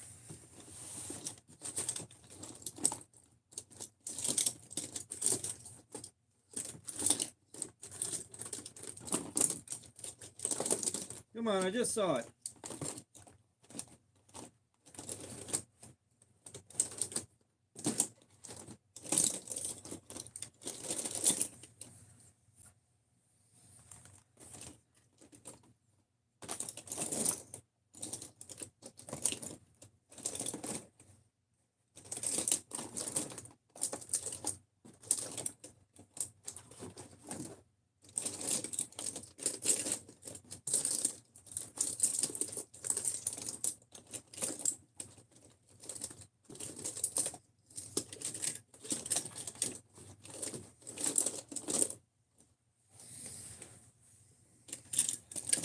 Hang on.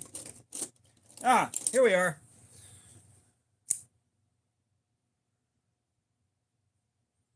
But this thing right here cannot be sharpened. We have hogged off so much material trying to get this sharp. Walker Beater 88, what's up? How you doing? I genuinely appreciate that, man. It's all right, Siggy. We'll see you later. You know, I've been working on developing the on-camera voice and the on-camera energy for shit, year and a half now.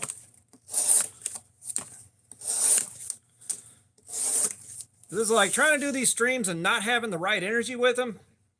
It just, it ain't good, you know?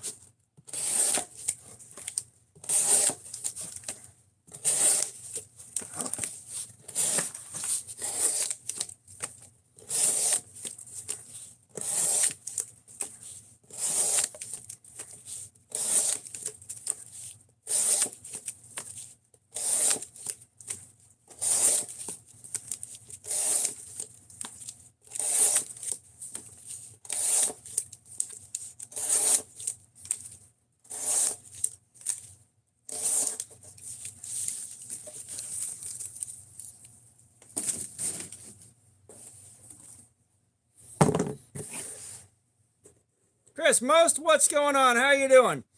You wouldn't believe this, man. We've been doing this for over a year, and we have been problem-free. We have been problem-free for over a year. Knock on wood, man.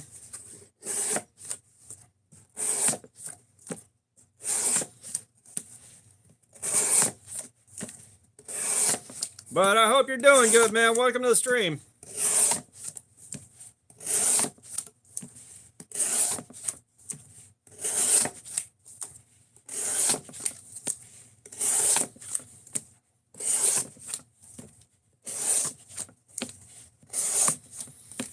And what we're doing right now is we're doing edge retention testing. We're looking to see how long it takes the cardboard to just fuck the edge of this knife all up.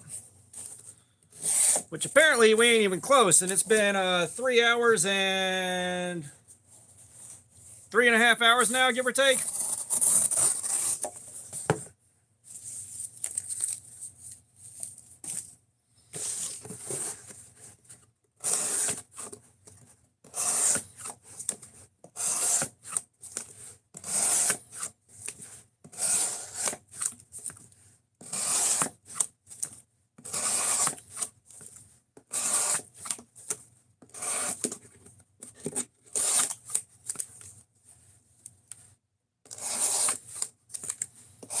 Well, I mean,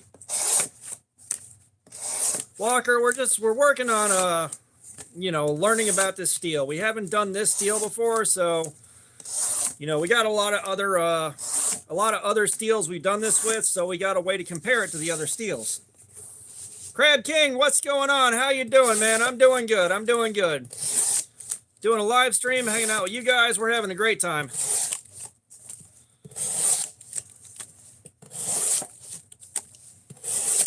And like at this point, I'm on complete autopilot with the cardboard. I thought the knife was showing some significant wear, but the way it's blazing through this stuff now, good God.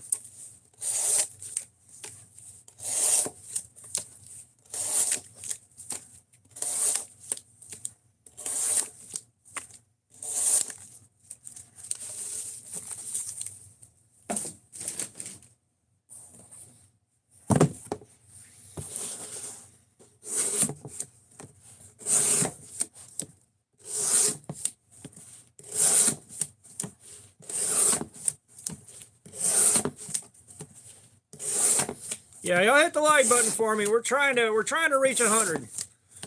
We're trying to reach 100. We're not close yet, but we're trying.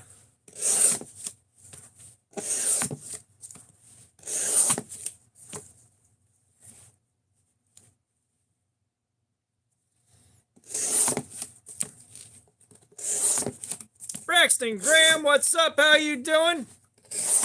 I don't know yet, Jerry. I don't know yet, Jerry. Like we're not coming close to the 9 hours that ship MagnaCut did yet.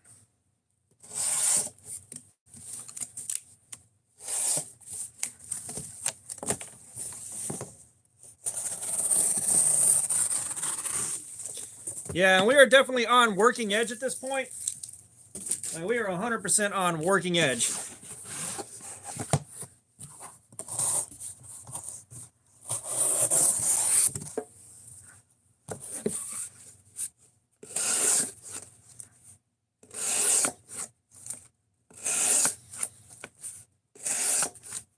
Seems like a kind of even one-to-one trade there, kind of a lateral shift.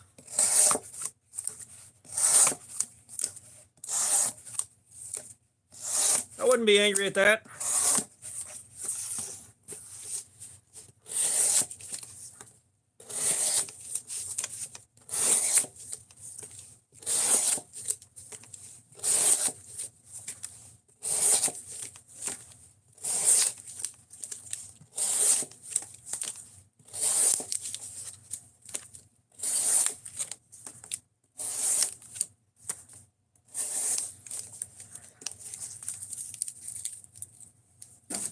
Yeah, me personally, I prefer a flat grind.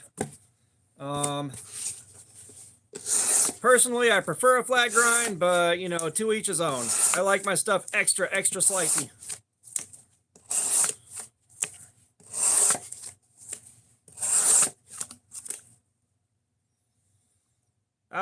Evil Twin, I like to say I probably did, but I don't remember a damn thing about it now.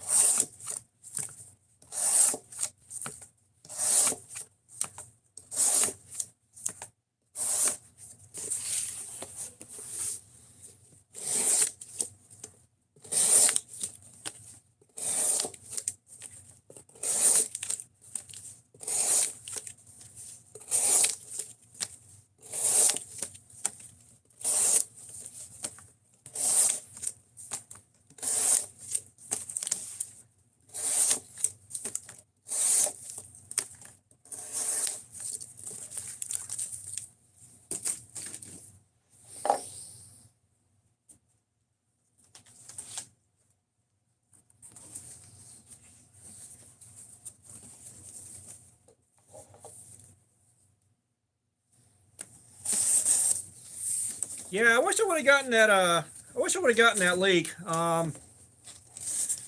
You know, if I would have known about it earlier on, I would have asked Wilderness Bushcraft to get it for me, and I would have paid him for it. But you know, what do you do? I just like the silliness on it.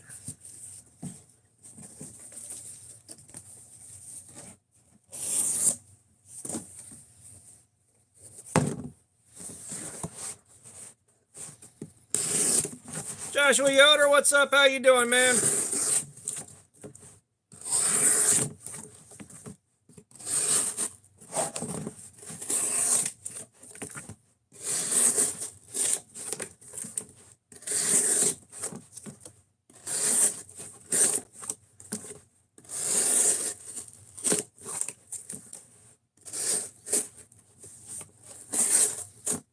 Yeah, I've got that on my wish list, Illumined. I've got that on the wish list on Amazon.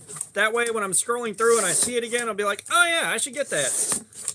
It's there, but I keep forgetting about it until I go scrolling through the wish list again.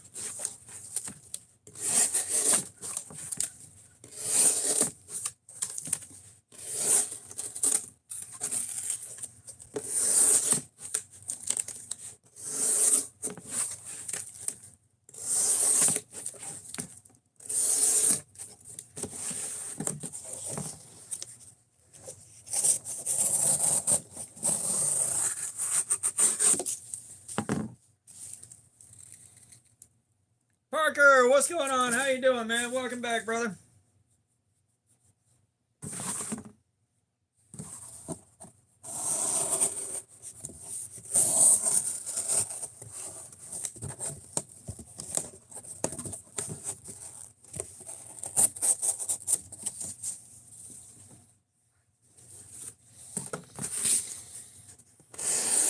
Rando, I can't believe you're surprised.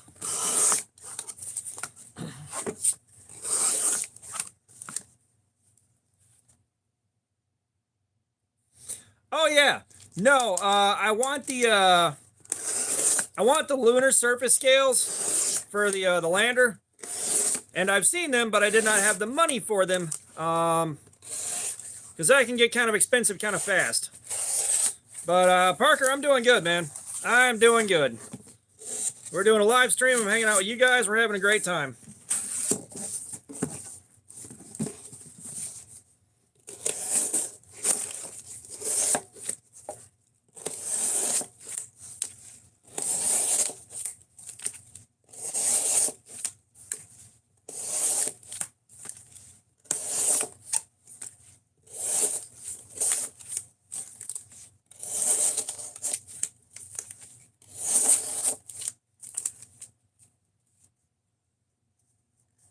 Oh, nice, Braxton. Yeah, I saw the gears one. I'm like, I gotta have that, and then I never got it.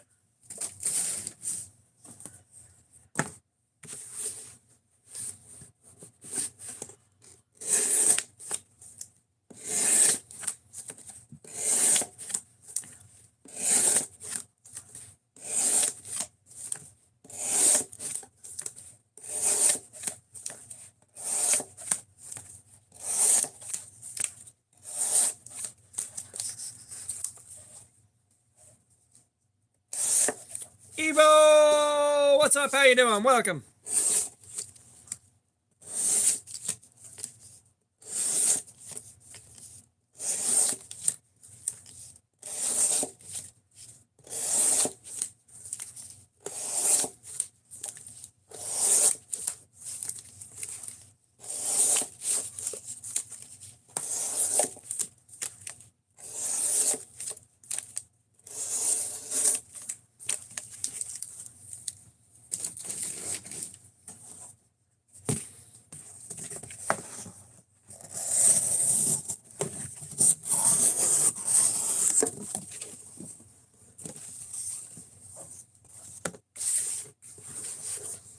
Help with Gadgets, what's up? How you doing, man? Welcome.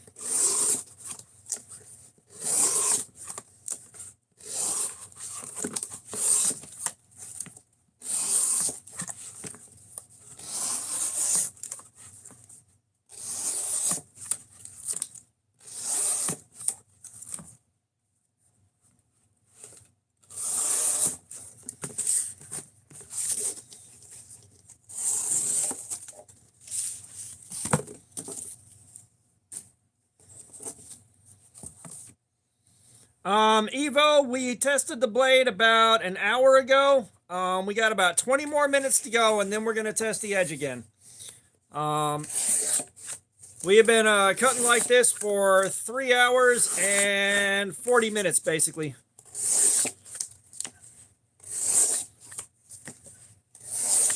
But yes, we do have a tester. So we're looking to see how long it takes to just totally wipe the edge out. And I mean complete edge devastation. So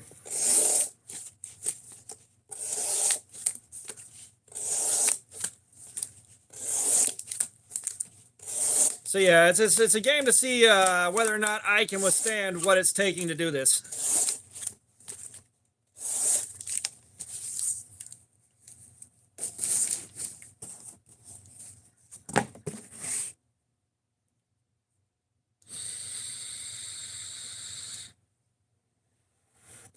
Well, we do cardboard because, one, it makes for a better live stream, and two, we have got shitloads of data points over the last more than a year of doing this. So we know that we can compare this to a bunch of other steels that have done the same testing with the same edge angle.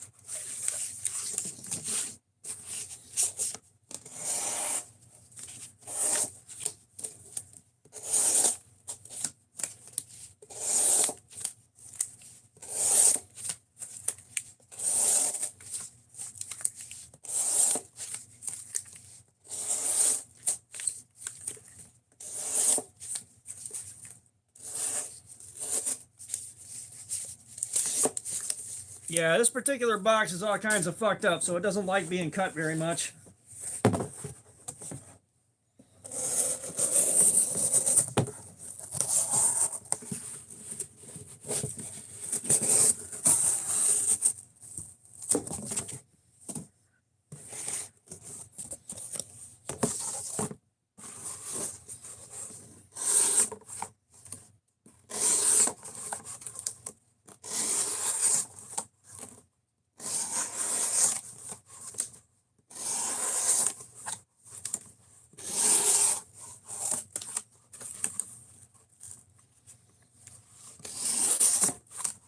Oh, Evo, I have my ways.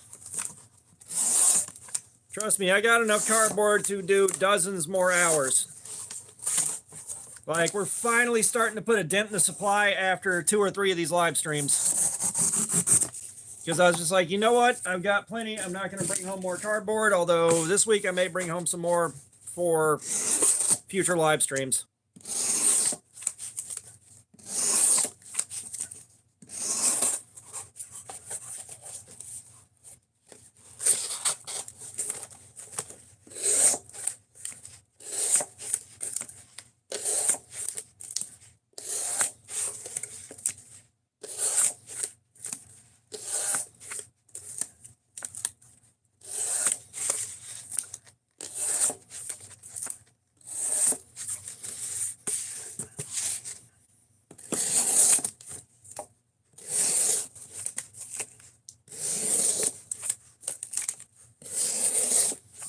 The only thing I don't like about SOG is they start putting way too many fucking features that don't play well together on a knife. Like, you don't want an axis lock with an assisted open on it. You just don't. Trying to close it's a fucking bitch one-handed. It's like assisted openers already have a propensity when you try to close them. Like, they'll start pushing themselves back out of your hand while you're trying to close them. But like, say, the SOG Terminus XR. That is a fantastic fucking knife. Fantastic.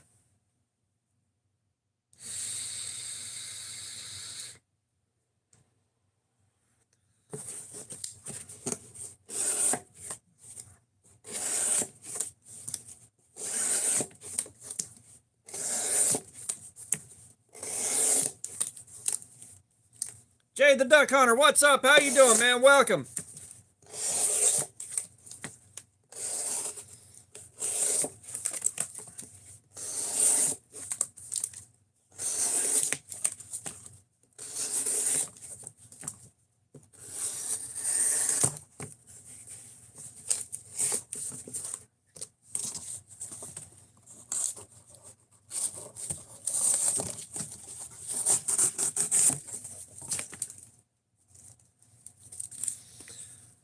I do have an OTF, but it's a knockoff of a Microtech Scarab, I believe, which is a bummer. It's just a little lightning OTF, and I don't remember where I threw it. Oh, yeah.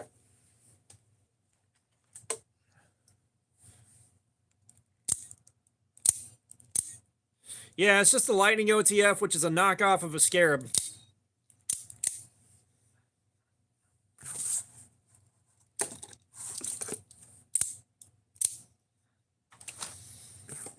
I'm going to be looking around at Blade Show and seeing who all's selling what. You know, if I find something I like at the right price, I'll jump on it. If not, oh well.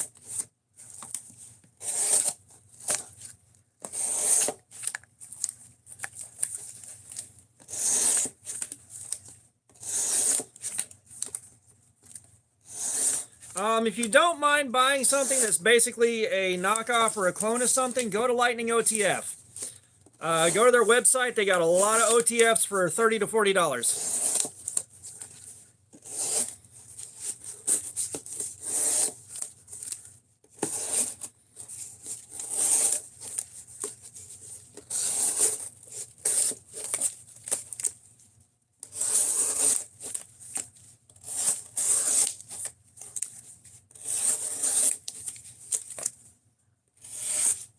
Tim Reed, what's up? How you doing, man? Welcome. Jay, the best knife, that is very, very, very subjective. That is very subjective.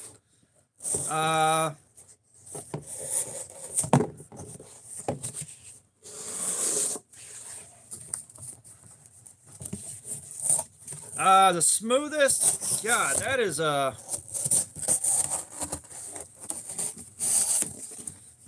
because like I got a lot of really smooth knives. Like between the Bug Out, the Hogue Deca, shit, I'm drawing a blank right now, dude. I am so fucking tired and out of it.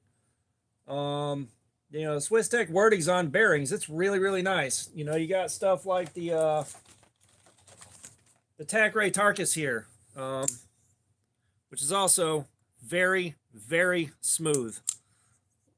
Like, I've got a lot of extremely smooth stuff. Shit. Now, if we're going into favorites, I do have one of my favorites in here with me right now. Let me see where the hell I put it.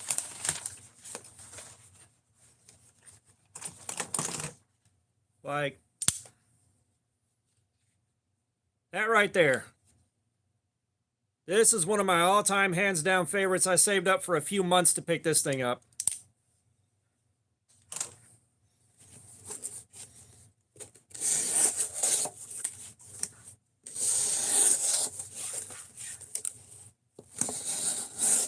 Oh, the Tarkus is fucking fantastic. And I appreciate the sub, dude. I spent $170 on it. I got it on a Blade Binge. Somebody bought it, took it out of the box, looked at it, and went, nah, I'm going to sell it. It's like, they normally run like, I think, $250, something like that.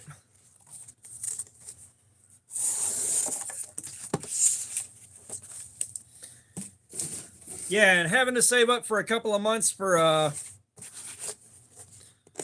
$250 knife should tell you what kind of a budget this channel runs. Your boy be broke. We've got the Kaiser Critical Mini in 3V. We got 3V steel on this bad boy.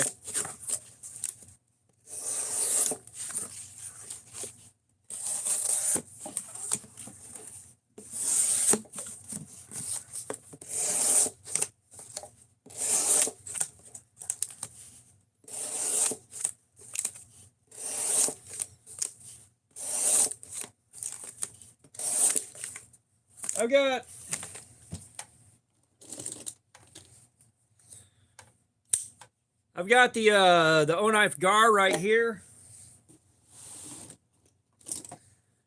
And I got the Sentry L1 right here. So I got a couple of O-Lights offerings. I will say they run their D2 a little bit soft. They run their D2 a little bit soft. But these things are fantastic. The Gar I'm absolutely in love with. I love this thing. You know, and the Sentry L1, there's nothing to not like about it at all. These things are both fantastic.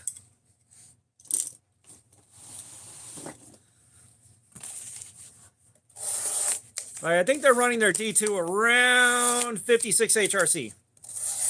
If I had to venture a guess, it's probably around 56 HRC.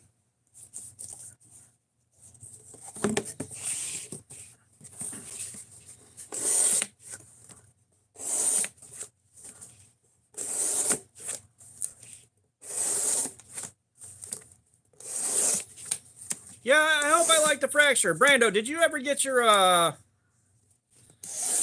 the Gar came from Amazon. It was on sale. And then the Sentry L1, I believe that came from Wilderness Bushcraft actually. I believe he gave me the Sentry L1. Yeah, he did. But Brando, did you ever get that fracture sharpened?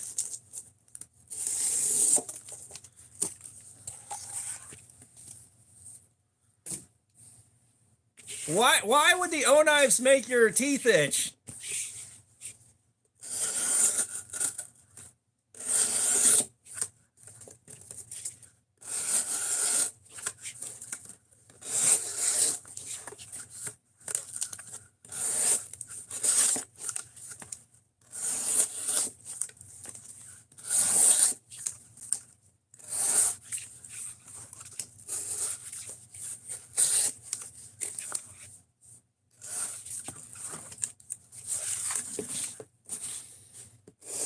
Yeah, I remember someone mentioning Kaiser being the OEM for O-Knife a while back, and I just never thought about it again.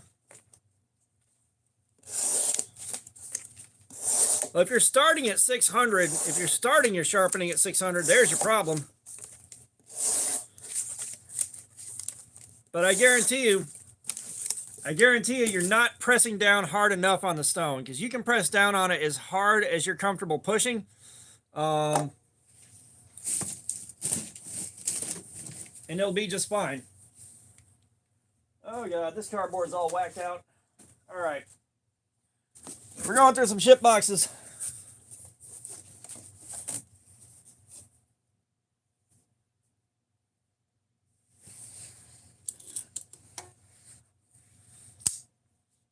Well, you mean the choil right here? I like the choil. It makes it easy to sharpen. If you got to choke up on it, you can. Like, I got nothing against the, I got nothing against this at all. I mean, like, everyone has their own preferences. Don't get me wrong. I'm not going to knock you for having your preferences, but I don't see anything wrong here myself. JD, I do occasional giveaways. My budget doesn't allow doing a lot of them. Once I come back from Blade Show, I'm going to have some stuff to give away. I got some knives. I got some flashlights coming in. I do occasional giveaways. I'm not one of the larger channels that can get away with doing a lot of giveaways, though. You know, a lot of the larger channels, they'll have, like, say, Kaiser send them 3 or 4 knives so they can give them away.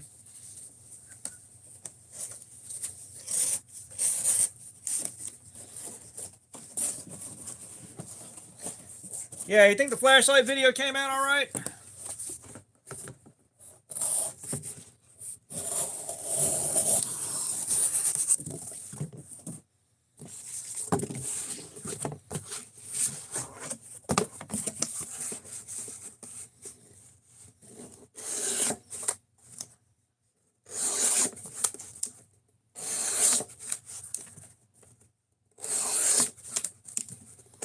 Yeah, Wilderness, we'll get more data points. You know, that being said, I still really like that Workos. You know, that's what we're judging everything against.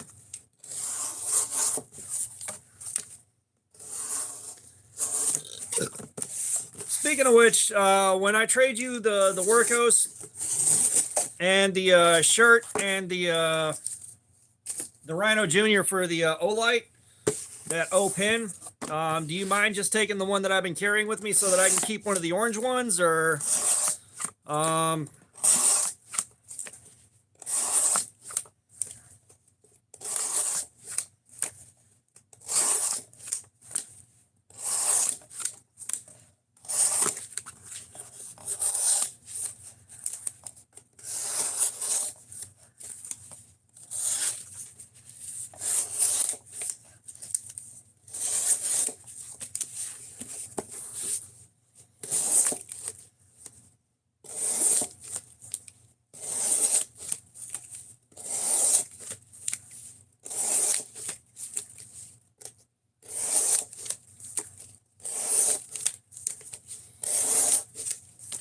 yeah, and I need to find them because I've got a Rhino Jr. for Brian's kid. And don't tell Brian, but I've also got Brian's old Pog collection to send back for his kid. Brian is going to shit a live kitten when he sees that. I guarantee you he is going to freak all the way out.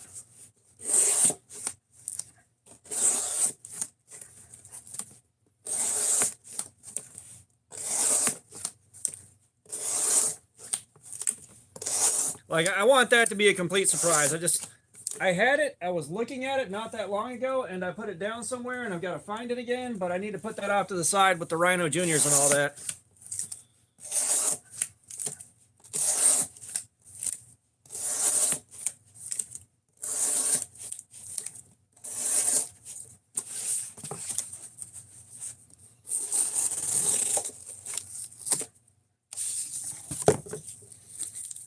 Jay the Duck Hunter will still be streaming for probably another 3 hours at least. If the knife isn't dead by then, if the edge isn't dead by then, we'll still be going. I traded him something for it a long time ago. Because I was trying to start a Facebook group.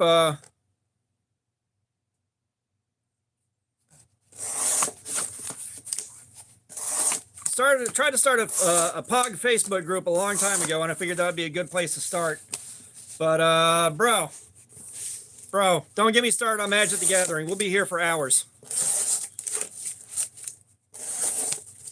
Now that being said, there's no way in fuck I could afford to keep up with the game now. No.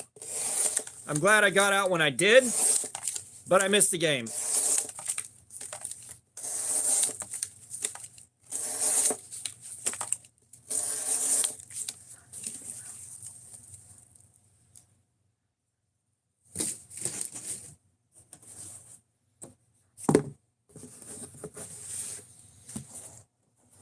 Yeah, I traded him for, or I bought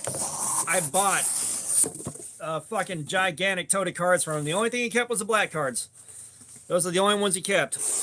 But I traded him for a massive haul of his cards at one point, which was about a third of the size of my my own collection at that point.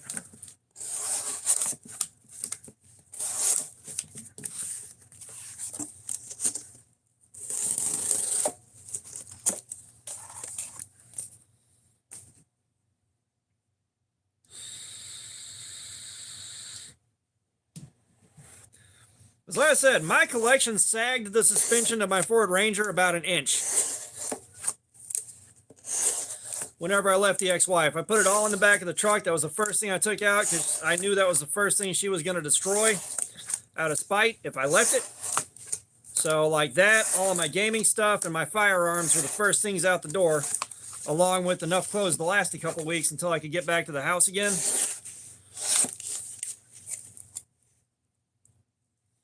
Aware of myself. What's up? How you doing?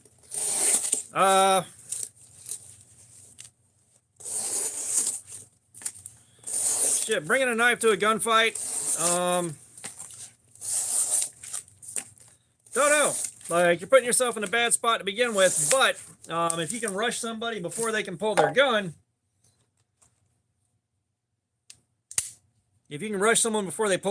this is what you want. You just swing this like a sharpened hammer. Tim, it's all right, dude. Like, it worked out really well in the end. You know, I'm on my second marriage. I've got a good marriage. I've made a peaceful life. I'm not dealing with the kind of drama that I was anymore.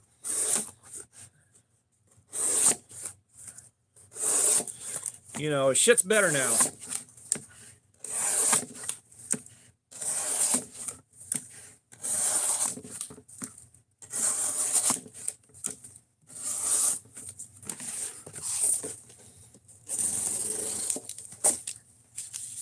I appreciate it, Tim. Yeah, like a lot's changed since then.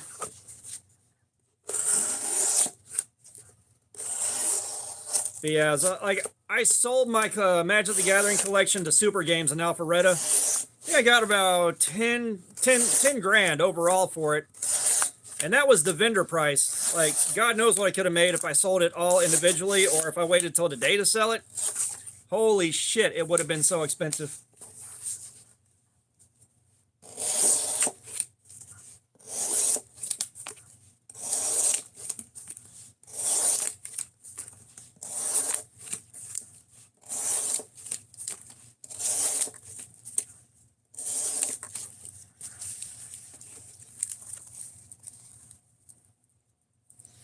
Oh, yeah.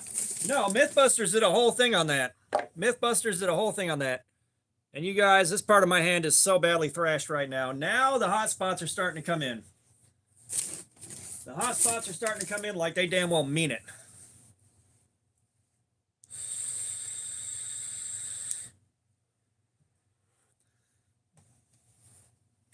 All right, let's get the Forbidden Moonshine out. Let's get the tape gunk off of here.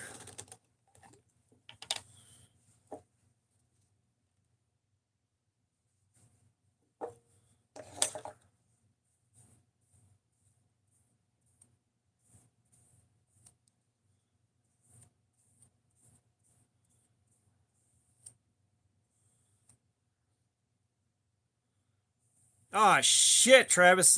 Oh my God. And the thing is, there's no way he can replace that for you. There's no fucking way. Yeah, it's just like guys that leave their like more than once, we had guys that left their bag in their car on the University of West Georgia campus. And sure as shit, the guy saw a backpack. Snow, what's up? How you doing? You know, guys on campus thought they saw a backpack with a laptop on it, smashed their window and took it. It's like there's no way to actually replace that collection.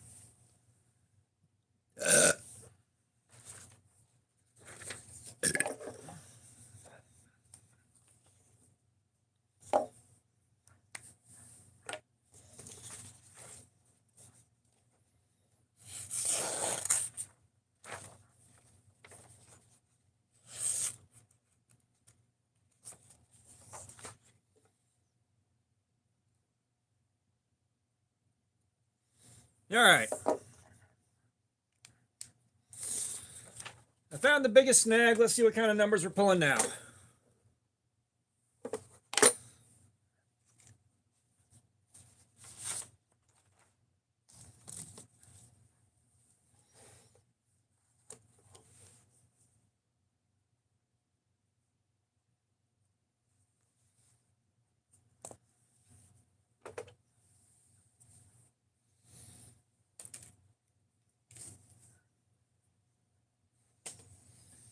I don't know. Considering we're at the end of 4 hours and it's still going strong,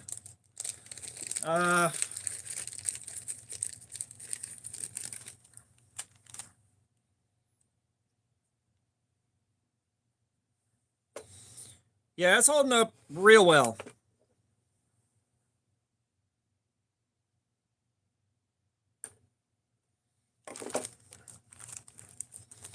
Like it's gone from 417 to 448.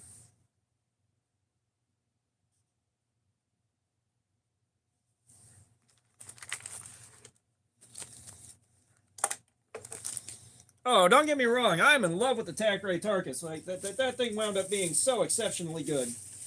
You know, and there's a part of me that's hoping they actually listen to me when I was like, hey, if y'all could make this in something like MagnaCut for about $100, y'all'd have something special here. But I don't know if they're actually going to do that. I'd love to see it.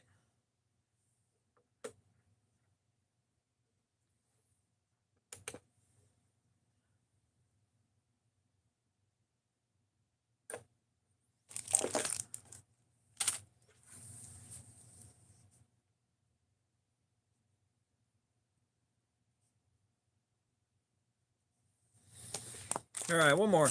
So yeah, I mean, so we compare this to D2. We're at about what D2 would be doing in 2.5 to 3 hours of this.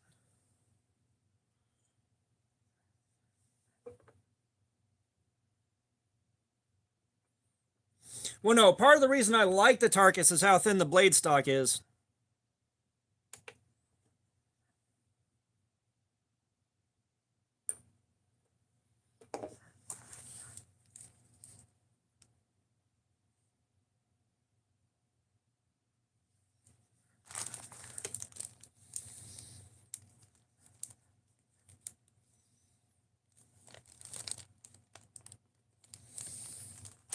Okay, so we're going to take a few minutes.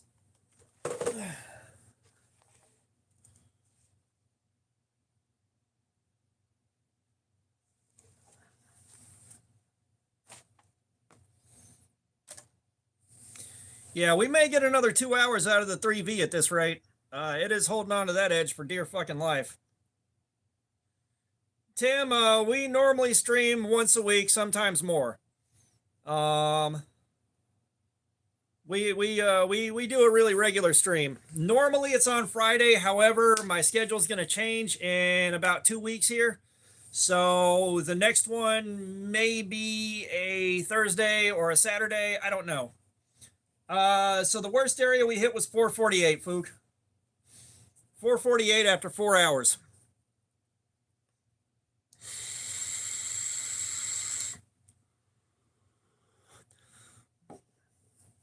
Because like I'm going to get through next week and then I'm off Friday, but I believe I'm opening on Saturday, which means I'll have to be at work at 4 a.m.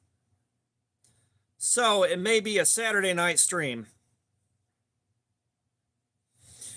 Yeah, no, I expected 3V to do good. You know, it is a super steel, even if it's not a new super steel, new. But I expected it to do good.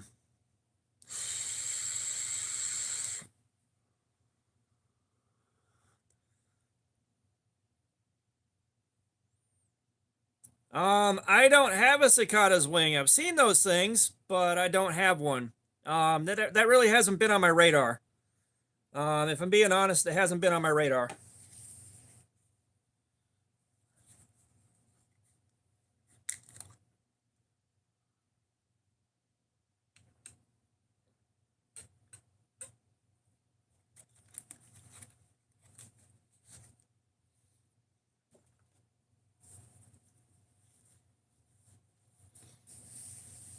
Yeah, at one point D2 was a super steal. At one point 440 was a super steal.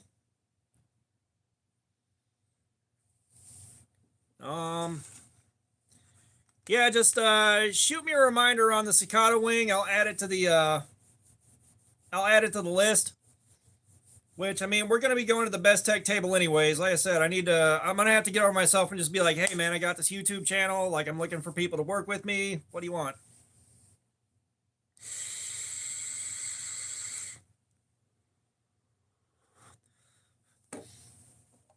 Yeah, I don't remember what this ran at one point, but I do know, to the best of my knowledge, it is discontinued, which is going to be a problem for anybody that wants one. I just got it so we could test out the 3V.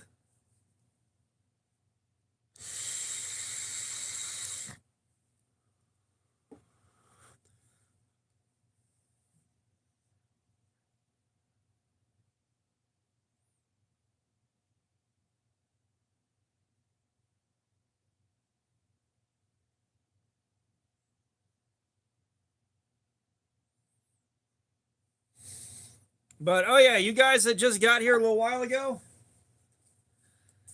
check it out. We got the hemp rope. We got the 1-inch hemp rope. We're going to be playing with this at some point soon. We are going to be playing with this at some point soon.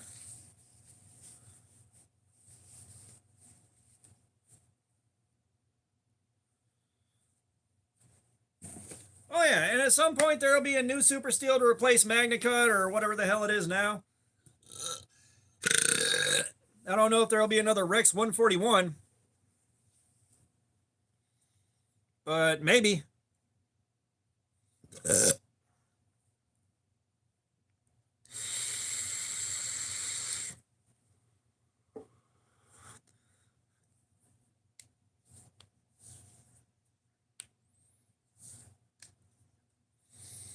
Yeah, like when I got back into the knife game again, OS 8 was old technology, or at least kind of old. It's like when I compared it to good heat treated D2, I was like, eh. But that being said, with the bad D2 that I found, all of a sudden OS 8 looks so much better. My first knife was a Swiss Army knife, one of the little keychain ones back in like 1988 or 1989 that got taken away pretty fast. Never saw that bitch again.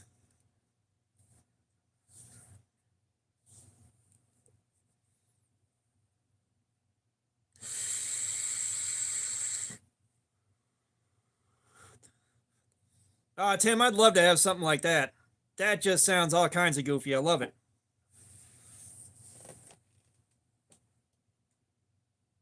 Oh.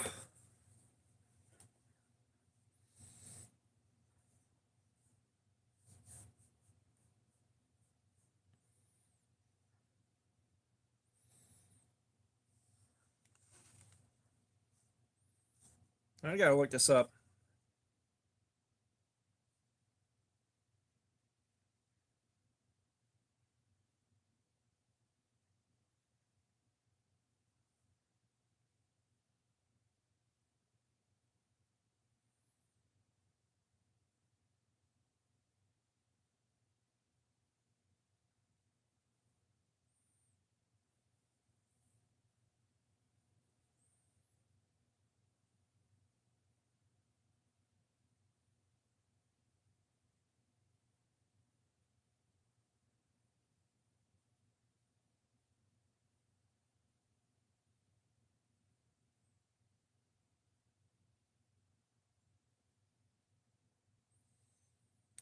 Damn it.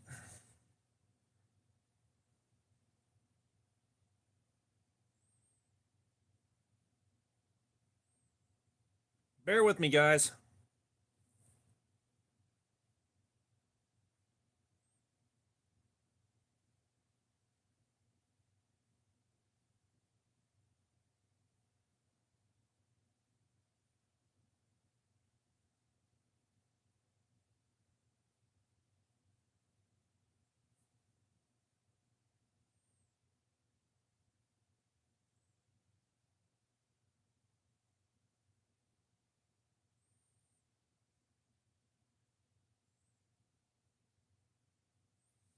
Okay, $55 for something like that's not too terrible.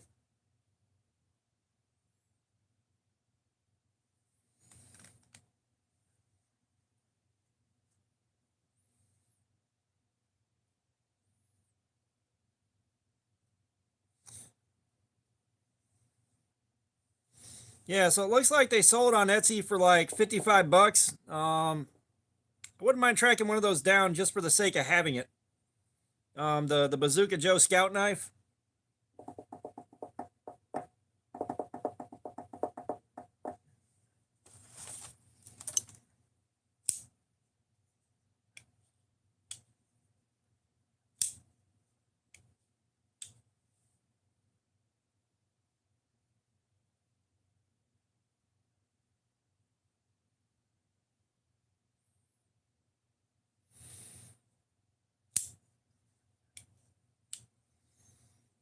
And if we're gonna go with the gas station garbage, YouTube, it's a knife, not a gun.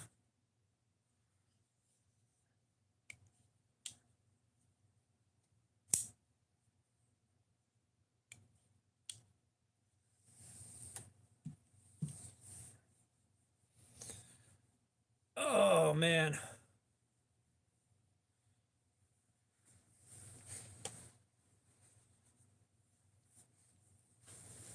Oh, trust me, we've seen what bad D2 is like. Bad D2 is bad. And it sucks. It's like the fucking QSP Penguin. 2 bad ones in a row.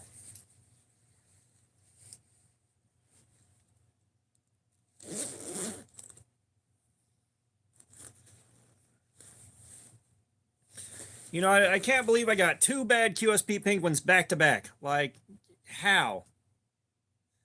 Yeah, the Tarkus is real good. Like, the Tarkus I am a huge fan of.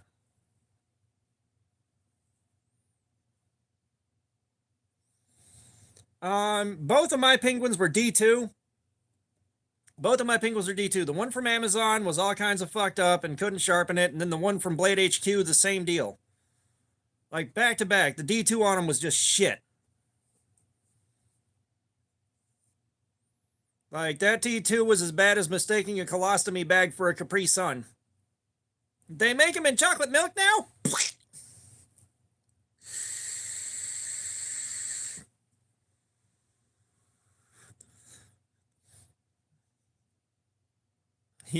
You're okay, Lumen. You're okay.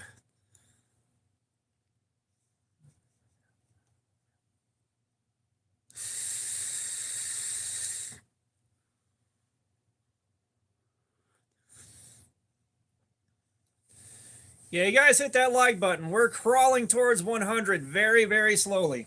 We're crawling towards 100 very, very slowly. I think we can get there. I think we can get to 100.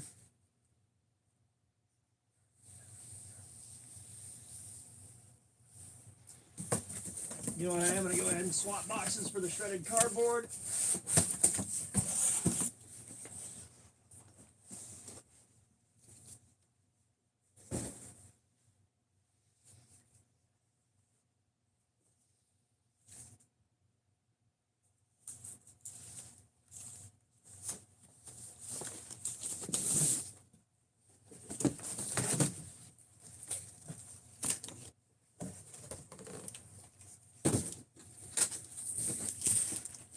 Oh, damn near fell over. Oh, Lucas, it's still going on, man. It's still fighting the good fight. Which is a curse and a blessing. We have been going for 4 hours. We're starting hour number 5 now.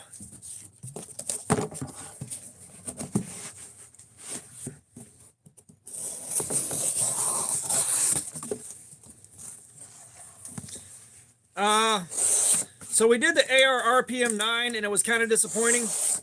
So we need to run it again because the original Pyrite just did not like what we were doing to it.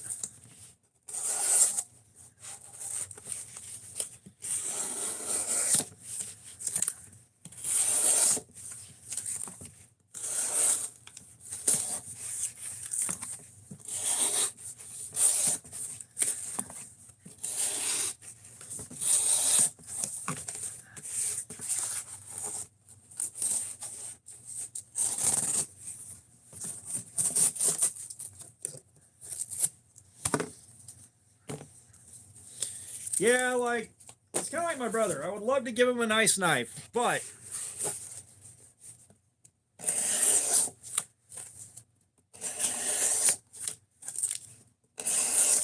you know, the Civivi Mastodon I gave him, it's not a super expensive knife or anything like that, but it's discontinued. Oh, that is cool, Wilderness. That is cool. I just got the Pyrite Light with the white scales on it, which looks good, but glow in the dark's really cool. But, you know, it didn't take him long to lose track of that, that Mastodon, and it being discontinued means I can't get another one. You know, it's not popular enough to,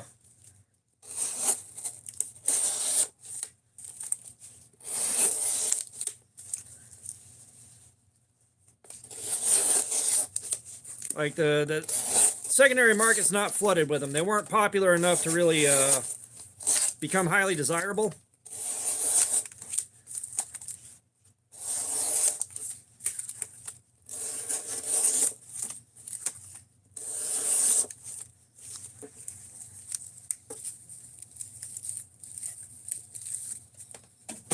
Yeah, how much is that worth?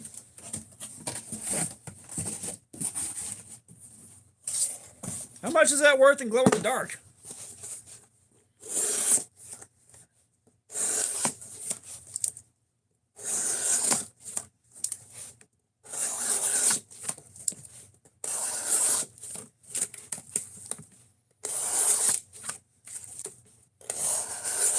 Oh, gotcha. Okay.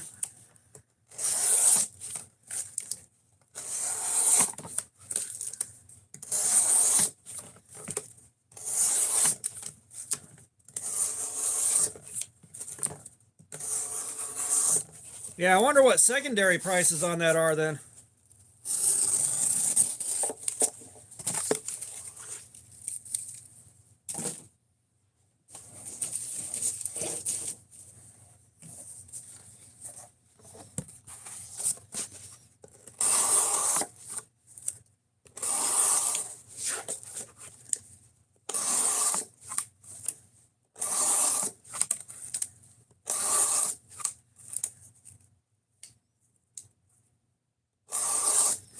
Gotcha, man. I hope it brings you a few bucks, because, you know, kind of a shame to see it go, but it ain't mine.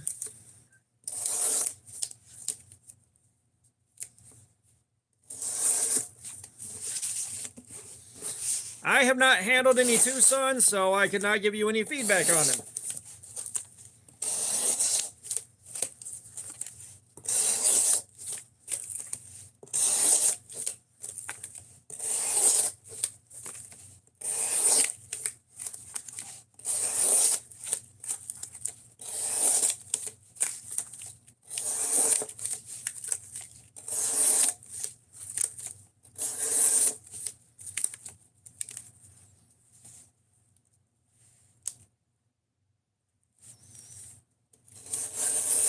Damn, dog, stay off of Whatnot.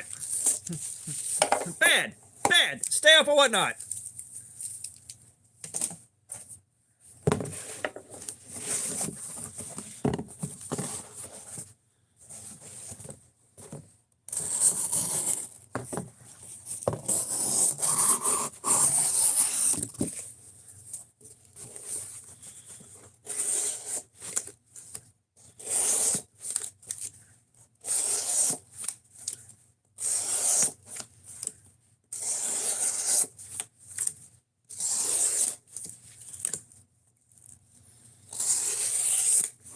And like, you look at me in my spot. Like, I had to wait for the vacation time that I cashed out to hit my account before I picked up a $30 roll of hemp rope.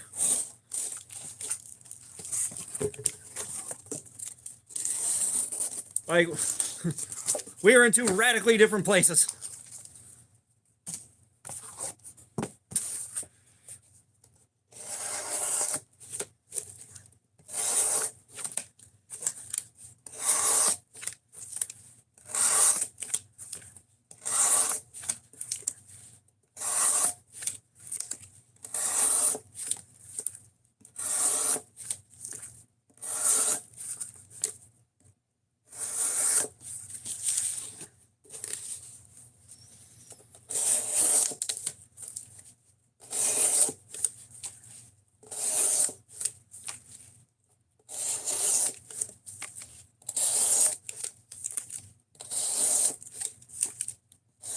Yeah, there's a reason that I haven't gotten myself on Whatnot.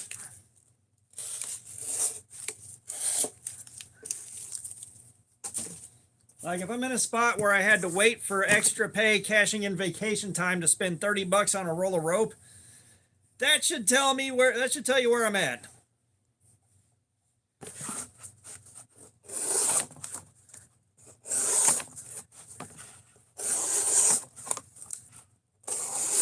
You know, you guys have done a wonderful, wonderful job setting me up for Blade Show to be an event. You know, and I should be able to cover most, if all, of the next year of videos just off the back of what I pick up at Blade Show, if all goes well.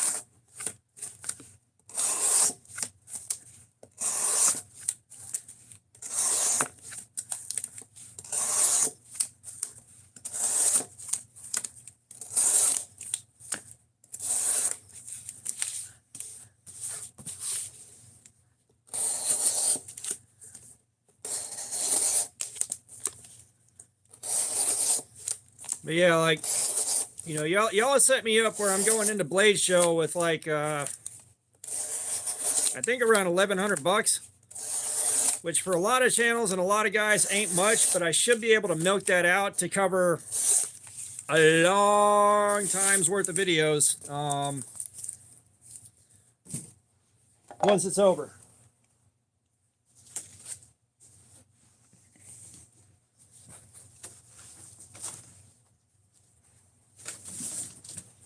Oh, we got two more shitty boxes back to back. Let's do this. Lucas, thank you for the rope money. You missed the pizza box.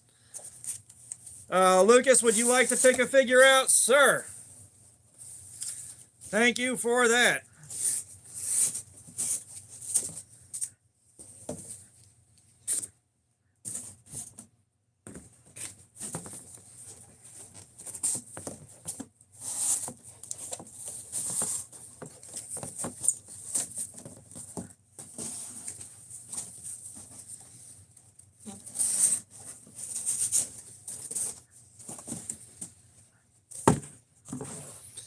Now see, when the cardboard has got this going on. All right. Lucas and Jerry. Jerry, would you also like to pick a figure out? We got the knight first.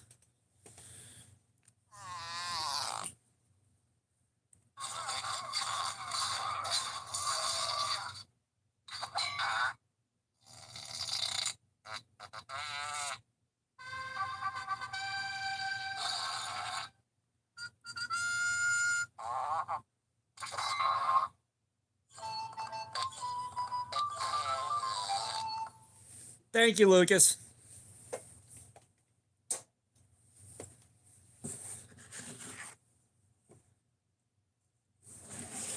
Oh, shit. Bingo card. We got Brain Rot. What's up, Sandra? How you doing?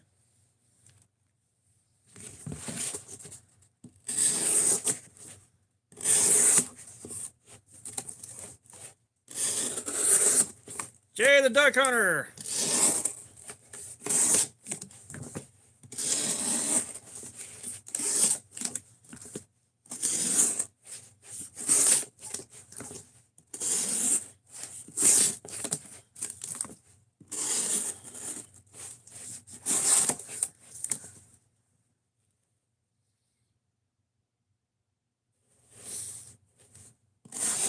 What in the world do you need my email for?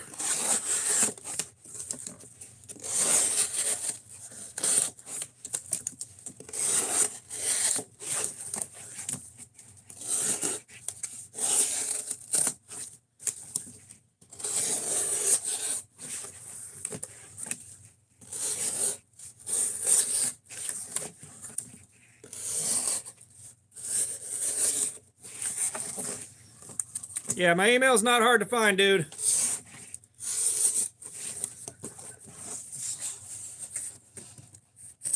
Just go check the channel description.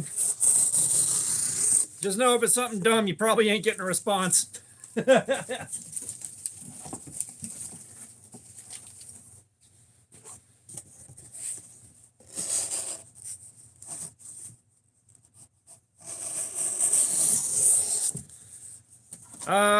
Shit, the brand that hooked me. Schrade.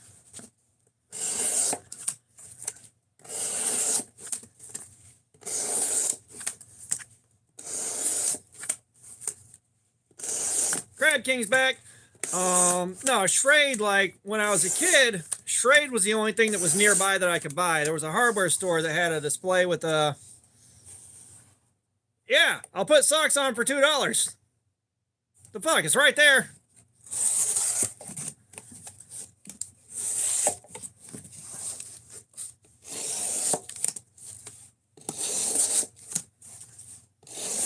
But, like, the little hardware store that I could walk to from my house sold Schrades.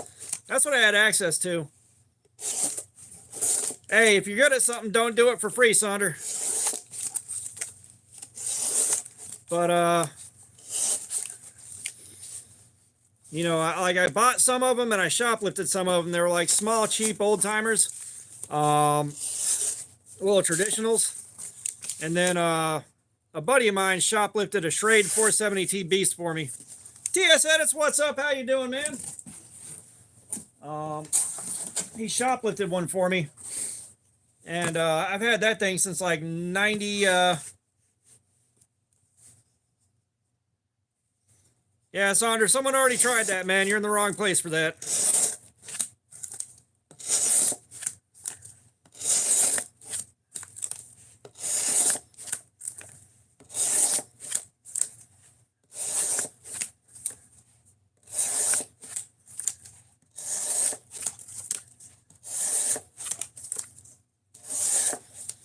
Stream's going good, man. We are well into hour number 5 on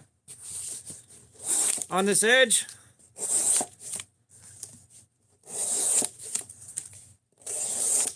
So it's going. You know, my hand is getting tore up. The Roccos. I don't know how much it is, I'll be honest. This thing is discontinued as far as I know. I traded for it. So I don't know how much it actually sells for on the secondary market. David Berrigan, what's up? How you doing? We are doing edge retention testing. Whew, we're looking to see how long it takes the cardboard to totally fuck the edge of this knife up.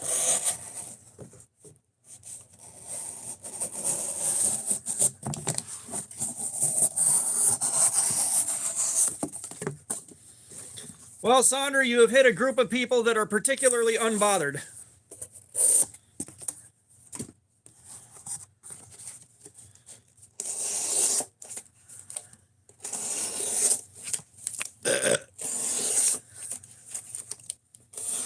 Yes, Kool-Aid, we're aware that you're back.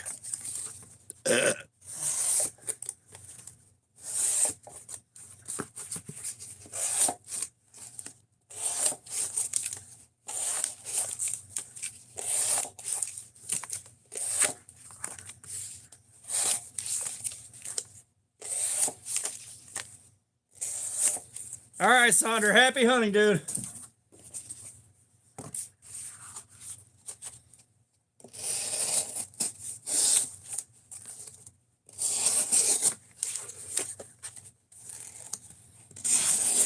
Crab, like I said earlier, man, the guy with the toilet around his neck covered with the fake turds singing gibberish.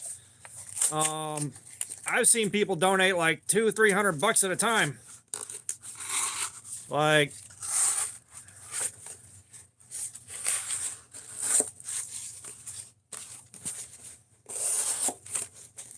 and like I know, like I've watched the Bees live streams and some of the other live streams on bigger channels, you know, and they'll be pulling like 5, 10, 15, 20, 50, $70. Like, it seems like every few minutes. I could be wrong. It just seems like it.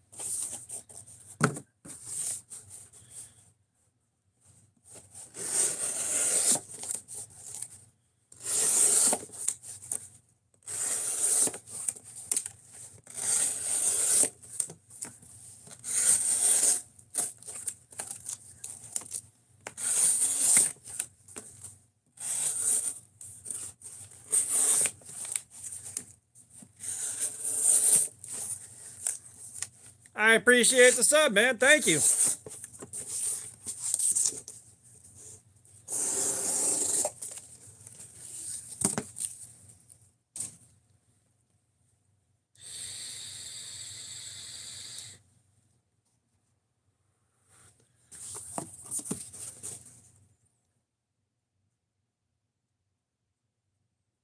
Reshma Primchand, what's up? How you doing? Welcome. I hope I pronounced that right.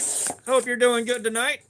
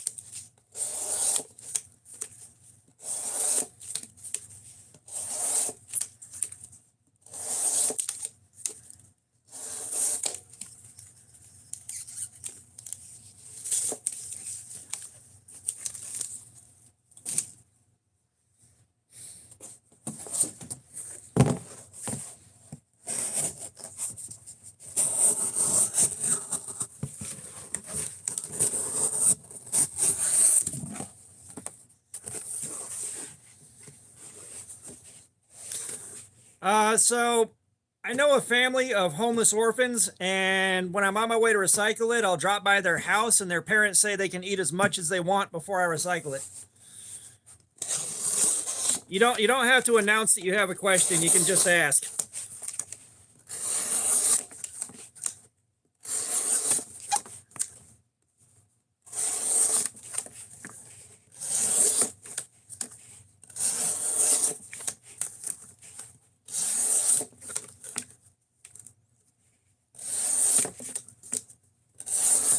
It gets recycled.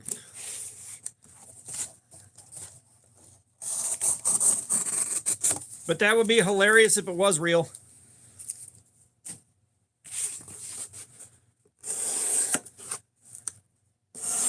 Hey, Woodnator.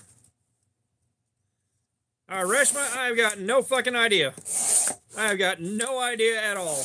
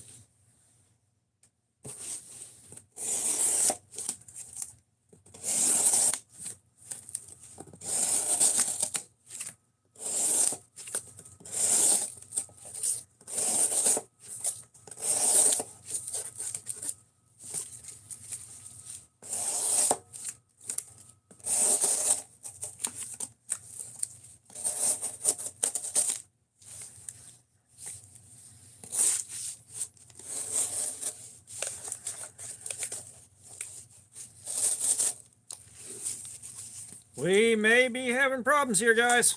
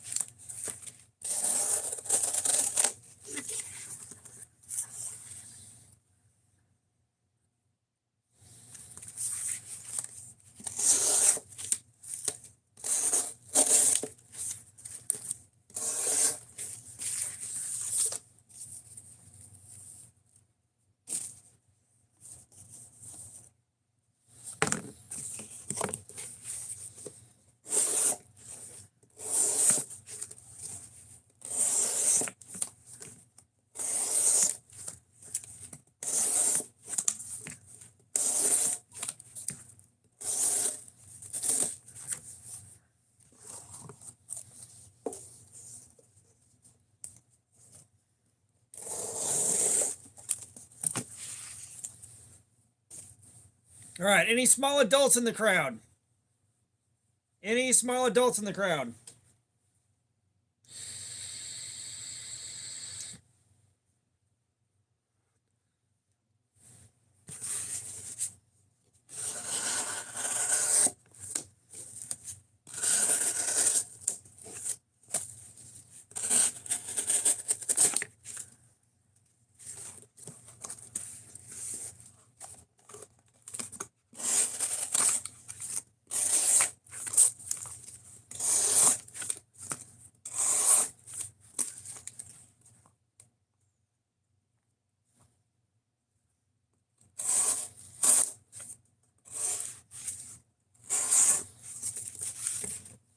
Yeah, I was gonna say, I'm not sure very many of the adults here are small.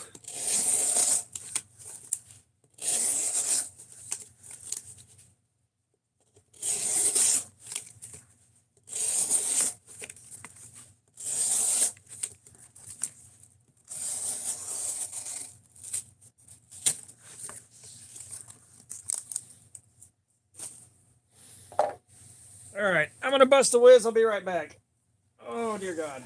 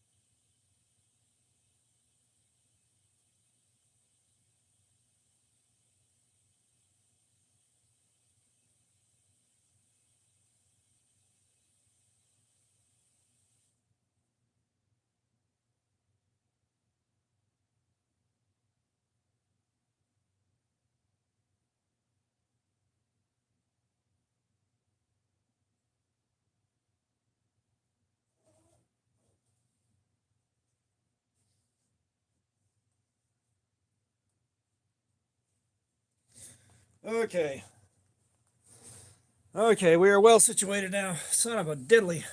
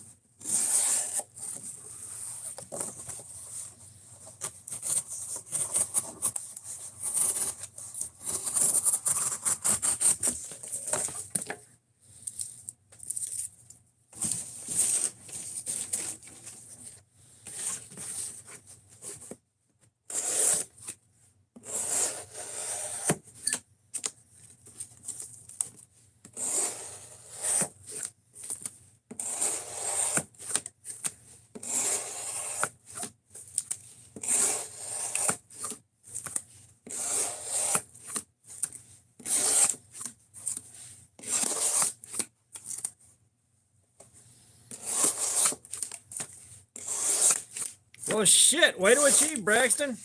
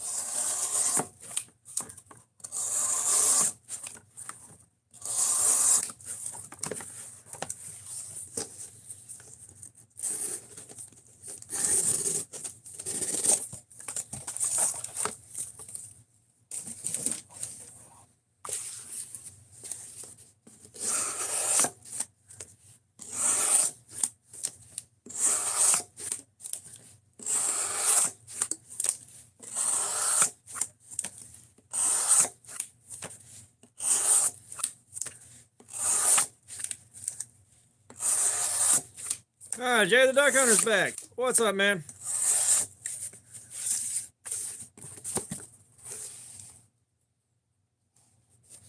Yeah, they're in Texas, so I'm kind of expecting it to be a little bit fast. But I'm not in the world's biggest rush.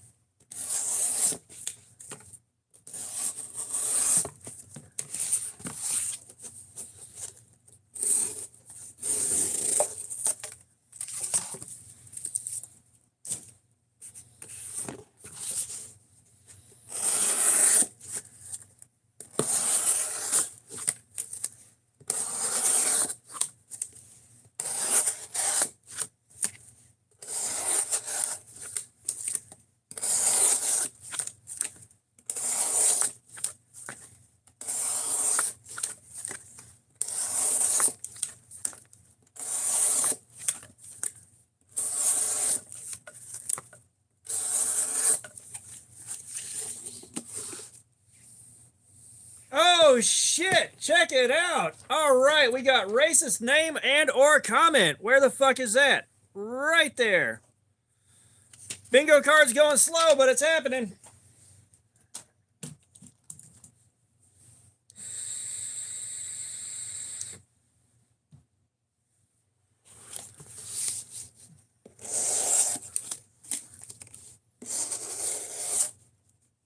Leo and Ellis, what's up? How you doing? Welcome.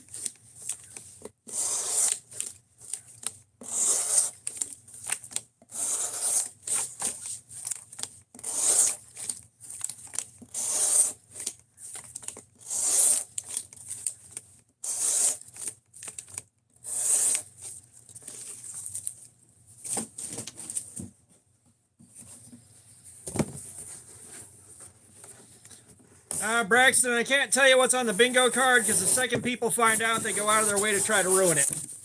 So the bingo card is basically just for me to entertain myself.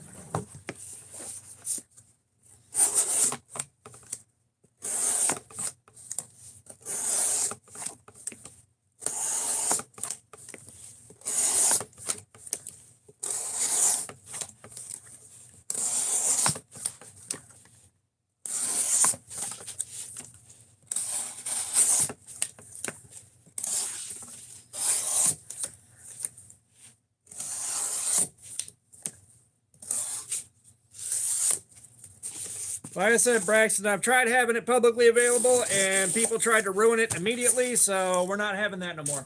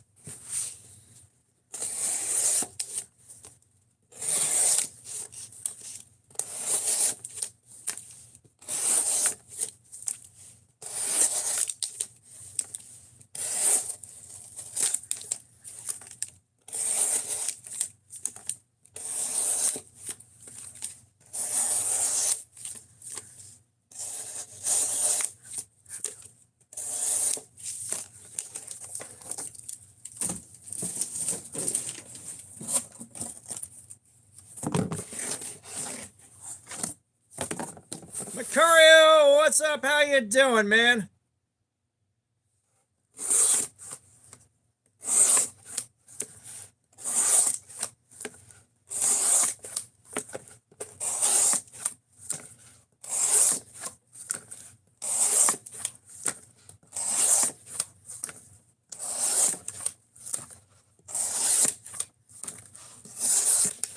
Now, the big burning question I have, and this is something I've been kicking around for a little while, is do we think with the income for the channel, we're going to be able to save up for a benchtop HRC tester and still be able to save something up for Blade Show 2? Brando, I got no idea.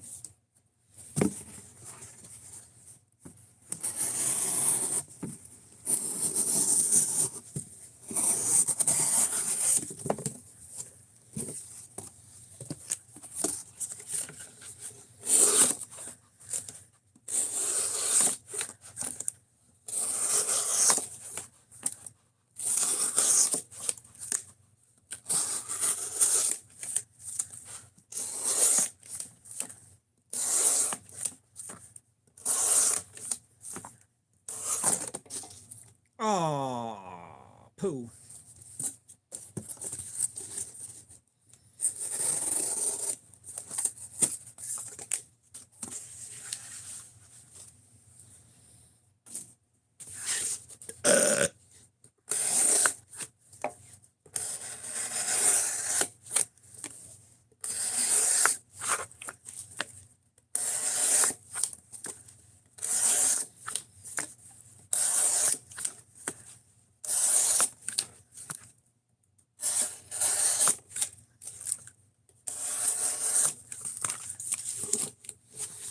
Nah, it's just I was trying to cut a piece that was too thin and it folded up. You know, this is the last of the super fucked up boxes I'm seeing for a little while. But when the boxes are already creased and wrinkled up, they don't like supporting themselves while they're being cut.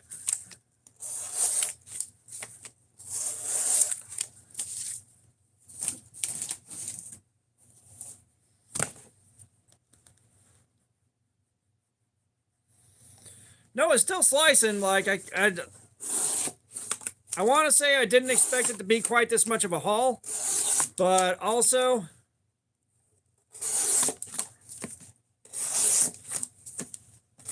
I didn't know what to expect out of the 3V. Well, crab with a knife, we're gonna keep going until I can't go anymore. Like, if the steel beats me, it's gonna be one hell of a fight.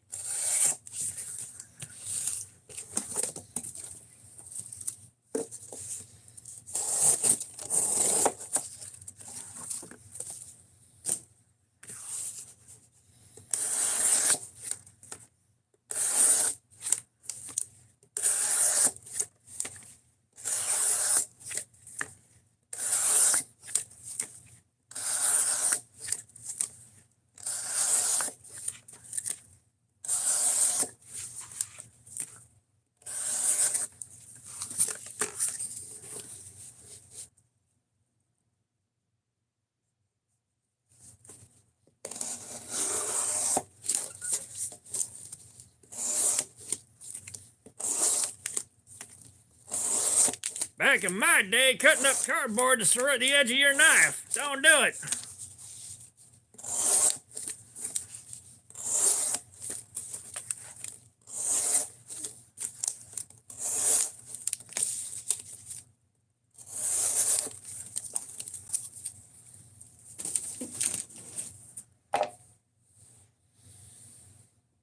Oh, man.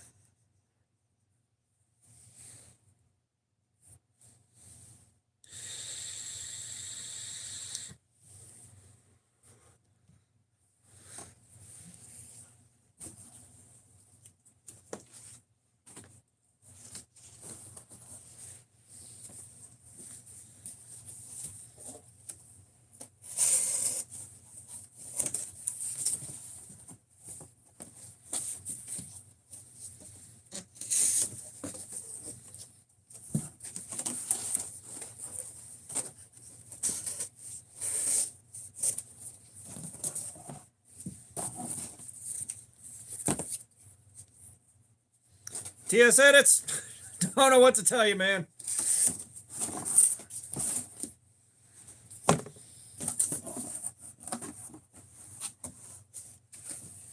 You can try what I did, be funny and smell good.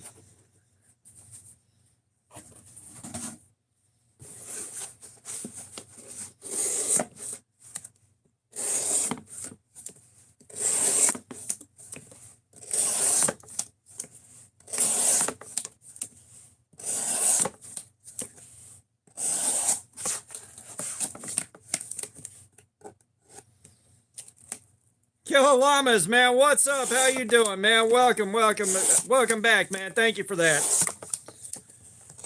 Would you like to pick a figure out, Killer Llamas?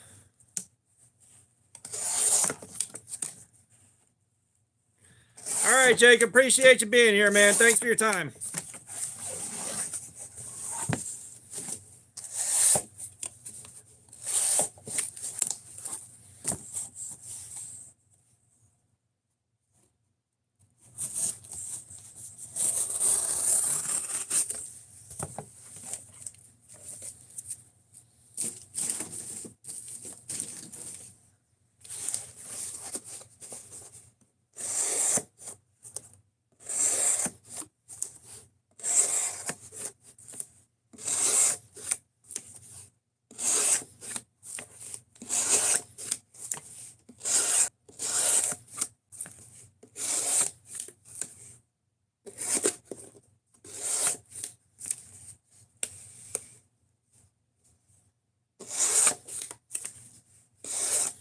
All right, Punisher by proxy picked out the Frankenstein 4 Killer Llamas.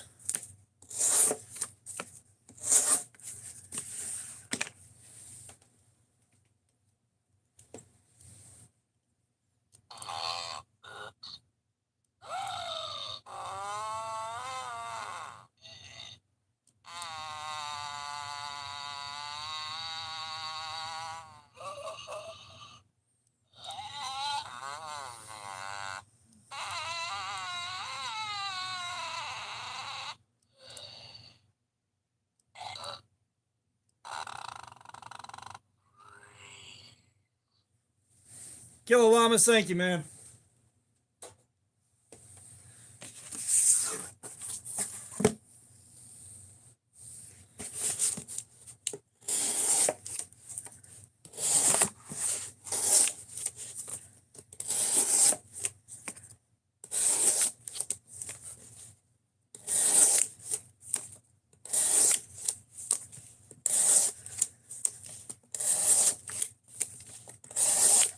Well, like, and I can imagine, like, way back when 440 was like some fascinating super steel, cardboard probably would destroy the edge of a knife pretty quickly, you know.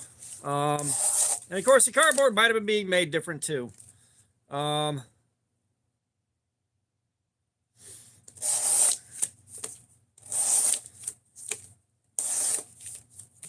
You know, I have to imagine there was a decent chance that the wood pulp going into the cardboard wasn't nearly as refined and probably did do more damage. But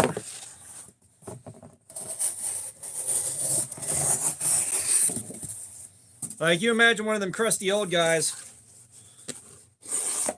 stumbling across this, and we have had it more than once where they come in like, don't cut the cardboard, it'll ruin your edge. It's like, brother, that is the entire point.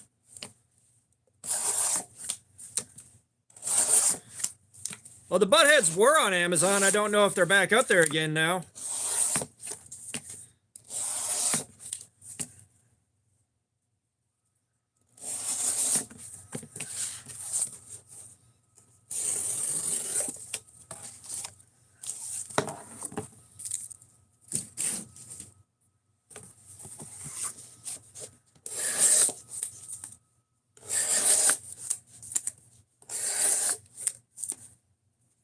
Webbers, what's up? How you doing, man? Welcome.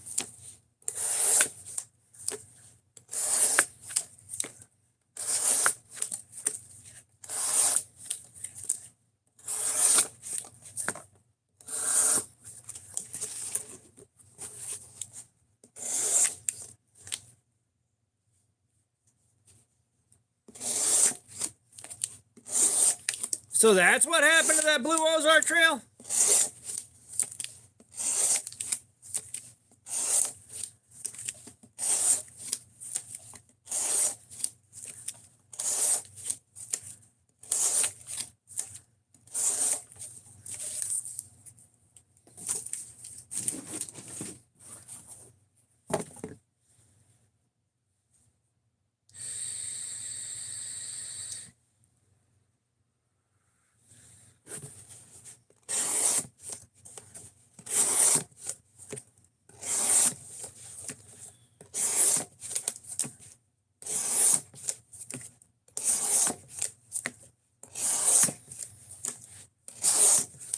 Say, how many of those fuckers did you go through?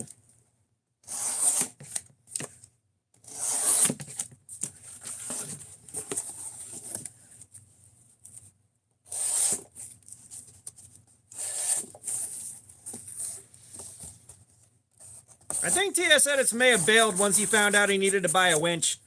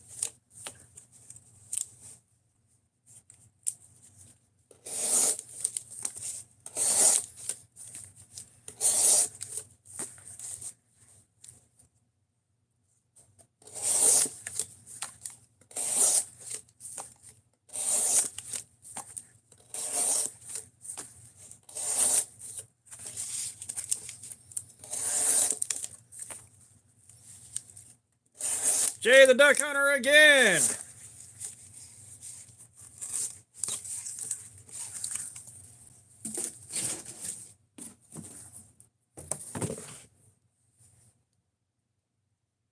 Ugh.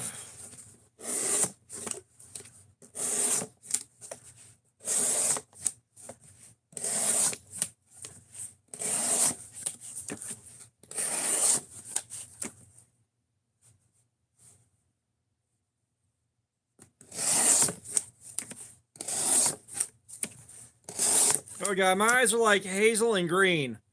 So like I'll get a lot of I used to get a lot of older women like, your eyes are so pretty. Like, okay, thanks, I guess, but it doesn't really get noticed when I'm wearing glasses.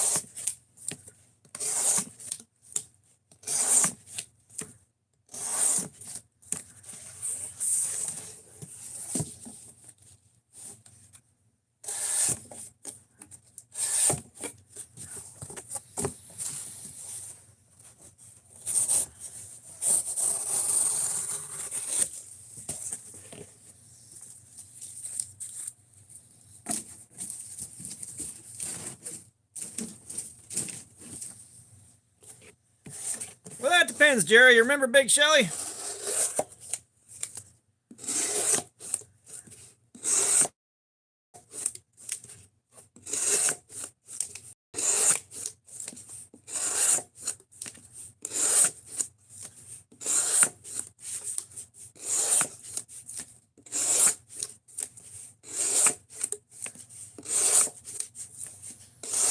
Yeah, not all older women are better. Like, I hung out with her for a while, and I guess she thought there was more to it than it was, so she started getting real desperate and demanding to meet my kids. It's like, nope, I'm out.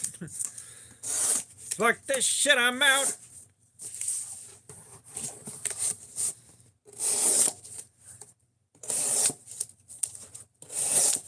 Fuck this shit, I'm out. I'll see you later, bitch.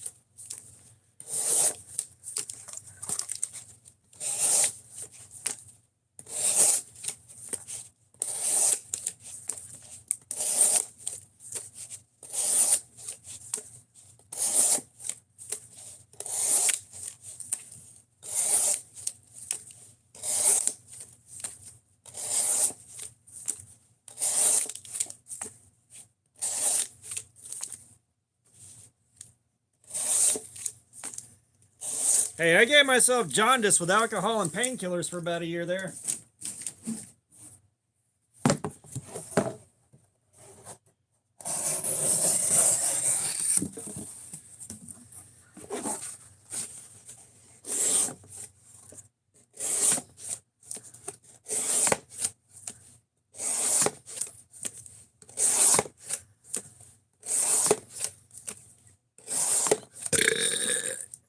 Oh, that one sucked.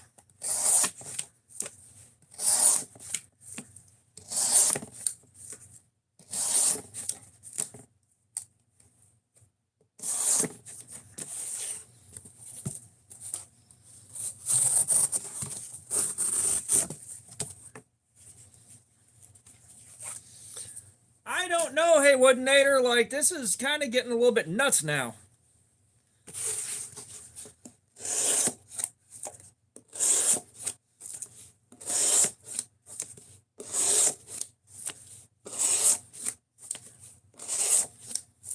Like, we're on course to blow S90V and LMAX out of the water. Yeah, Brando. No, this is a Kaiser, hey Woodinator.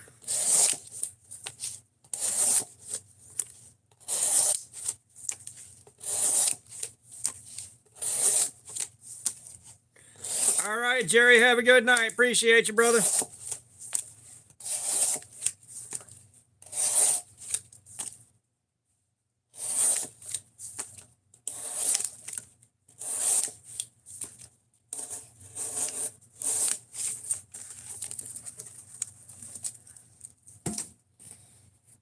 Yeah, I didn't realize I had given myself jaundice for a couple of years. I just thought my tan wasn't coming in right over the course of summer. And then I saw pictures a couple of years later from the Christmas of that year, and it's like my skin was yellow as shit. And I was like, what the fuck?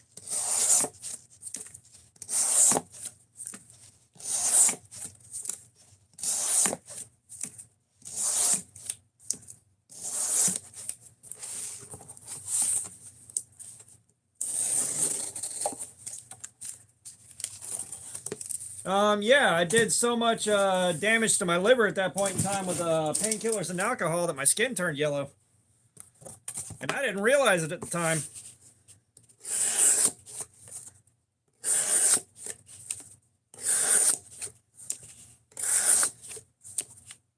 Because, like, I saw a picture, I'm like, that cannot be right. That camera must have been set weird. And then I looked at my work ID. Sure as fuck, yellow. I've got that picture somewhere. Like, I got that picture, like, towards the dingus end of my cruise to rock. Towards the dingus end of my cruise to rock bottom. Man, that hurt sliding up on that jimping.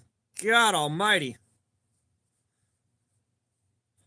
Yeah, I could have very easily died from all that, and I didn't. Like, I don't think the universe is going to let me out that easy.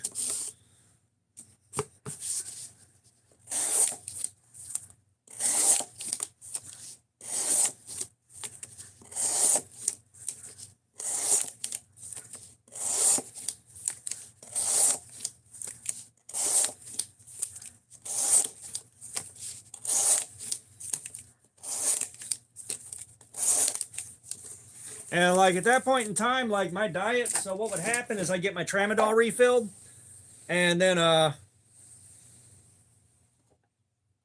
jimping's normally not an issue, but my hand where it's taken the biggest beat down from the gap right here just slid up onto it, and oh, it feels like I cut myself wide open even though I didn't. But you know, I'd go through my tramadol for in the course of about a week and a half to 2 weeks, and the only thing I ate was pastel fruit flavored Twizzlers like watermelon, apple, all that shit. That's all I ate, and then all I drank was Dr. Pepper that whole damn time.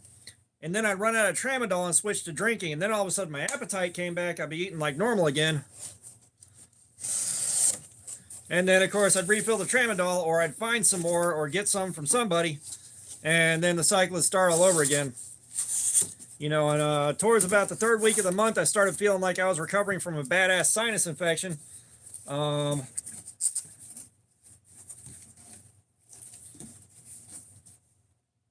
Milo man, what's up? How you doing? Welcome, welcome. But, you know, I'd spend a week feeling like I was coming back from a sinus infection or something like that, just feeling like shit. And then, you know, refill the tramadol, start all over again for the next month.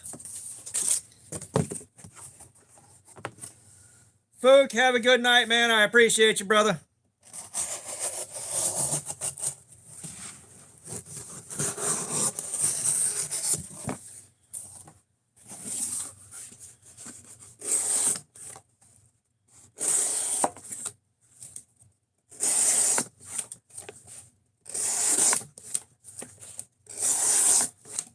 Oh God, yeah. That I was one of the first kids they slapped with Ritalin back in the 1980s. And boy, you talk about fucking my ass up, man. Shit, I did not react well to it.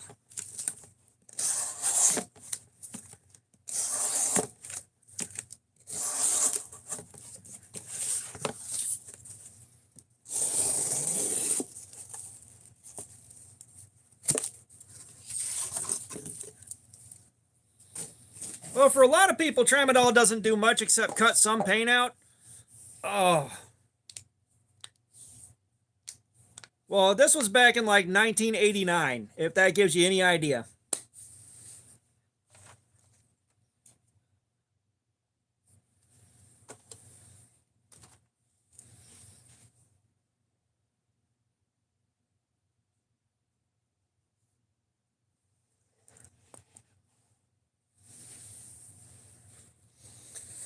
No, so the Ritalin made me an absolute zombie. Just total brain fogged out zombie, and the PTSD from the events that were actively happening just made it worse.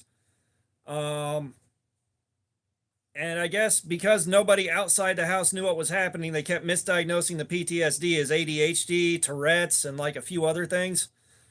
That wasn't good.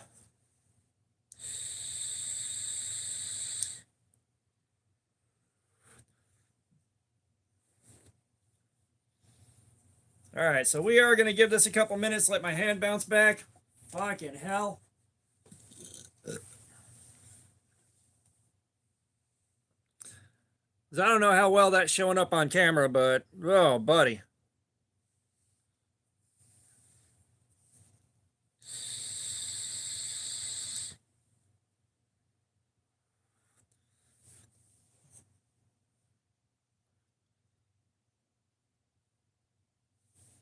Well, like I was acting the way a kid does, this profoundly traumatized the whole time, and they're trying to figure out how to get that under control. I guess partly just to keep the stuff inside the house from getting outside of the house. The whole thing was fucked up.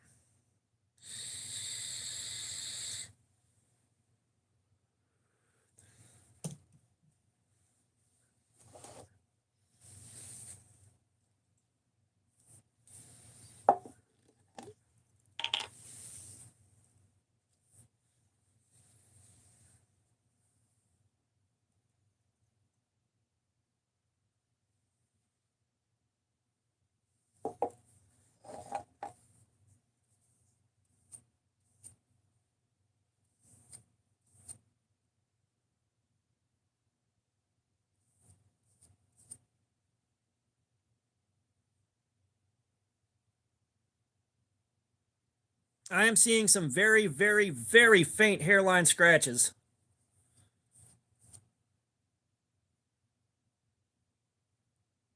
Very faint. You got to catch them exactly in the right light.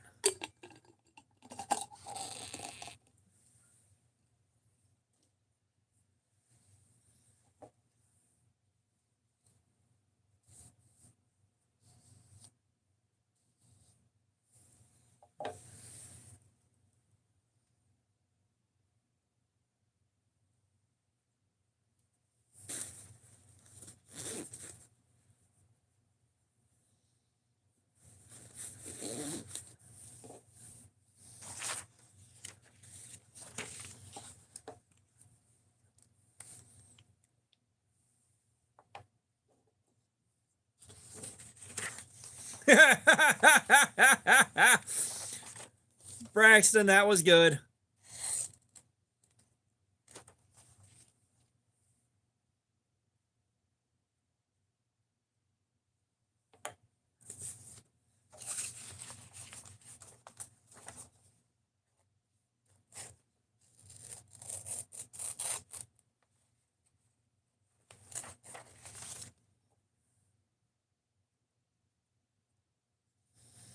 Okay, so I got 2 areas marked out to test.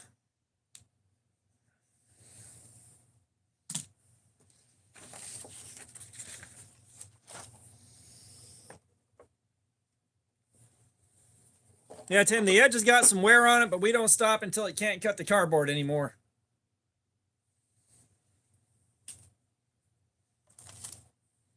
The Mask Bro, what's up? How you doing, man? Welcome, brother.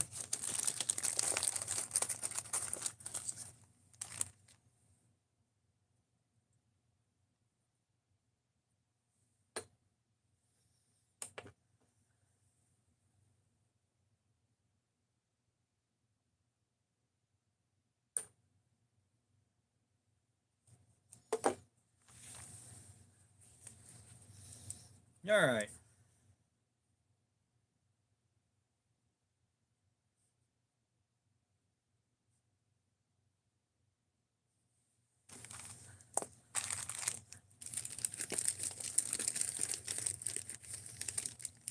No, we're not game over yet. Not at these numbers.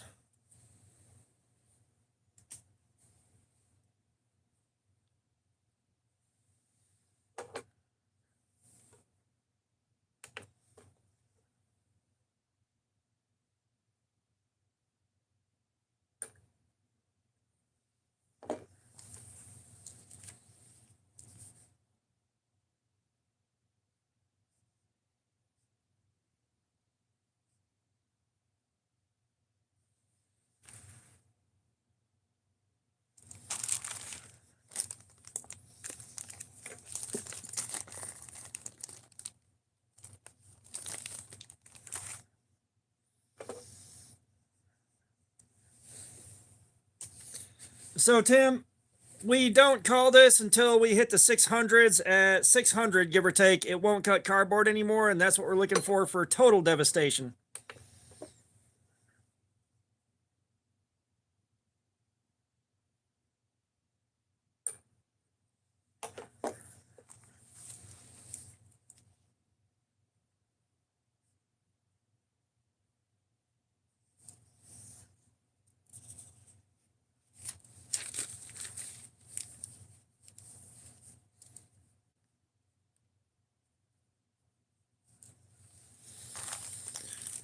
All right, so we'll pick this back up in 8 minutes here. We're gonna keep going on this because it ain't done yet.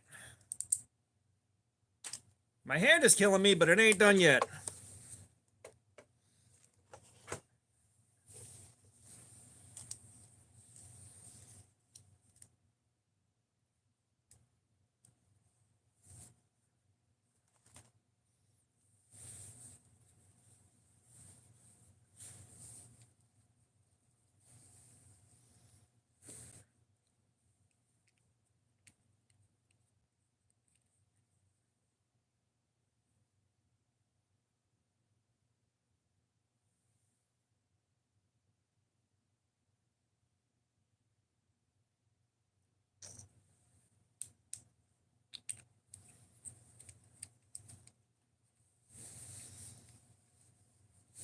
Yeah, a lot of my ancestors are from here.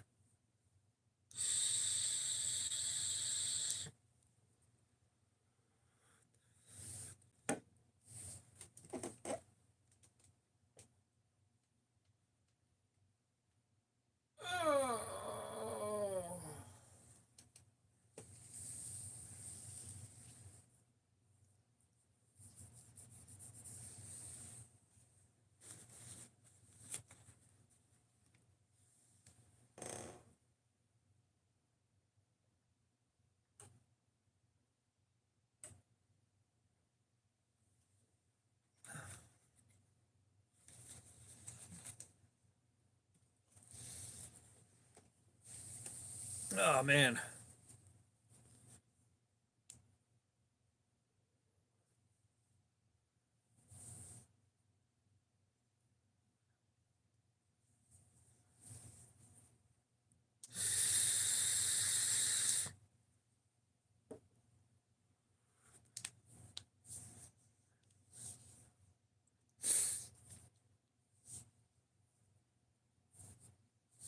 Braxton, cut that bullshit out, man.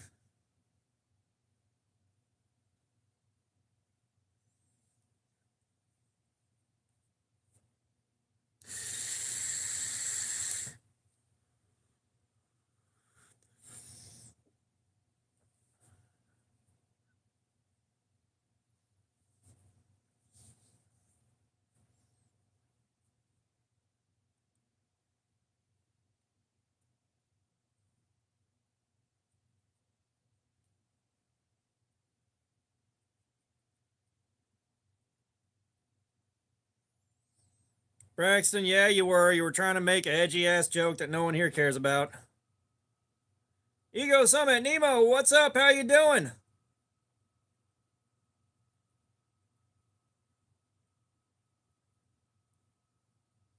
Yeah, why use wand when gun?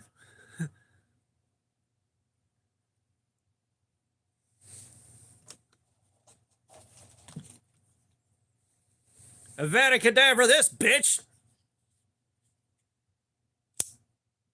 Yeah!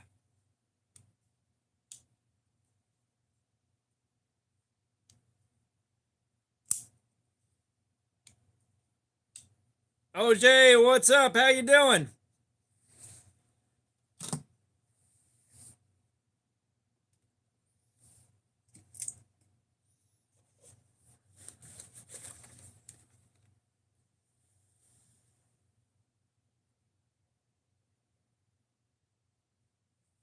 Yeah, I tried to get the revolver to go with that one.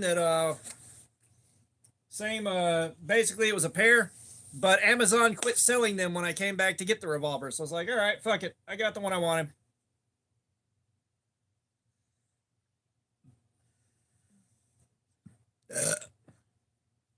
But OJ, I'm doing good, man. I'm doing good. Nah, the sorting hat fucking put me in Waffle House. My wand is a 12 gauge.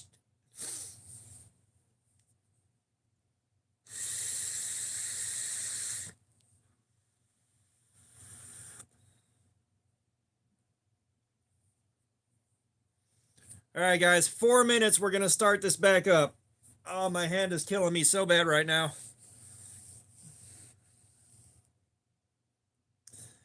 I can't believe it's still got this much fight left in it at 5 hours.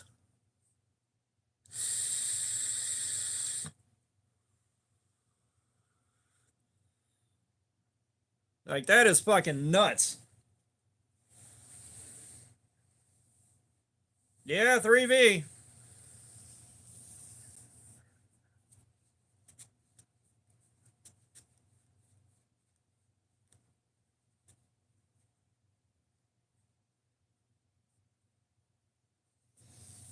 All right, I'm going to go grab some Tylenol before I regret not grabbing it. I'll be right back, guys.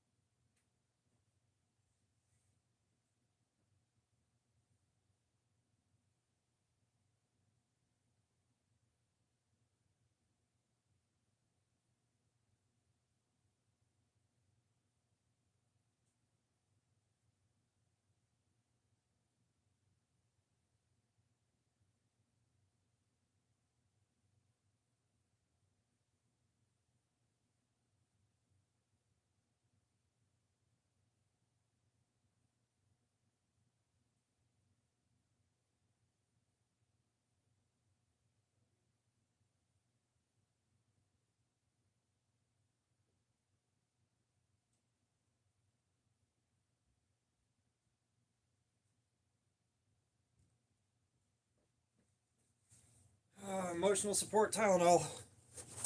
Inbound.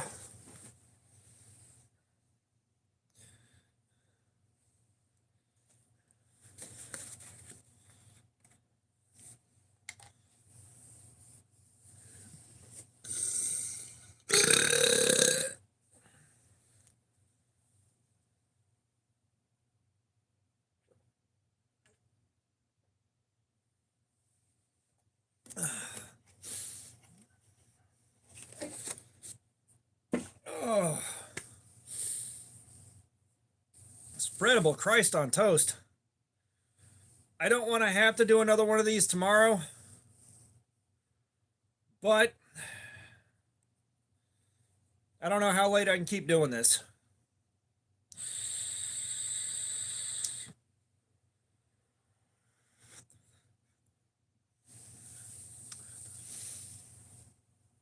But we are going to try to keep going. Punisher's being coy. He pulls more tail than a slow kid at a petting zoo.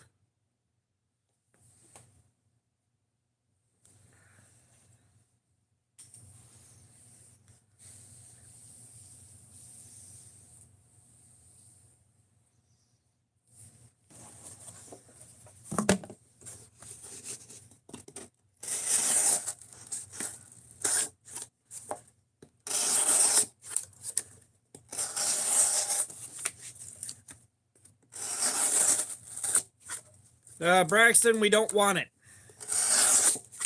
I don't think it's clicking with you here. Like, you're not in the right place for that shit.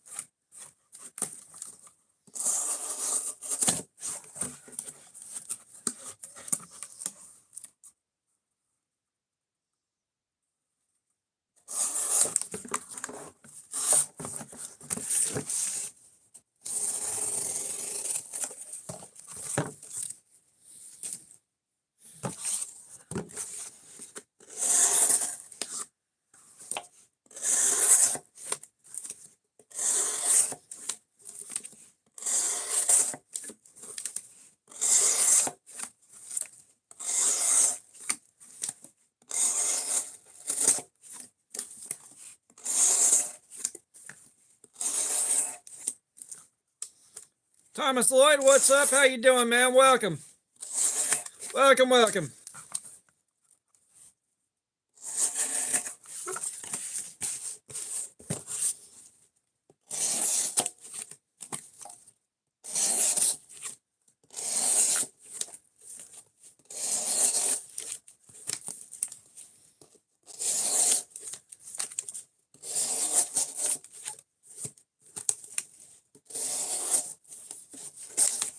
But yeah, Ritalin is not super far off from meth, chemically speaking.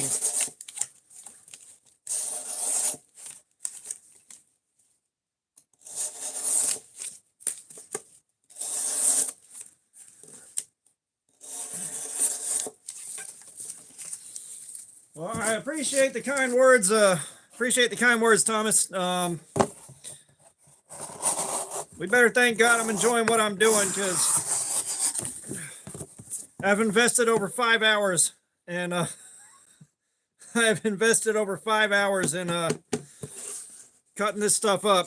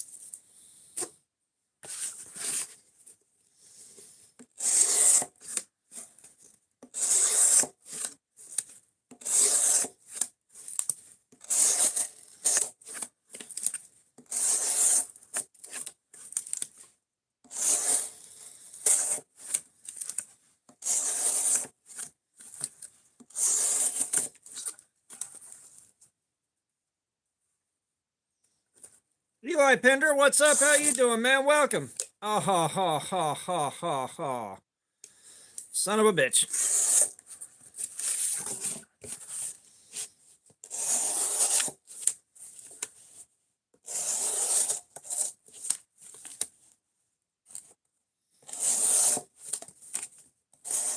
Eli, you and me both, brother. You and me both.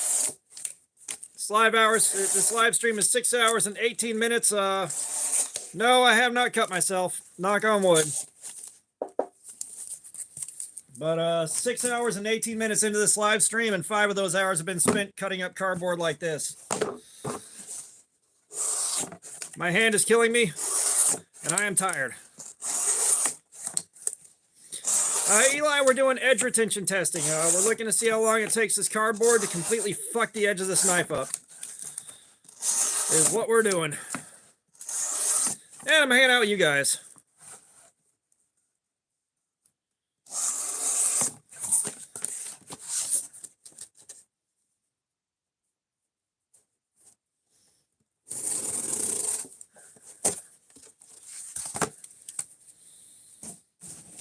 Yeah, I never was one for us. Gaming dude, what's up? How you doing? Welcome. Yeah, I was never one for the stimulants. I like my downers.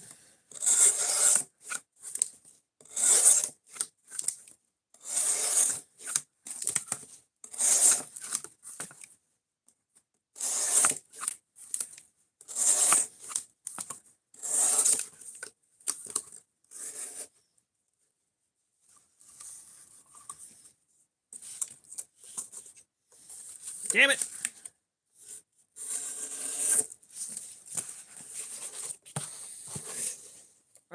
Yeah, Thomas, I put a lot of work into the edge. It took a ton of effort to get this thing sharpened down to 17 degrees per side. I'm definitely not looking forward to having to sharpen it again once this is done. I was kind of curious. I've had other steels that took forever to get sharpened. Macario, have a good night, man. I appreciate you dropping by. But I've had other steels that took a lot of work to get sharpened up, and they didn't take nearly this long to get wiped out.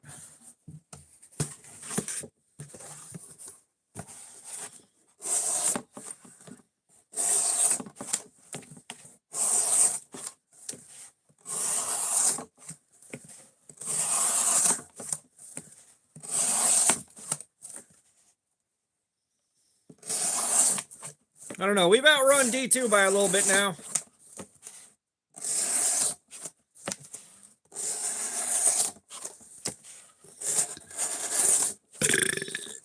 Oh, man.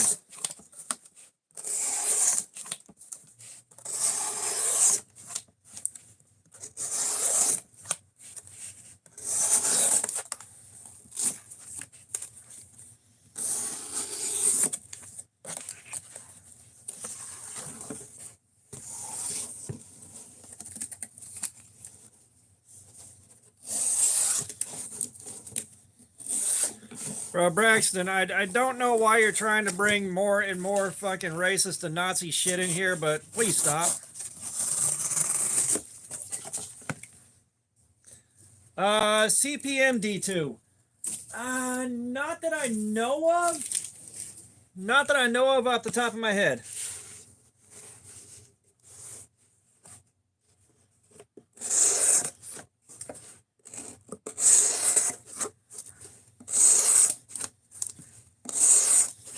I'm trying to think if anything I own is CPM D2.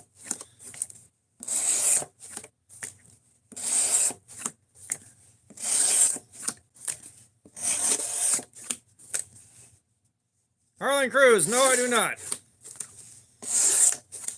But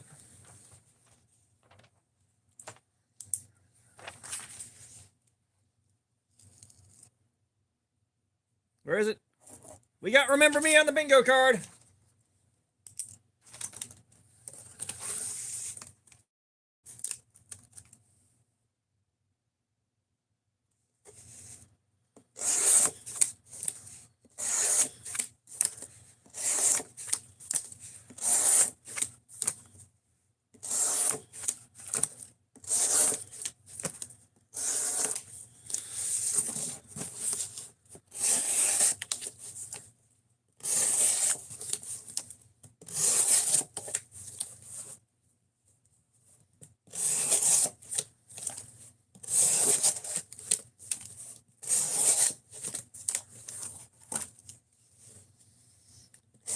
Thomas, I made it myself. I just kind of picked out all the most common and annoying things that people come in and do. And I'd love to... Well, Harlan, if it was a year ago, that would probably be why.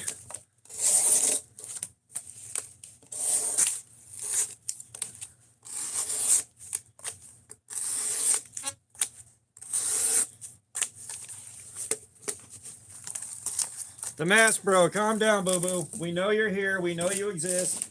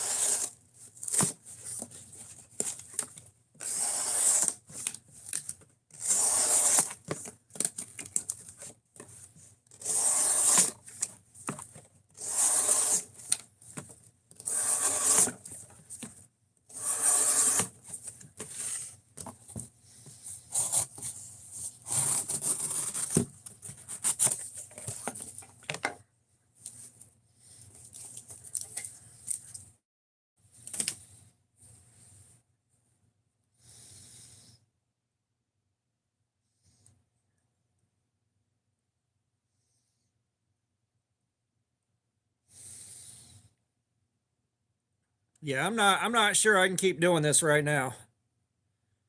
My hand is starting to hurt way too bad to keep going. Fucking shit. I thought I could outlast the steel.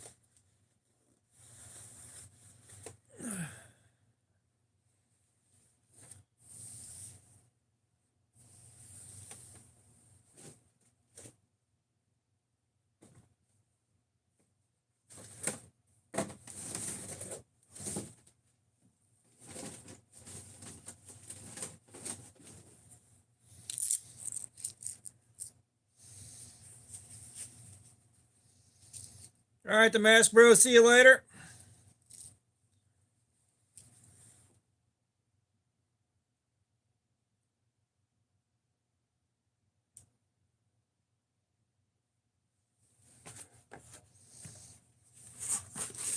All right, we're going gloves on.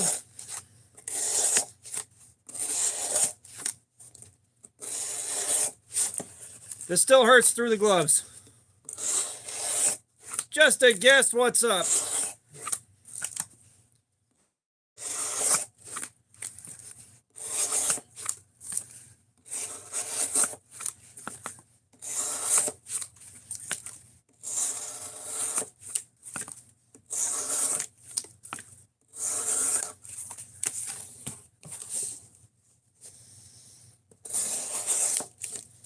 It's not cutting up my hand. It's just the spot that always gets beaten on during live streams is getting really badly beaten on because we're 5 hours in on it.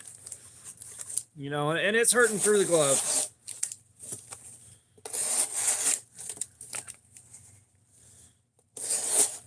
Well, you guys know, I fucking hate wearing gloves. I really don't like the idea of wearing a glove or having to, but, you know, I'm normally not made out of bitch, but...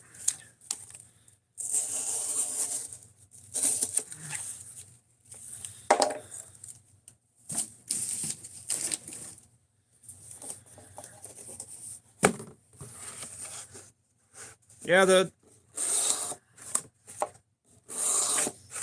blade is definitely going dull. It's just going dull like super, super slow.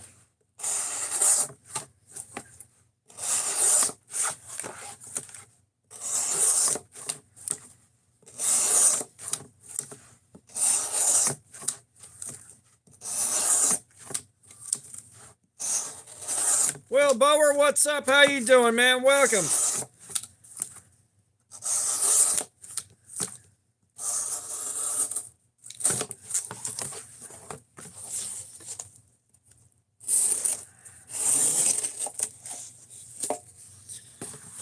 Yeah, Kill Llamas, this may not be taking 5. This may just be taking the rest of the night off and coming back later. Because I tell you right now, this is hurting through the gloves. Like, this is so bad.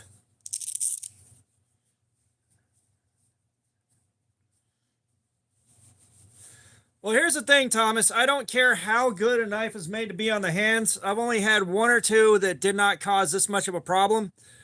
But both of those knives didn't last nearly this long. They didn't take 5 hours of nonstop pushing. Because, like, this callus right here falls into the gap between the liners. And there's nothing you can do about it getting squeezed in there and then pushing down on it through all those push cuts. It leaves what feels like it's a pretty deep bruise right up in here from just pressing down on it so hard, so many times for so long. So we'll put a pause in this.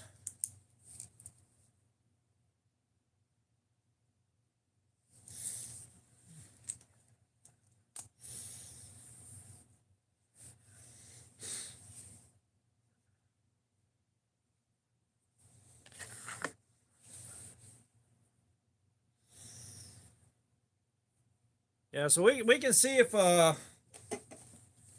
digging out some of the better knives in the graveyard pulls a crowd.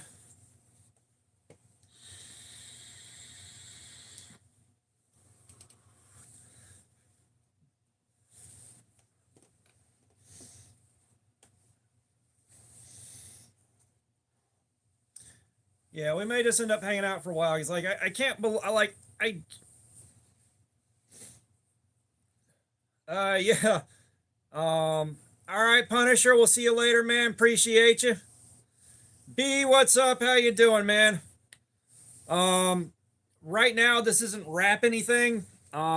This feels like I got a bruise going basically all the way down to the bone right now. Yeah, definitely thoughts and prayers for your mom, Punisher. But there's nothing that's going to fix this outside of letting it rest, which I should be okay tomorrow. I should be okay by tomorrow. We'll see.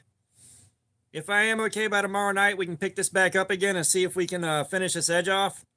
But my God,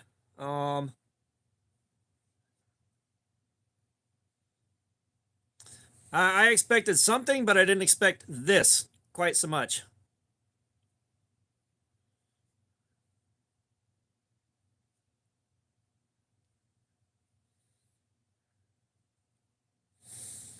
Well, like, here's the thing. We've been doing this weekly or like more than once a week on a good few weeks for a year now.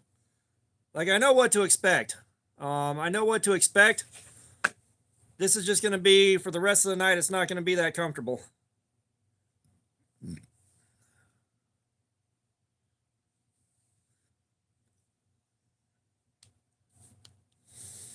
But yeah, I can't think of anything interesting going on. You guys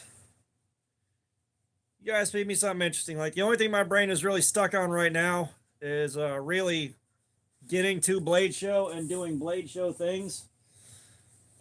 I'm already trying to figure out my order of operations at Blade Show. I know my first stop's going to be the Devo table to get some prototypes, as long as Kevin has them there to sell. I don't have any moleskins, no.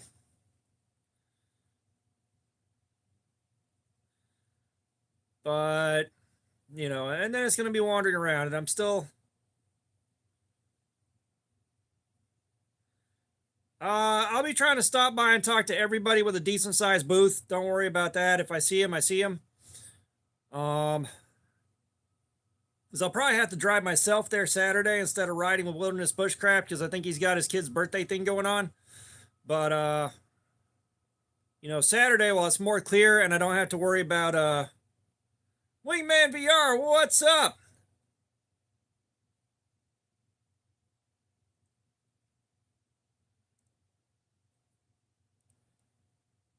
But,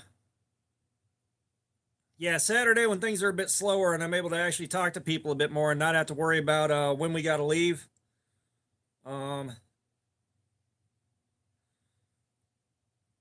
Yeah, I should be able to talk to some people. Yeah, like, well, everything that I do, unless it's a CR series steel, gets a 17-degree edge with a pretty wide bevel on it. I don't know how well it's going to show up here. But everything gets a wide bevel on it. That way, whenever we're doing this, the steels are all, they're as close as possible to each other as far as like edge geometry and all that. There's not much you can do to change the blade grind, but you can at least set up the geometry to do well. And the geometry on the edge bevel seems to make more of a difference than the blade grind itself when you're doing this. But it took ages to hog off material to get that reprofiled down to that 17 degrees. Like, it took so much that I didn't quite get it perfect, but I got it close enough to be all right. But man, that was rough. Now, thankfully, it's already at 17 degrees, so it shouldn't take too much time and effort to clean it up and get it sharp again. But I guess we're gonna have to pick this back up tomorrow. Barring the unforeseen. Like, I'm not gonna want to, but I want to get this thing done.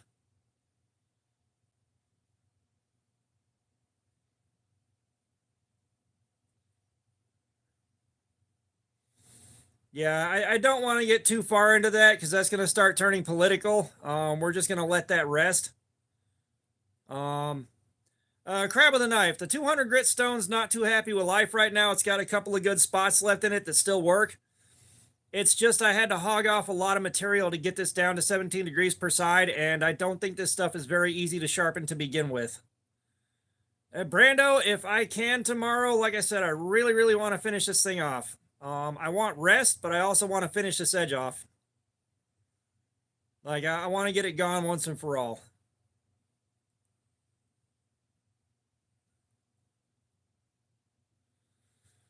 Oh, man.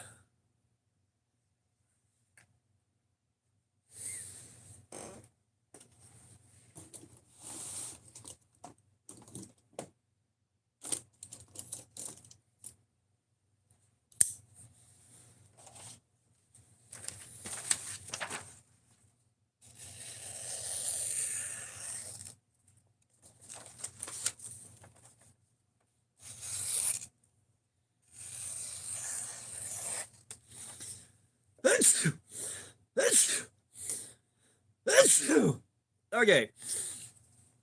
So far, the Kaiser, I like the performance on it. Even though I am tired of cutting right now. I like the performance on it. That being said, I don't really like the way it looks all that much. Like, I don't care one way or the other, but it's not the best looking thing I've ever seen. But if you find this, if you find a used one for fairly cheap and you can sharpen it, fuck yeah, go for it. Like, if you can find a used one fairly cheap and you're able to sharpen it, by all means.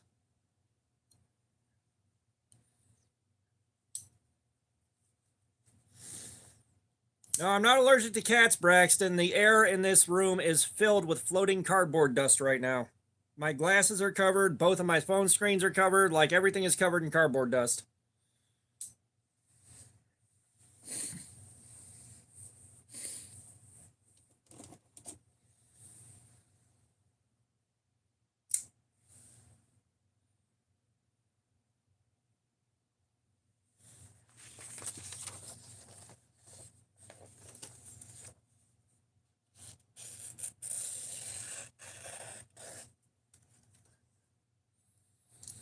Oh yeah, cutting up this cardboard like this kicks up a lot of fucking dust.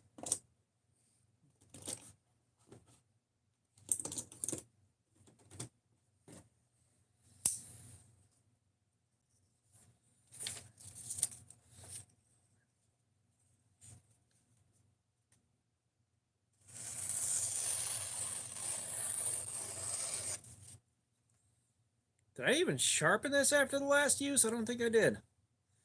But yeah, like, cutting up the cardboard kicks up a ton of dust.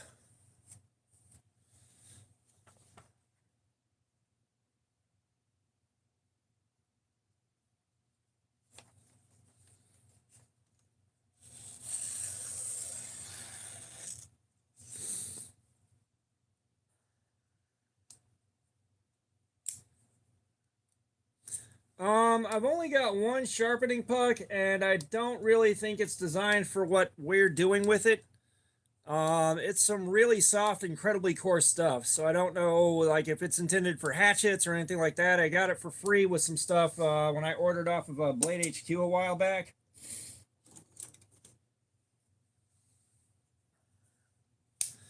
So, like, I haven't used one, so I don't really have an opinion on it.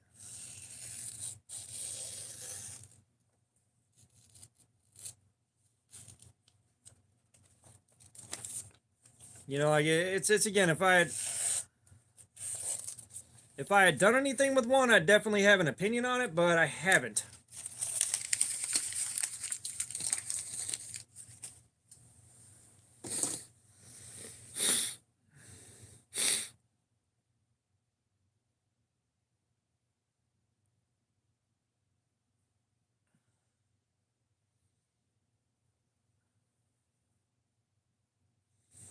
Yeah, I would definitely be starting around 200 grit and really go nuts on it. And like for my machetes, I just slap like a 600 or 800 grit belt on the 2x72 and just zip an edge on there real fast. It gets them stupid sharp.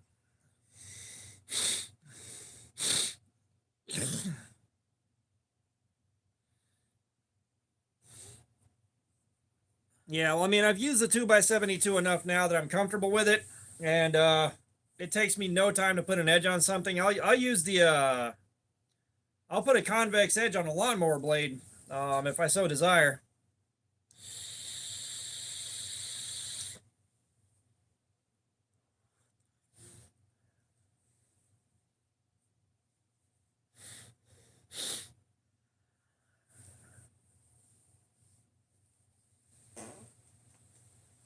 Oh.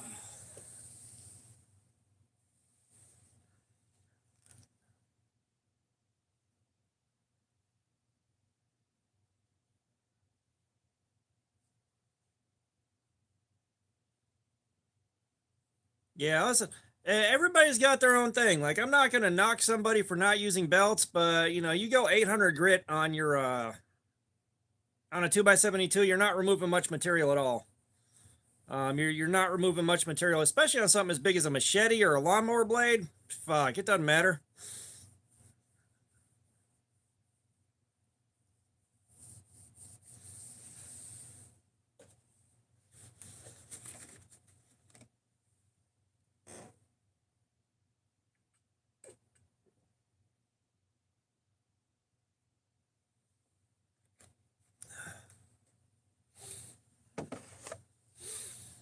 Um, Not really, Thomas. The thing that hurts is really comes down to this space right here. This spot between the liners is what does the damage. You know, when we first started with this thing, it was pushing a 111 on the edge tester. Incredibly sharp blade. Oh yeah, no, I've sharpened mower blades with the flappy wheel and the buzz grinders. Well, again, it took like 3 hours, 3 hours of cutting with this before it started hurting. But yeah, like this callus, like, and again, you're not going to use your knife like this. You're not going to do it like this. You know, like this is how many thousands of cuts that we made so far? I don't even know. Like the last time we tried to count, we averaged out like 900 in a half hour. You know, it took 3 hours of that for this to start hurting. Like, there's nothing wrong with the design on the handle. KO Knives, what is up, my dude?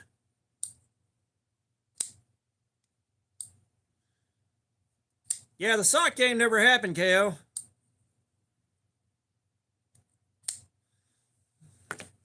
The 3V is 5 hours and 15 minutes in, and it finally beat me.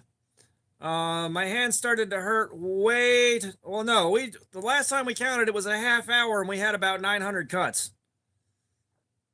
Like the last time we stopped and counted them, it was ridiculous. But yeah, my hand is hurting way too much to keep going. Oh shit, dude, that's awesome, KO. Fuck yeah. Party on.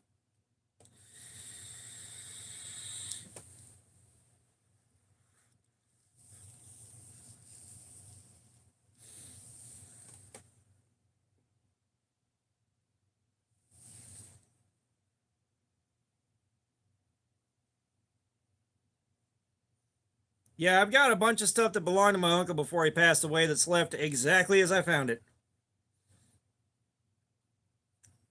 I gave up for the night. Yeah, KO. And Thomas, thank you for the $3 Canadian. If you would like, you may pick a figure out, sir. We have got the robot, the Grim Reaper, the Knight, the Frankenstein, the Alien, the Mummy, the Ninja, or the Scuba Guy.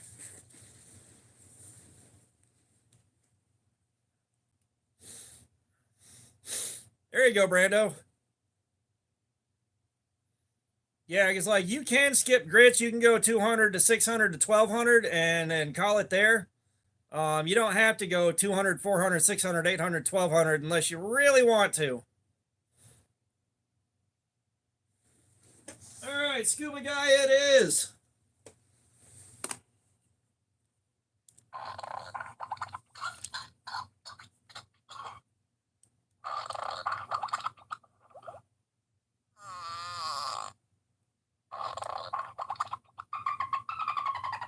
What's good news?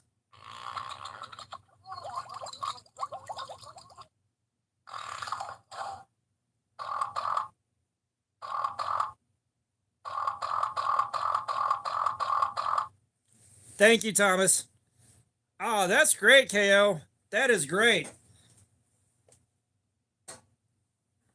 Yeah, I know I got to sharpen the leak that I got from you. That being said, I'm not doing it tonight. I said I'll probably throw a 17-degree. No, they're butt heads. Come on, crap with a knife. That's pushing it. But yeah, we'll do 17 degrees on it before we do Cardboard Slayer with it. And then no, that's fucking nice, KO. That is nice, my dude. That is a good sell. Once we done Cardboard Slayer and all that, I probably will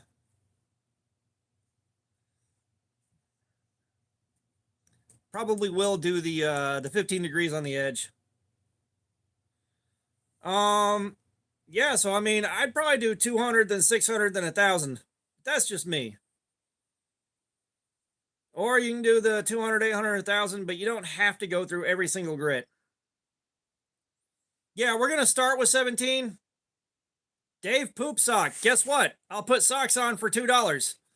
But yeah, we'll give it 17 just like we give everything, so it's on a level playing field, and then we'll go to 15 once Cardboard Slayer's done.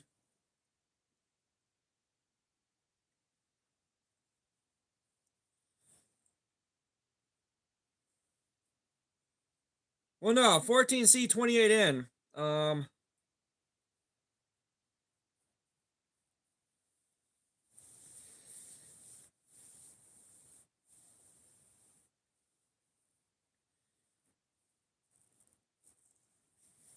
Yeah, you're not the first person I've heard to say try 14C out at like 15 degrees. You're not the first person that said that before.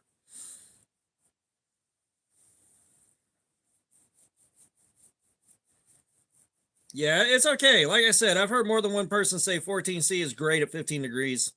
So why not? Yeah, low angle edge.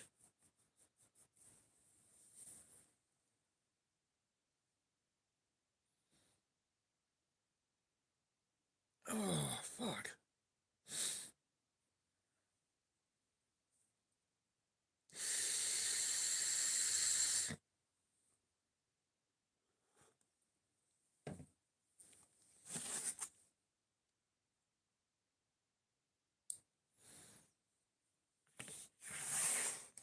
Yeah, I don't know. I don't know right now whether or not I'm going to pick the stream up tomorrow. It depends on how good a shape my hand is in.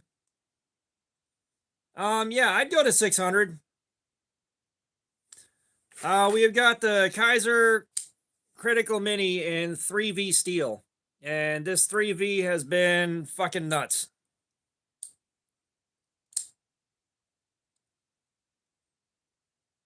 Masky, what's up? How you doing, man? I have no idea who that is.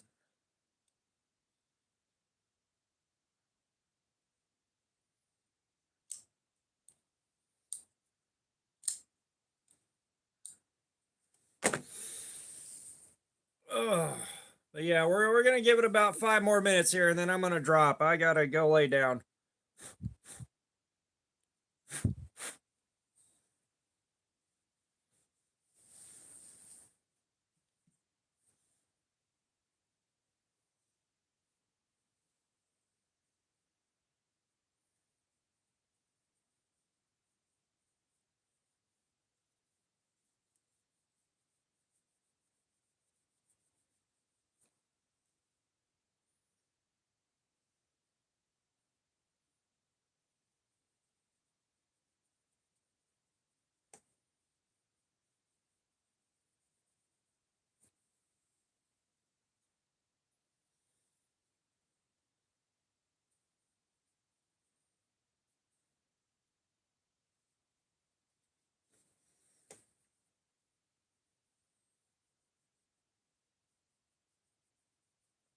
Well, unless they're planning on all right, Maskey, have a good one. Unless they're planning on releasing all their samples and not going through a prototyping phase to find out all the smaller issues, we should be able to get it perfect pretty quickly. Like, we know what we're looking for out of it, or at least I know what I'm looking for out of it, which we should be in the ballpark. Like I said, it's not exactly what I had in mind starting off, but I think we arrived at a good place between the two of us. What I'm hoping is that it's well received.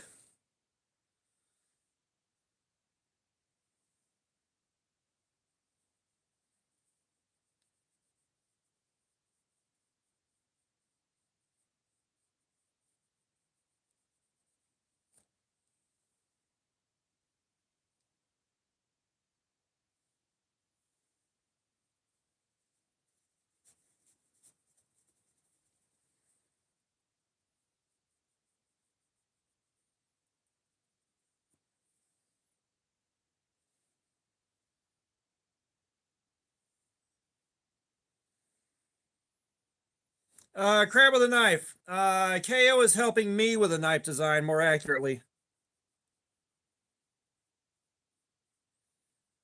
Like, KO has been working on with me on getting my design rendered and kind of, of course, like, it's got his touch on it too, but he's mostly been going off what I've been giving him for what I'm looking for in it, based off of some terrible drawings. So, like, it's my design, but it's also his as well in a lot of respects.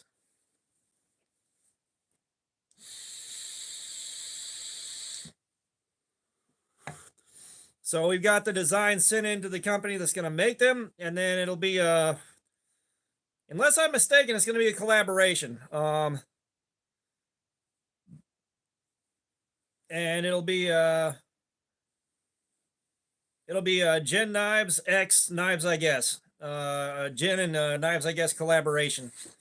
I like wearing gloves when I'm working, but the kind of work I do now, gloves don't work so good for it. So basically, it's going to be a standard 3-inch EDC knife. The original version was going to be a 4-inch blade, which I still want to see come out a little bit later if the 3-inch version does well. The original goal was to create something that was kind of an AD10 like experience with a flat grind on it, a liner lock, and a thumb hole, and give you a similar experience but less expensive and more EDCable. And then we scaled it back to 3 inches to make it easier to sell. And then so the price should be $40, I believe, 40. It'll be able to be bought on Amazon. And then you buy a kit and you build it yourself. So I am hoping to have my logo cut out on the liners. I want my logo cut out in the liner, and I want translucent scales to be an option because they can make blue. They can make transparent acrylic scales on it. So I'd like to have my logo visible under the scales if you get the transparent ones. Yeah, so I mean, that's the idea. Is basically a very, very budget friendly knife. You can build it yourself and kind of demystify it quite a bit. and you have something cool you can carry around. I am very, very much looking forward to it. We still got a few more details to figure out, but right now it's just getting the prototypes done. Crab King, welcome back, welcome back. Okay, we'll give it about 7 more minutes, make this a full 7-hour live stream. But yeah, it should be interesting. Like, I am looking forward to getting it in hand. Like, that's the big thing right now, is getting it in hand. It's like, I really want it to do well. It's not even so much about the money. ETA is unknown. ETA is unknown. We just got the file sent over there and kind of put in the last little bit of information they needed. So they've got to prototype the knife. Calvin Pierce, what's up? They've got to prototype the knife. They got to get, like, once the knife is prototyped and we're happy with the design, we're going to get a bunch of samples made. Presley, what's up? How you doing, man?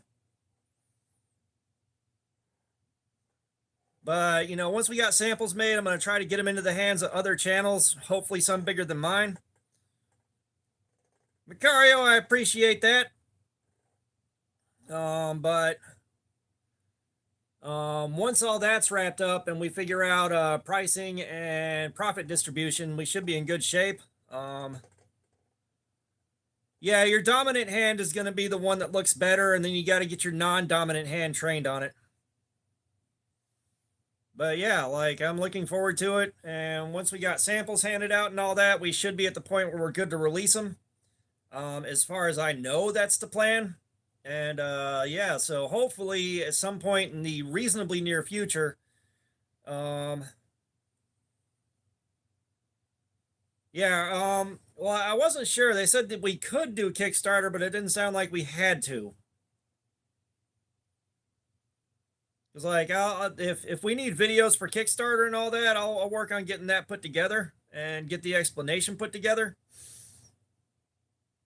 But I wasn't like, I thought they said we could do Kickstarter if we wanted to raise some extra hype, but I don't think we're going to need that.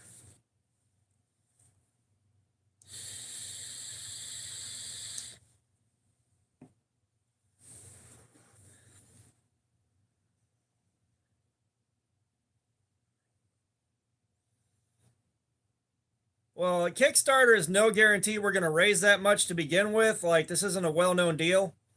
But like, I'm not going to worry about it one way or the other. If they really, really want Kickstarter, we're going to do Kickstarter. But if they're not worried about it, then I'm not worried about it. We'd have a hard time raising a significant amount of money on Kickstarter as it is. Especially trying to wade into the field that is nothing but pre-production knives on Kickstarter from companies that are way better known than we are. That's a tough road to hoe.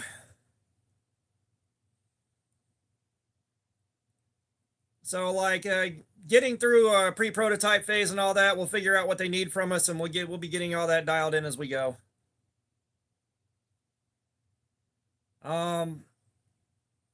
Sarah, what's up? But I'm pretty sure they're going to handle all that on their end. Yeah, Sarah, the sock game. Yeah, Thomas, it's going to be a one-hand open and close. It'll be a one-hand open and close. I don't have a prototype in hand yet to show you, but believe me, when I have one, everybody's going to fucking know, because I will not shut the fuck up about it when I get it. And I believe, well, everybody's playing the sock game.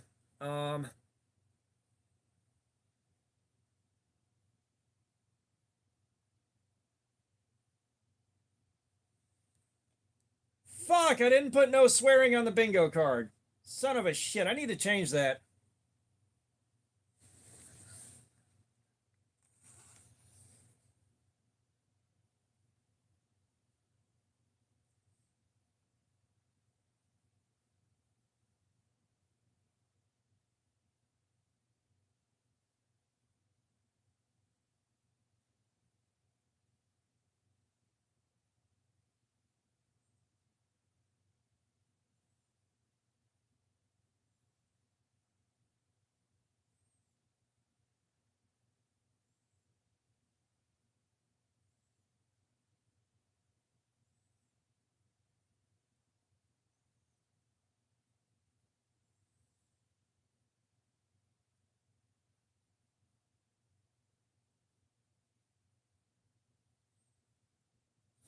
Yeah, because here we got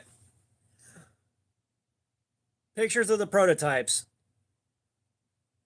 The big one is the original idea, and then we shrunk it down to 3 inches to make it easier to sell. But here is the big boy, the 4-inch prototype in hand.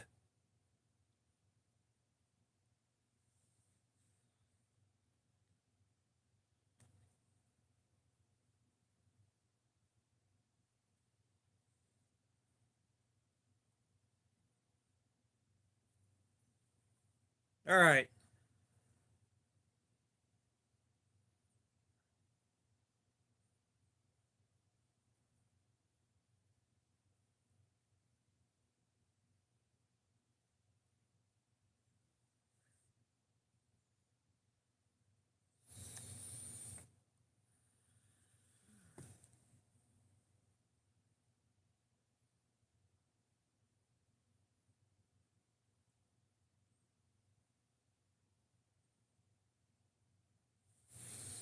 So yeah, that's the big boy version.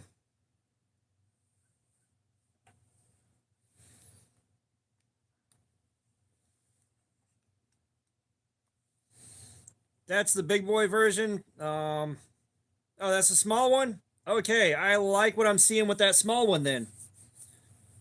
Yeah, it's got a choil crab with a knife. I like a choil. I like a choil, and I like how easy a choil makes it to sharpen.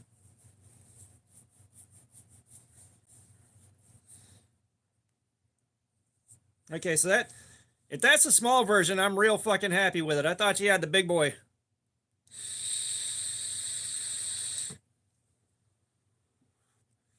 All right, hey Woodinator, have a good night. We're gonna be calling it in about 30 seconds here too.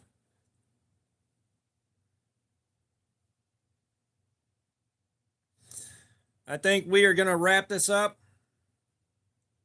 Very nice, very nice, KO. But yeah, this is a good place to wrap this up. Yeah, it's all good, KO. Like we're on the right track.